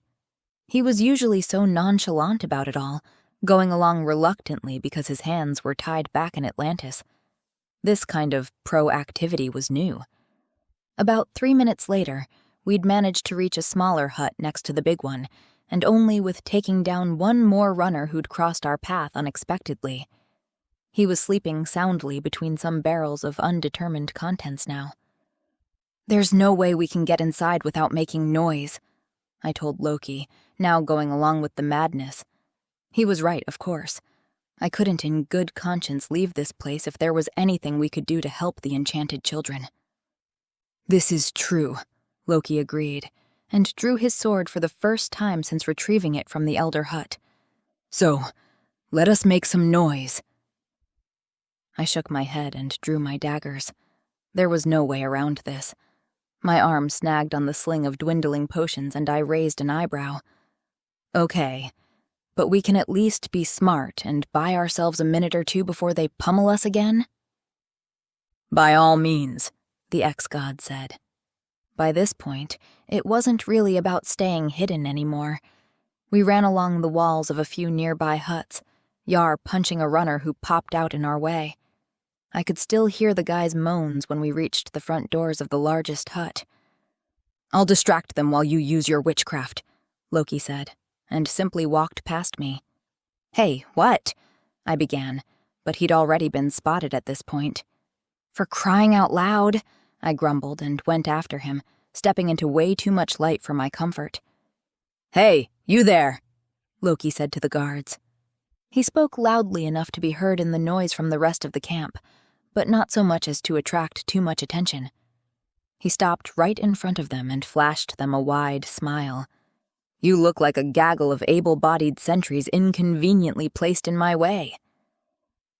The surprise at seeing one of the people they were looking for, along with the confusion at his words and sudden appearance, gave me the second I needed. I already had the yellow potions in my hands, and threw them toward the guards before any of them could formulate an answer or think to threaten Loki with their weapons. Loki jumped back with ease from the one guard who managed a half-hearted swing with his club, but like his fellow guards, the hissing smoke that wafted up among them quickly put them to sleep. They'd barely fallen down before we ran for the wide doors. Like the other doors on these structures, there were no hinges, only leather straps tying them to the frame. They had to be lifted somewhat to swing inward. I hardly had time to take in the sight of so many unconscious bodies on the floor in there, because a few more runners rushed forth, clubs at the ready. Loki and Yar met them head-on, catching the clubs with their own weapons. I grabbed a handful of bottled potions and threw them inward. A mishmash of blue and yellow smoke exploded among the adults who were fending for their children. It turned green as it floated up and mixed. The runners fell to the dirt floor, unconscious or stunned. The few awake were rendered otherwise by the two men at my sides. For a brief moment, we only stared into the well-lit hall, oil lamps hanging on the walls. The dirt floor, which was thankfully dry and hard trodden by use, was covered with the small, sleeping bodies of the tribe's children. Dozens of them. It had to be nearly all of them. They all looked so peaceful, swaddled in blankets by their worried parents to keep them warm. Oh my God, I murmured, and for once Loki didn't make a quip.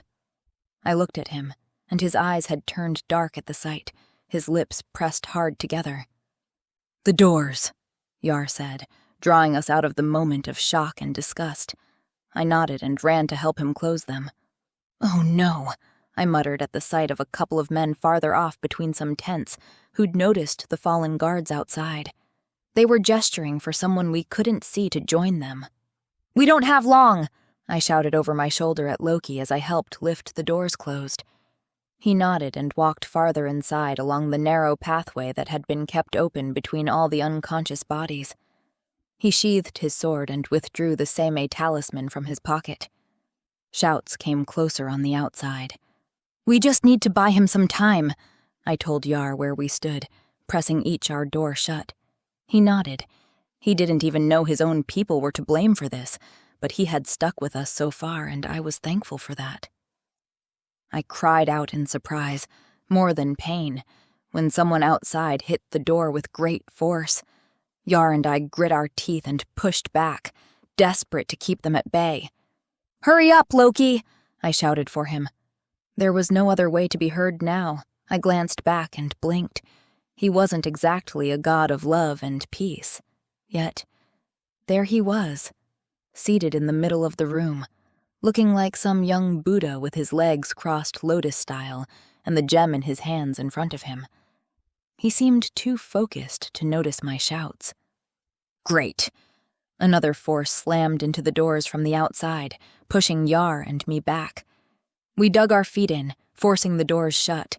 This couldn't last. There were only 2 of us, and hundreds of them. Give me enough space for this, I yelled at Yar and withdrew a potion so he'd see what I wanted. He nodded and pressed his entire body against both doors, while I took a few steps back. "Let go!" I shouted, and he did, sprinting back as the doors flew open, runners piling in and stumbling over each other in surprise. I threw my last potions then, the blue and yellow magic exploding in front of and among the stampede of people coming to rescue their children. They were desperate, and the potions only stopped the first ones who fell and were brutally pushed aside by the ones behind. I reached for my daggers, but they would be of no use here. I needed a longer weapon to keep the runners at bay. Yar and I quickly fell back to Loki, Yar deflecting and knocking away blows by clubs that swung too close. Loki seemed unaware of the threat. I took hold of the hilt of his sword and drew it from the scabbard strapped to his back. Not even this seemed to faze him. The weapon was too heavy for me, but I managed, stepping in front of Loki and swinging it, stopping those lethal clubs from hitting any of us. It wouldn't last. There were too many of them. They were pushing desperately to get in through the doors. How long before some of them remembered they could remove the panels as Yar had? They'd run us down from all sides again then. "Stop it!" someone in the crowd shouted. "Please!" The runners halted and pulled back a little. "Don't hurt the children, any of you!" I recognized Eripta's voice but couldn't see her. The runners backed off as much as they could. At least they stopped following us. They were risking trampling the children on the floor. "Stop what you're doing at once!" Eripta shouted and pushed her way to the front of the runners. "Please, they are our children." "I know," I said. "We're trying to help them, I swear." I knew my word meant next to nothing at this point, but thankfully, the need to negotiate evaporated then, because Loki's magic flowed through the emerald in his hands and then spread. I looked around at the sleeping children and saw the green magical light flow over them. It seemed like it went through the walls, and sure enough, I could see the shimmer of the light reflected above the crowd out through the door. The light seemed to pull something out of the children, something red and dark, bordering on black. It looked like it tried pulling back inside the little ones, but the green magic was too strong. The red magic was consumed by the green one, which turned it into a lighter silvery shade, and then sent it back into the small bodies. "No, please!" a man in the crowd shouted. The rest were stunned, taking in this blatant display of magic with their children as the target. The green light then retracted to the gem so fast we all felt a tremor in the ground. "There," Loki announced and lowered his hands with a smile. "Supramundane know-how." He sounded so pleased with himself, but was met with only the metaphorical crickets. He crinkled his brows then, and leaned sideways so he could see past Yar and me to take in the angered and shocked crowd of armed people. "I still think we have some work to do on your people skills," he told me, and then shrugged. The children had woken up. When the curse forged from blood magic had been reversed by Loki using the reversal stone the Seme talisman surely was, and the stunned silence in the large hut had been broken by the cries of the confused, scared, and hungry children, there had been no room to deal with us. Not until now. "People were hurt because of your actions," Scanner said. She was leaning back against the wall next to Festesh, arms crossed over her chest, just like him. "That's merely because you kept attacking us instead of asking pertinent questions," Loki argued. We were back in the Elder hut, but this time we were at least not bound and thrown to the dirt floor. Yar was there too, and they hadn't hurt him either, so I was taking this as signs of improvement. Of course, Eripta and her fellow elders still had brought 3 young hunters with them, so there was that. Small steps, I reminded myself. "To be honest," Eripta said, "we don't know what to do with you." She was standing in the middle of the room, watching us intently as we sat at the table, causing no fuss. They'd taken our weapons again, and I could feel the close presence of my daggers. They were right outside the hut by the feel of it. "You can let us go. We didn't launch this attack on you," I said. "That was the Ridgers." I noticed Yar shift uneasily on his chair. The news about his people's actions had been hard to hear for him. We'd told him everything while the runners tended to their newly awoken children. He didn't know who among his people had any magical sensitivities, and I suspected that would remain a mystery. Loki and I had no plans to return there to find out. The only reassurance was that Loki sensed no magic in Yar, so he was ruled out as the crafter of the curse. But you brought it here. Unwittingly, nevertheless. She considered us in the dim light. May I point out that we also broke the curse? Loki said, thereby thwarting the foolish plans of the Ridgers. I eyed him openly. He'd surprised me earlier by wanting to stay and fix things, and using the word we was deflecting his own effort in it all. Yar and I had done little but buy him time. No, if the curse had taken the adults, Loki might have needed some persuasion to help. But this had been his idea. One thing was evident. He didn't like seeing children hurt. There was a story there if ever I sensed one. At least it gave me pause regarding my partner's past. Maybe you shouldn't always take old legends for granted. You did do that, Eripta conceded and shared a look with her fellow elders. So maybe not send us to the High Queen's court then? I suggested. Technically, we righted the wrong we shouldn't be blamed for. Maybe. Eripta pressed her lips together and then seemed to decide without her fellow elders' input, with some stipulations. Chapter 16. Are you all right, Yar?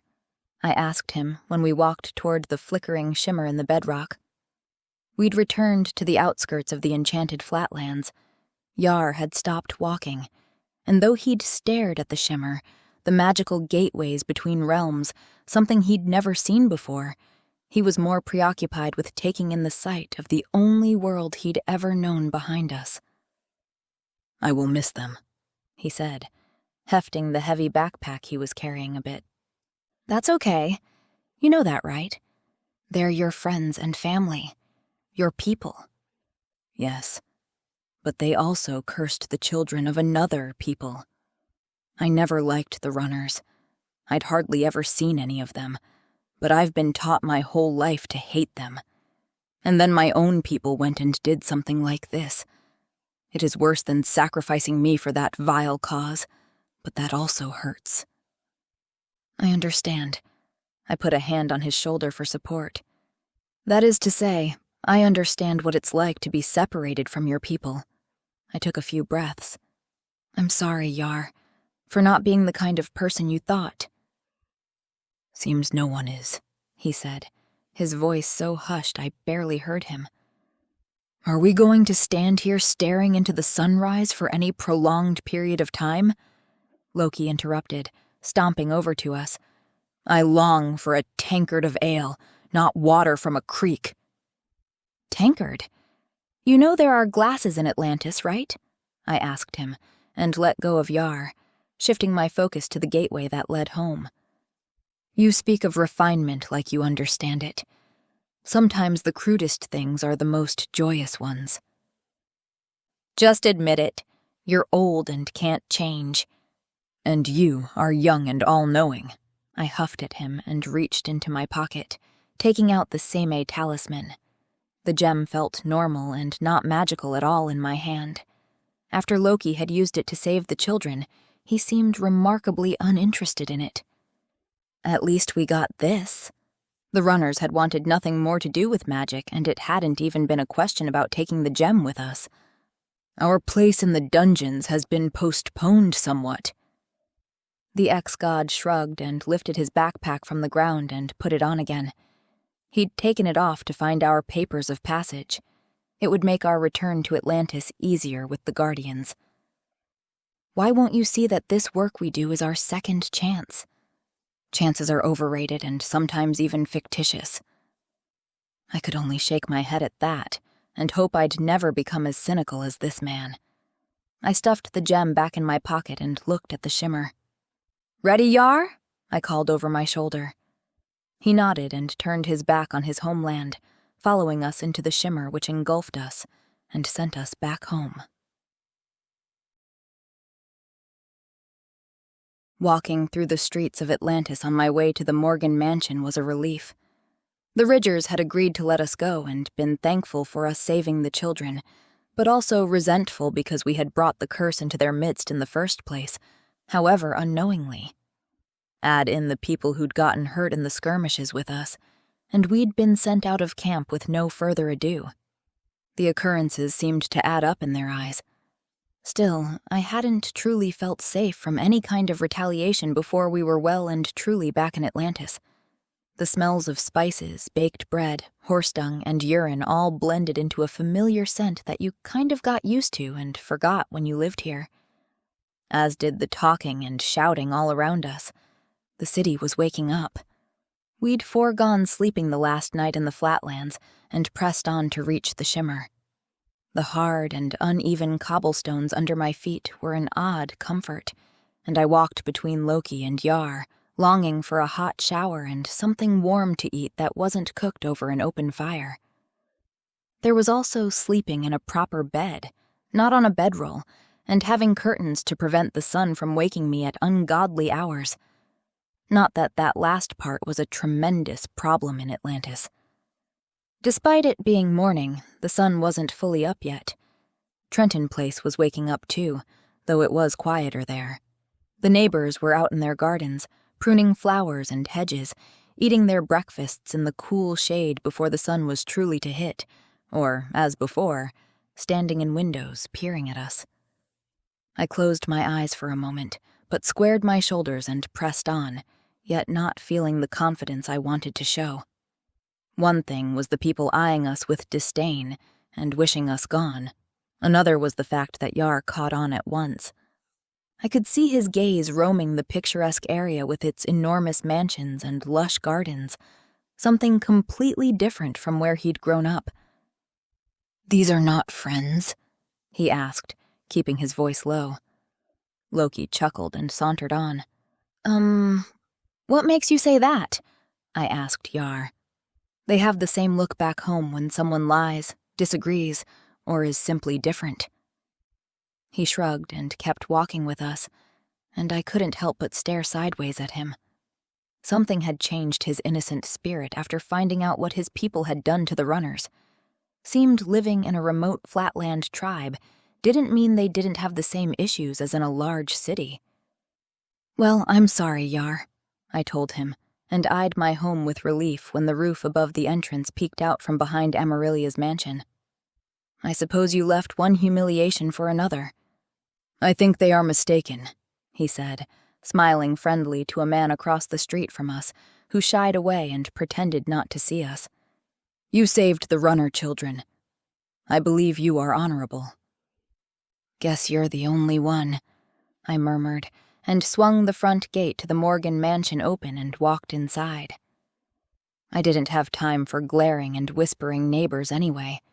After a sorely needed break, I had a journal to deliver to a mother who didn't know her son was dead yet.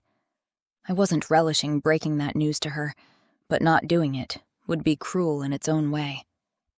Then there was Agaton and the Seme talisman. We had to hand that over too. Walworth greeted us inside, looking slightly flustered at the introduction of Yar. He managed to hide it fast, though, but by then Yar seemed surprised to find me instructing Walworth to find him some rooms of his own. As far as Yar perceived the world, we were the equivalent of engaged to be married. I didn't know how to deal with that without crushing the guy any more than he already was from having to leave his people and then learning the ugly truth about the elders among them. It had been a devastating blow. Nevertheless, one shower and about 4 hours of sleep later, I walked through a fairly quiet house. I could hear the muted metallic clangs of Loki training with one of the numerous weapons in the basements, and the sound of Walworth vacuuming in the kitchen. There was life in the house again, and I loved that. The sun was out now, leaving the city in a sweltering temperature, and I walked out into the garden behind the mansion when I noticed a lone person out there. "You okay there, Yar?" I asked him when I approached. I was wearing jeans, a t-shirt, and a pair of sneakers I'd found ready by the back door. It seemed Walworth was learning to anticipate my behavior. The lawn had recently been mowed, judging by the scattering of short grass that he likely hoped I wouldn't bring inside if barefoot this time. I quickly tied my hair up in a chignon high on my head, enjoying the feel of the warm sunshine on my neck. Yar turned to face me. He was still dressed in the soft linen and leather of his people. "It's like you've brought a piece of the Flatlands into your dwelling," he said, eyes taking in the property with awe. "I didn't. Some ancestor did. Do you like it?" He nodded. "But your hut is large. Hard to take with you." That made me laugh. I couldn't imagine taking down the Morgan mansion and transporting it somewhere else, like with the paneled wooden huts of the Flatland tribes. "It's not meant to move." "So you stay in the same place all your life?" He looked shocked at the notion. "Most people here do, yes." He glanced around some more and then stepped closer. "Things are very much the same too," he said, his voice hushed now. "Your neighbor has been watching from behind those bushes since I came outside." I ground my teeth together. "I know, Yar. Just try to ignore her." If Amaryllia was spying, then I figured she should do so. Then she might see that there was nothing here to be worried about. Loki might not agree, but then he didn't want to establish any normal life here among these people either. I did. This was my home, and it would be better to live here without this kind of scrutiny. Not that I had anything to hide. That was the point. If only people like Amaryllia could see that. "Ridgers don't ignore things like this. If we do, they get worse. We talk it out at once or fight it out. Either way, discords should not fester." That's oddly on point and likely why the Ridgers were so candidly truthful. If they avoided misunderstandings and backstabbing, then that made life in their tribe easier. That's a good point. However, that's not really how things work here. Besides, Amaryllia is an old woman. I can't very well go bashing her over the head. It wouldn't be fair. Yar was about to retort, but a strange noise sounded from the other side of the mansion. "What was that?" "Sounds like something broke," Yar said, alert and looking toward the house. Trained as a hunter from childhood, I trusted his ears more than mine. "Let's see what it is. Maybe Walworth dropped something." I began walking toward the house and the back door. That was quicker than running around the building. Before we could even reach the large deck, the door flew open, and the butler came outside. "They're here again, miss." "What? Who?" "Those miscreants who attacked before you left. They're throwing dirt potions at the house." "What?" I repeated, but with added volume and outrage. I ran toward the back door and passed by Walworth, who wisely jumped to the side so as not to be trampled down. I hurried through what felt like too many rooms before I reached the foyer and my daggers that lay on a side table there. I didn't wear them that much in the house, but that would have to change now. I fastened the belt and the strap around my thigh, noticing that Yar had followed me and now took hold of his club, which was also standing in the foyer, leaning against the wall behind a leafy potted plant. I yanked open the front door without a word, drew my daggers, and stormed out. Thankfully, I'd already been outside a little while, so the sharp sunlight didn't blind me to any degree, which was excellent because of the brownish red and glowing bottled potion headed my way. I jerked to the side, sliced my dagger through it, the thin glass fracturing at once, and then saw the potion fizzling out as it fell to the ground. A foul smell wafted up, and I then noticed it was worse than from the one I'd destroyed outside Layla's house. I turned and saw the same pack of 5 thugs that had come to threaten us before we left for the Flatlands. They'd already thrown a few dirt potions at the house. It stank. It smelled like a cow had eaten a load of rotten eggs and then taken a dump up against the walls of the building. I felt tears stinging my eyes from the vicious odor. I ran toward the thugs who were wearing face masks, hastily made from cloth. How much it helped, I had no idea, but they seemed able to continue hurling the nasty witchcraft at my home. They'd learned to bring magic since last time and waited until I was back before doing anything about it. How else to send a message? I ran for the nearest thug. He was busy aiming at the house, but the sight of me had him swing and face me fully. I dropped to the ground as he threw the bottled potion in his hand. He hurled it too late, over me. I couldn't see it, but the sudden intensifying explosion of more foul odors hit me hard. I kicked out against the guy's leg and twisted away, happy to hear him cry out in pain. I got to my feet and saw Yar out of the corner of my eye. He ran for the next thug, club swinging. I ducked a blow aimed at my head from my opponent. I popped up again, next to his shoulder, glided behind him, and struck the back of his head, using the pommel of my dagger to spare my fist. The man grunted and stumbled forward, and I kicked him in the back for good measure. The moment I turned toward the others, I saw Yar pummel a thug to the ground with a single swing of his club. Getting accidentally engaged at least had one upside. I sprinted for the next thug, but they'd caught on to us now. More of the potions were thrown our way, and Yar and I had enough with staving the stinky menaces off. My daggers did the trick, nullifying the magic before it hit me or anything else. Yar used his club but had to step back fast every time he struck and smashed one of them to avoid getting any of the putrid stuff on him. "More on the house!" one of them shouted. I recognized him as the leader from last time. The two left standing, backed up, and threw their potions toward the house and everywhere else in the garden out front. I couldn't think about the damage. All I could do was try to stop them, but the potions came flying. They all had each their bag full of them. It had to have taken some serious cash to achieve that. I briefly considered running inside to fetch the stunners and sleepers I'd left with Walworth. He'd told me he hadn't used them, but it would take too long. I needed to stop these assholes now. Another potion met its end at the blade of my dagger. The tiny shards of glass flying around, a greater menace than the dead magic inside.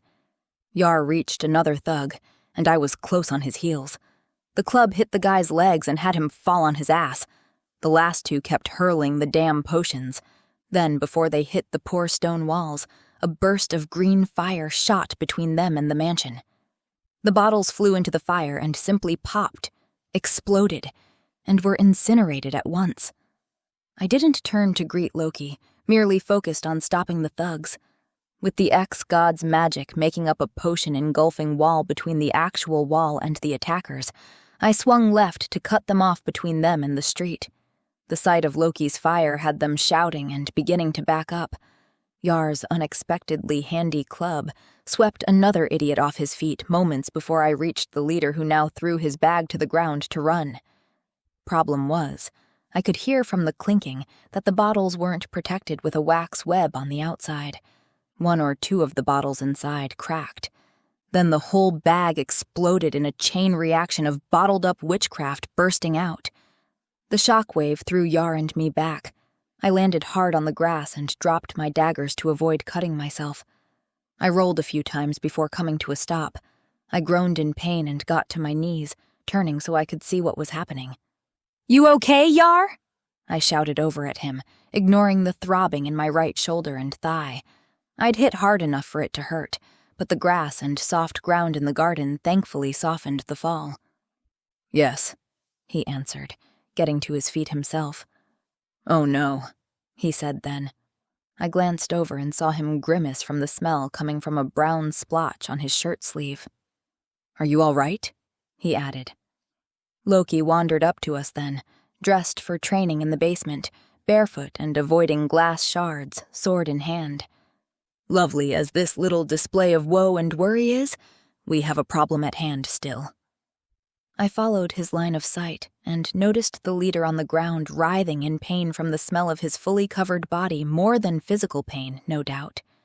The bag had dropped at his feet, and now everything around him and all of him was a nasty reddish brown. The stink was everywhere. I couldn't distinguish him from the wall of the mansion or a third of the front garden. It was all glistening with the dirt magic, the smell nauseating. Still, Loki was right. I walked over to the man, picking up my daggers in the process. I noticed the other thugs were getting up and slinking toward the street, making a run for it when none of us followed. I didn't care about them. "Help me!" their left-behind leader begged. Not so tough anymore. "It smells so foul." "Help yourself," I snapped back. "Do you honestly think we're done with you?" I stepped closer, even though my stomach churned. I had to breathe through my mouth and could still smell the magical crap. "Now, I will not call the constabulary this time," I told him. What was the point? My uncle would not lift a finger regarding these idiots. He'd already let them out once. "But I want to know who paid for this. Who sent you?" "Go piss on a thorn bush, girl," the guy spat back. I smiled then because he was so pathetic. More of a nuisance than a threat. "You can choose," I told him with a level voice as I raised my daggers. "Either I cut your face or he melts it off." I nodded sideways at Loki, who smiled and snapped his fingers, a theatrical little burst of flame sprouting into the air. The man's eyes were the only other color than the reddish-brown, and the white of them was on full display now. All of them." He waved a hand in a brief and rushed gesture, indicating the entire area. "And who funded the endeavor?" Loki prodded. "Probably everyone, but it was she who called us, paid us, and gave us the potions," the leader said and pointed at Amaryllia's mansion. I was already breathing hard with a speedy pulse from stopping the attack, but at this information, which wasn't all that surprising, I was fuming. I could feel the heat spreading through me, and blushing had nothing to do with it. This was my home, the place I felt the safest, where I'd invited Loki and Yar to stay, where poor Walworth had always felt safe. This was not how it should be. I was staring daggers at the finely sculpted bushes and hedges over there, and caught a glimpse of a gray-haired head moving away from the plants. She had been watching, as always. The sound of retreating footsteps brought me back, and I noticed the leader was legging it through the front garden and jumping the fence out to the street. There, he stopped a moment and gagged. His own smell was inescapable until he could wash it off. It was inescapable here, too. I glanced around at the stinking carnage. Huge splotches of the stuff covered the front of the mansion, and much had landed in the garden, discoloring the flowers, plants, and grass. It had a slimy sheen to it, and it would be a hell of a job to clean off everything. "It might not be fair to bash her over the head, as you said," Yar said when he came over to Loki and me. His gaze was on Amaryllia's house. He must have heard what the leader had admitted.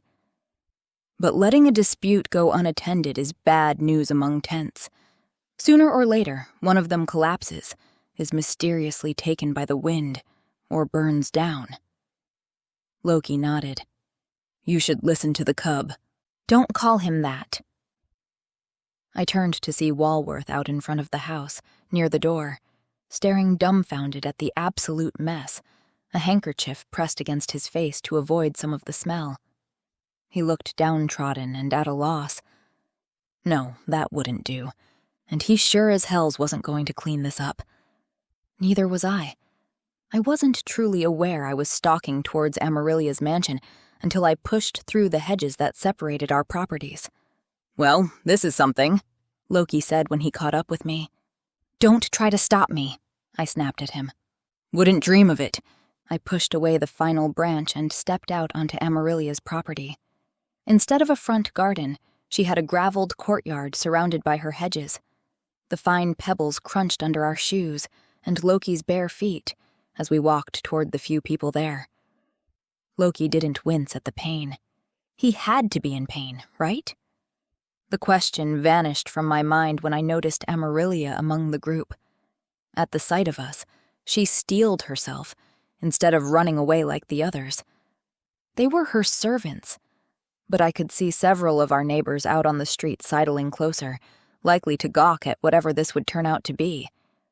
Let them glare and listen, I thought, and bore down on the mean-spirited lady in the flowery dress. "Amaryllia!" I shouted at 3 meters between us and then stopped. I'd never be so mean as to shove a dog's snout into his own mess, but I'm of a mind to drag you over there and shove your wrinkly face into the mess you made. I could hear the closest neighbors gasping at this and kept my voice loud enough for anyone to hear.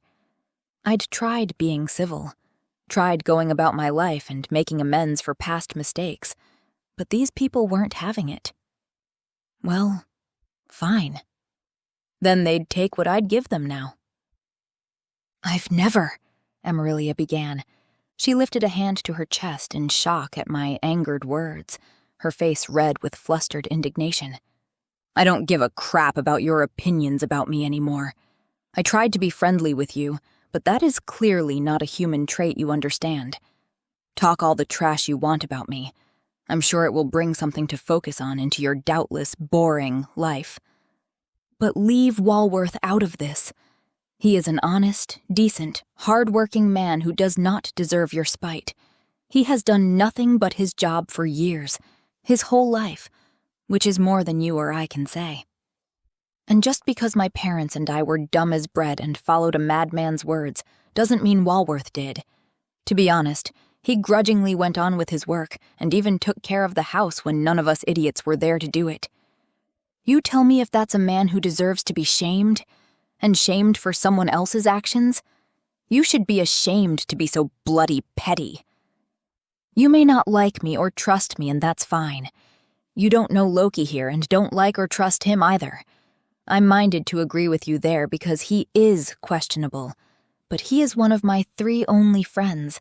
Oh, don't deny it, you turd," I added to Loki, who winced at this.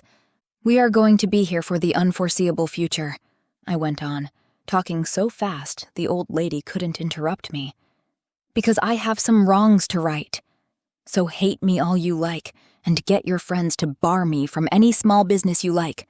I don't care. But don't be such a pitiful and petty old woman as to take your pathetic and spiteful punches out on a man who's better than the both of us put together and then some. Show me you can act like a damn human being and give him some respect." I stopped then and took a deep breath. Emery was too shocked to bite back at once, so I figured I'd go for the whole shebang then. "And unless you hire someone to come and clean up the crap you left in my yard, you filthy mongrel, I am going to personally see to it that your lovely home here suffers tenfold." I glanced around, noting the complete silence among the shocked neighbors and the servants who were peeking out from behind the front door. Their eyes were wide, not only in shock but in awe. No one had probably ever talked to their mistress like that. Good. Then the word would spread among all the neighbors, not just the homeowners.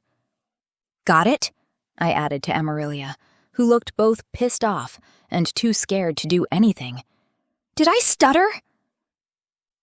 "No," she finally whispered. Loki took hold of my elbow then and nudged me to walk away. I was a little too shocked by my own words to the old woman to do anything but come along. I walked after him and Yar back through the bushes and onto my property. What had I done? I'd sunk to Loki's level, and it had felt so good. "Well, look at that," the ex-god said. "She's smiling. Feel better?" "Yeah, I almost gagged when the foul smell of the dirt bombs assaulted my senses. Loki laughed and put an arm around my shoulders. "And you thought you were bad at small talk. We'll make a people person out of you yet, Chastity." "Don't call me that." Chapter 17. "He's glaring again," I said, and stretched my legs out, crossing them at the ankles.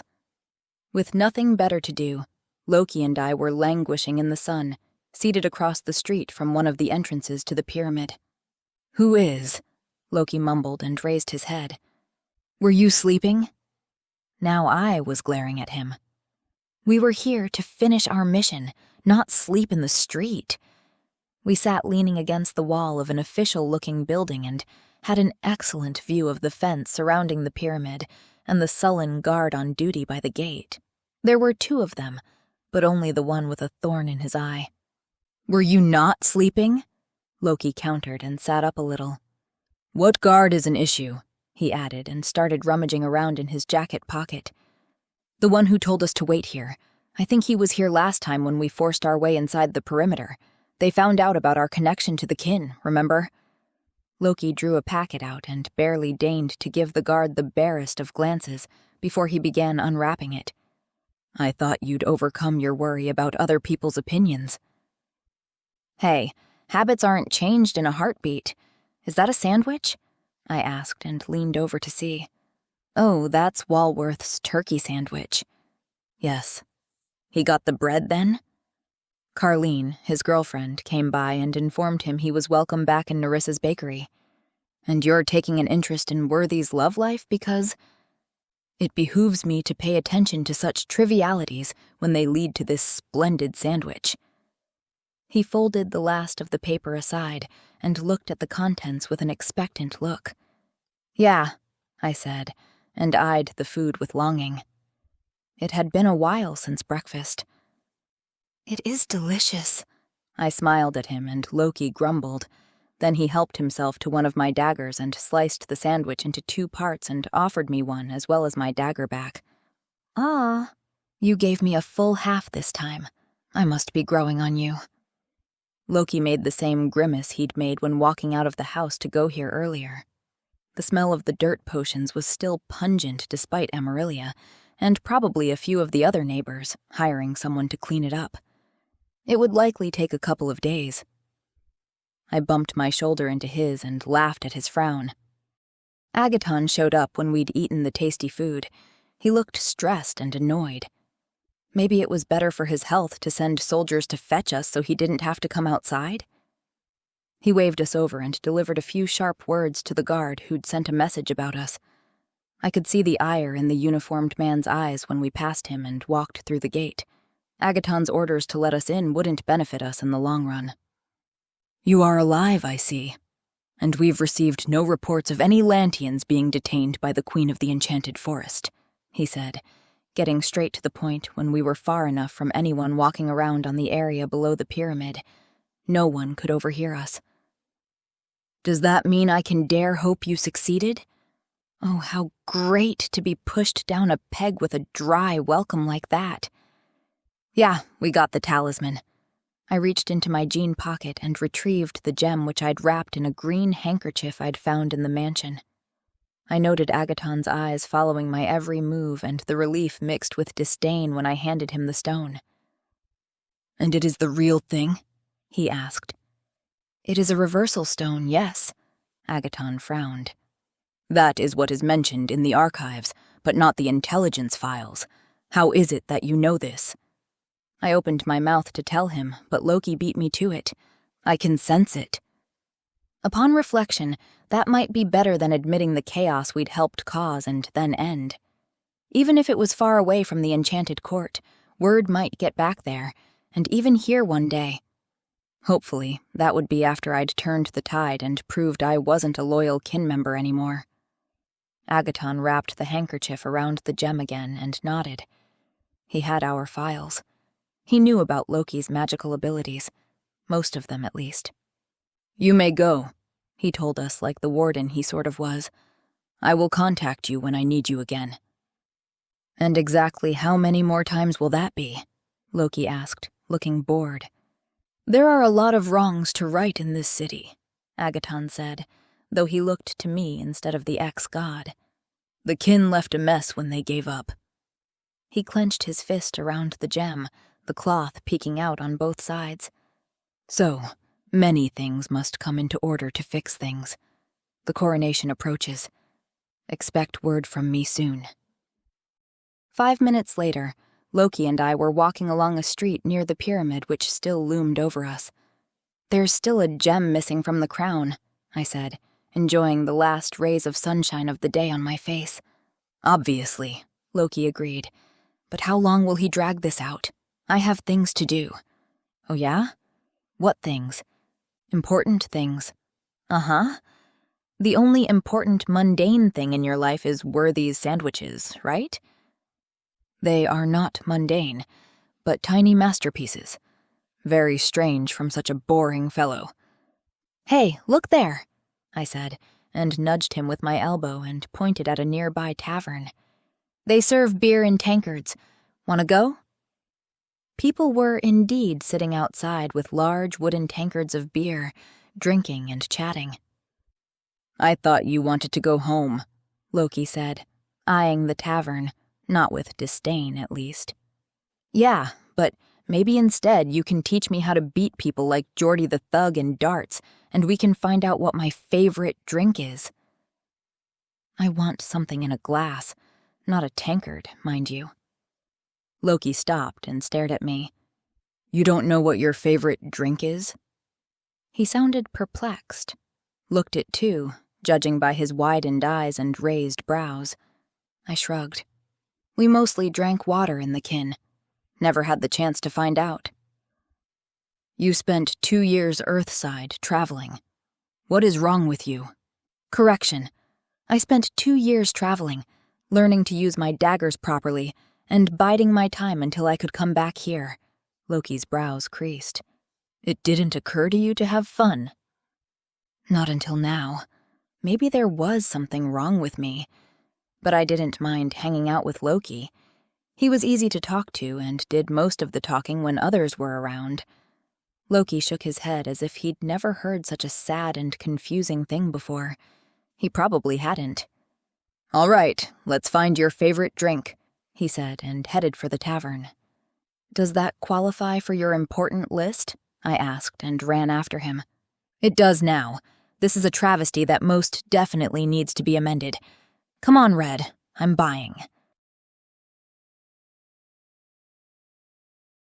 This has been Curses in the Light, Book 2 in the Atlantis Outcasts series. Written by G.K. Lund. Copyright 2021 by G.K. Lund.